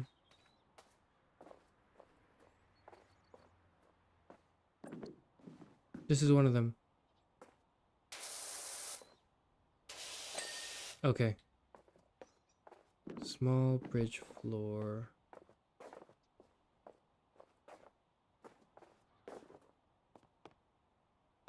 Large. Small. Okay, this one. Oh, okay. Tower roof support struts. Like these? Yeah, they are. Which ones? Which one am I missing? This one. This is one of them. Ah! Okay. Climb up.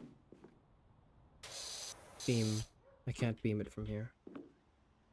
I'll climb down. Try a different route. Boop.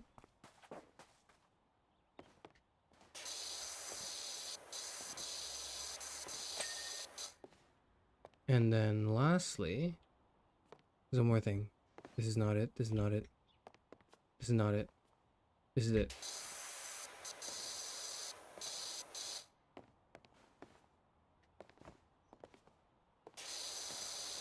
I see the dirt on it. Okay. There we go. Whew. Going to Japan is so cliche. Yeah, it's cliche, but also I can't stand opening up all my group chats and then seeing all those messages from my friend groups who are all able to afford trips to Japan, going to Japan and going like, Charis, are you sure you don't want to come? You know, we really want to have you there. And I have to tell them, I know, I want to go. I'm just broke. And they go, damn, okay. And then they get me like souvenirs when they come back, and I have to go, thanks for the souvenir. I'm glad you were thinking about me while you were there. And then I don't get to fucking go because I can't. So like, you know, that's why I want to go on a trip to Japan, okay?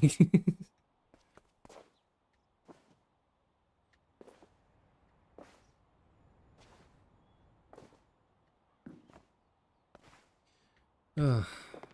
It's so cliche, but also holy fuck, I want to go to Japan and meet my Japanese internet friends and do karaoke with them. That sounds like a great time. It does. That sounds like a great time. I wish that were me. It is not, but I wish it were. It's not either of us, I guess. This is kind of nice. This is a nice park. This is a nice park.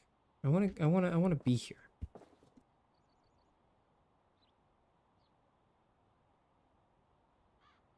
I want to go to Japan and read your... You could just go to Japan and, like...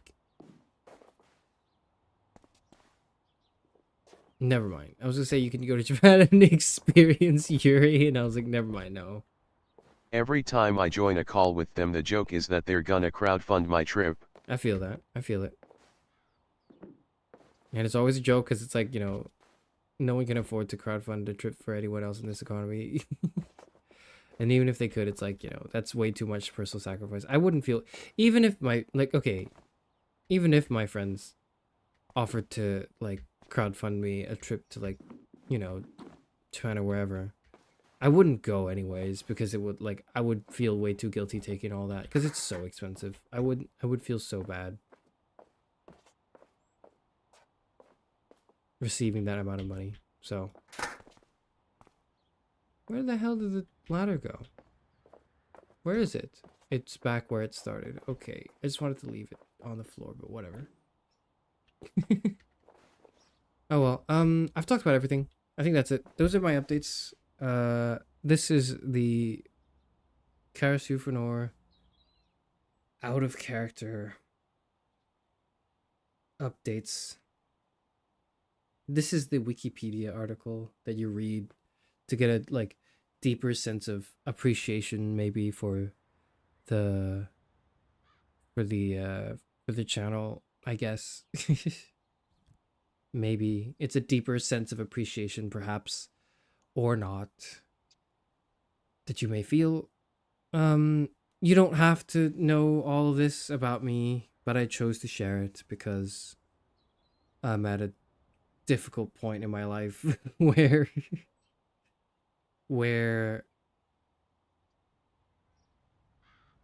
if I choose not to share it, I could, but like I would not be able to. I would open up a stream and I would click PowerWash Simulator and I would start talking, and if I chose not to share everything I shared with you today, my brain would just get stuck on those things, and like I would not be able to get out of that loop because I would just think, fuck, I have to worry about this, I have to worry about this other thing. But like having said it now, I won't have to feel that because I can just, if I mention it, if it's on my mind, I can mention it, but I can just feel free to like mention it and just let it go and then just like move on to something else. Like I need, but I don't know. Anyways, that's all for today. I will not stream tomorrow. I will not stream the day after, I think, because I still need to do shit. And I'm really tired. I will stream next week. There will be a Velocity stream where we talk about the male loneliness epidemic, and perhaps maybe not in preparation necessarily, but as a part of it, I will also stream. I will do a stream titled maybe the female loneliness epidemic, just to sort of, I guess, hit all of the marks.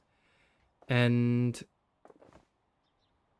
then I will at some point publish the trolley prom video, and I will be able to move on with my life, and then we can play like The Walking Dead or something. I don't know. So yes, I missed the last 2 weeks of Valentine's. I don't intend to make up for it in the sense of like doing more streams, because it's just the time's passed. It's the end of March. You don't really want to see it anymore because it's like the end of March, man. There was a moment for it, there was a moment for the dating sim streams or the whatever streams, and that moment is over. So to revisit it would just not work very well. So I'm not going to revisit it. The send-off finale / like, conclusion, Act 3 of the Charis Euphranor Valentine's arc is the ASMR video I made titled Boyfriend Realized.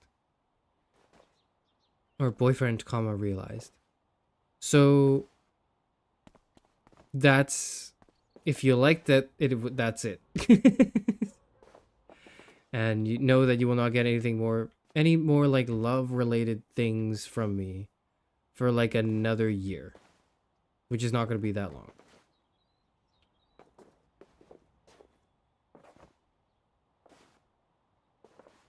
I'll finish the ASMR stream and then I'll like publish it at some point. But other than that, I'm not touching this subject again in the near future. I will not touch it again. I will allude to it occasionally, but I will not really engage with it because I don't find it interesting that much. Is true. We're here to be your unprofessional and mean therapists. You're not my therapist because you're not the ones asking me questions going like, how did that make you feel? That's the therapist's job, right?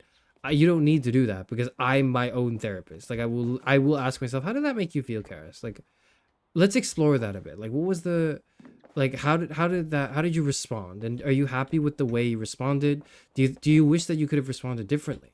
Do you think that maybe these things might have been underlying motivations for your career and work?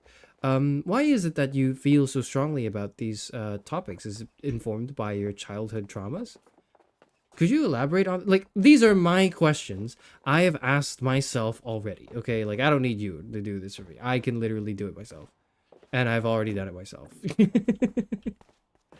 I've literally already done it myself.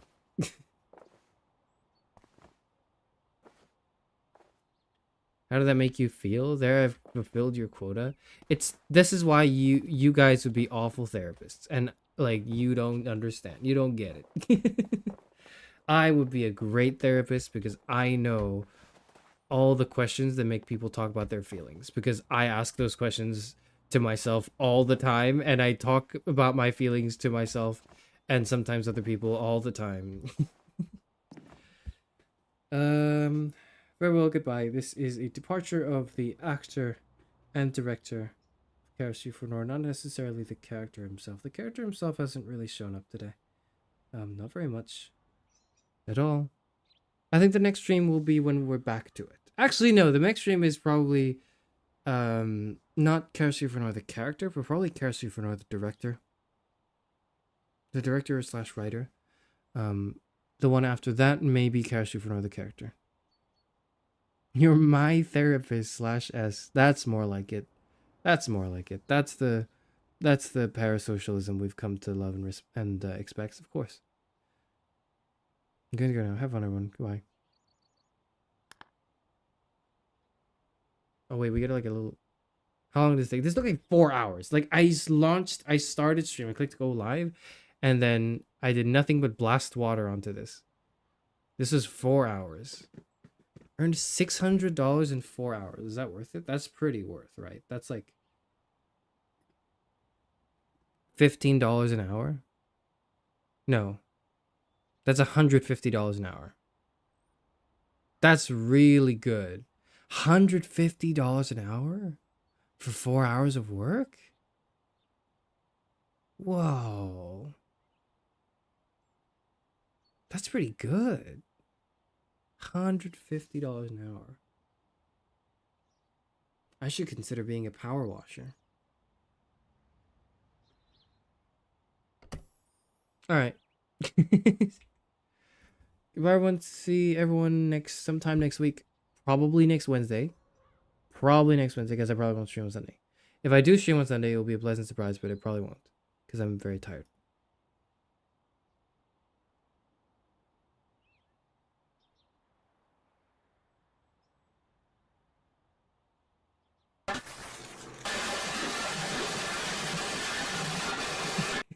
Where's the other one? This is this one.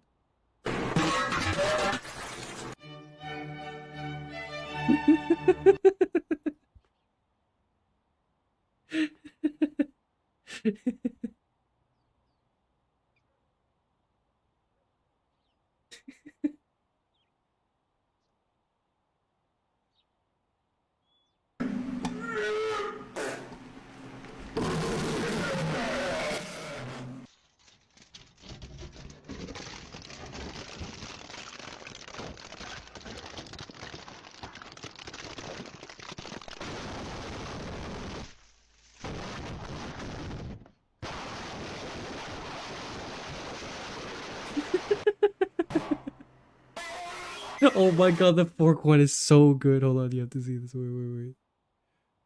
The fork one is so good. I love the fork one. Wait, one sec. For 1 second. I just need the fork one. Because it's like just the way the tray is set. And then the fork landing perfectly. And then like I knew it would make an unpleasant sound. But every time I watch it, I just don't expect that to be the sound. Because it sounds like someone screaming. It sounds like someone going, "Arrgh!"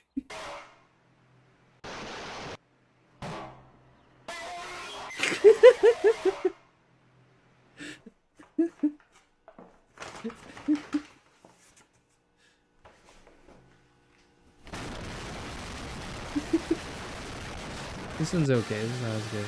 Yeah, this is a classic, yeah. This is okay. I don't like that the clip we saw just now did not have like the. I'm gonna get content ID match. They just really fuck it. Whatever. I don't care. I like the grater being put onto the microphone is what makes it. I think. Like the fitting of it, and then the playing it like it's an instrument.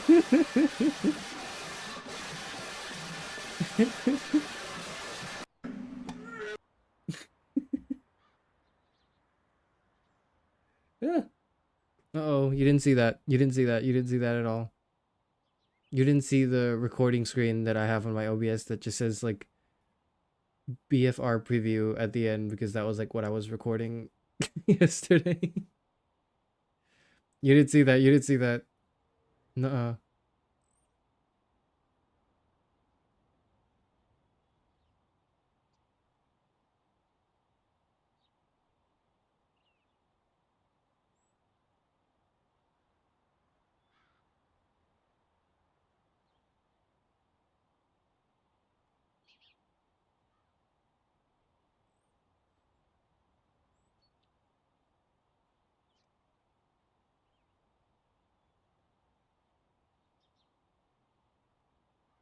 Thank you. Goodbye.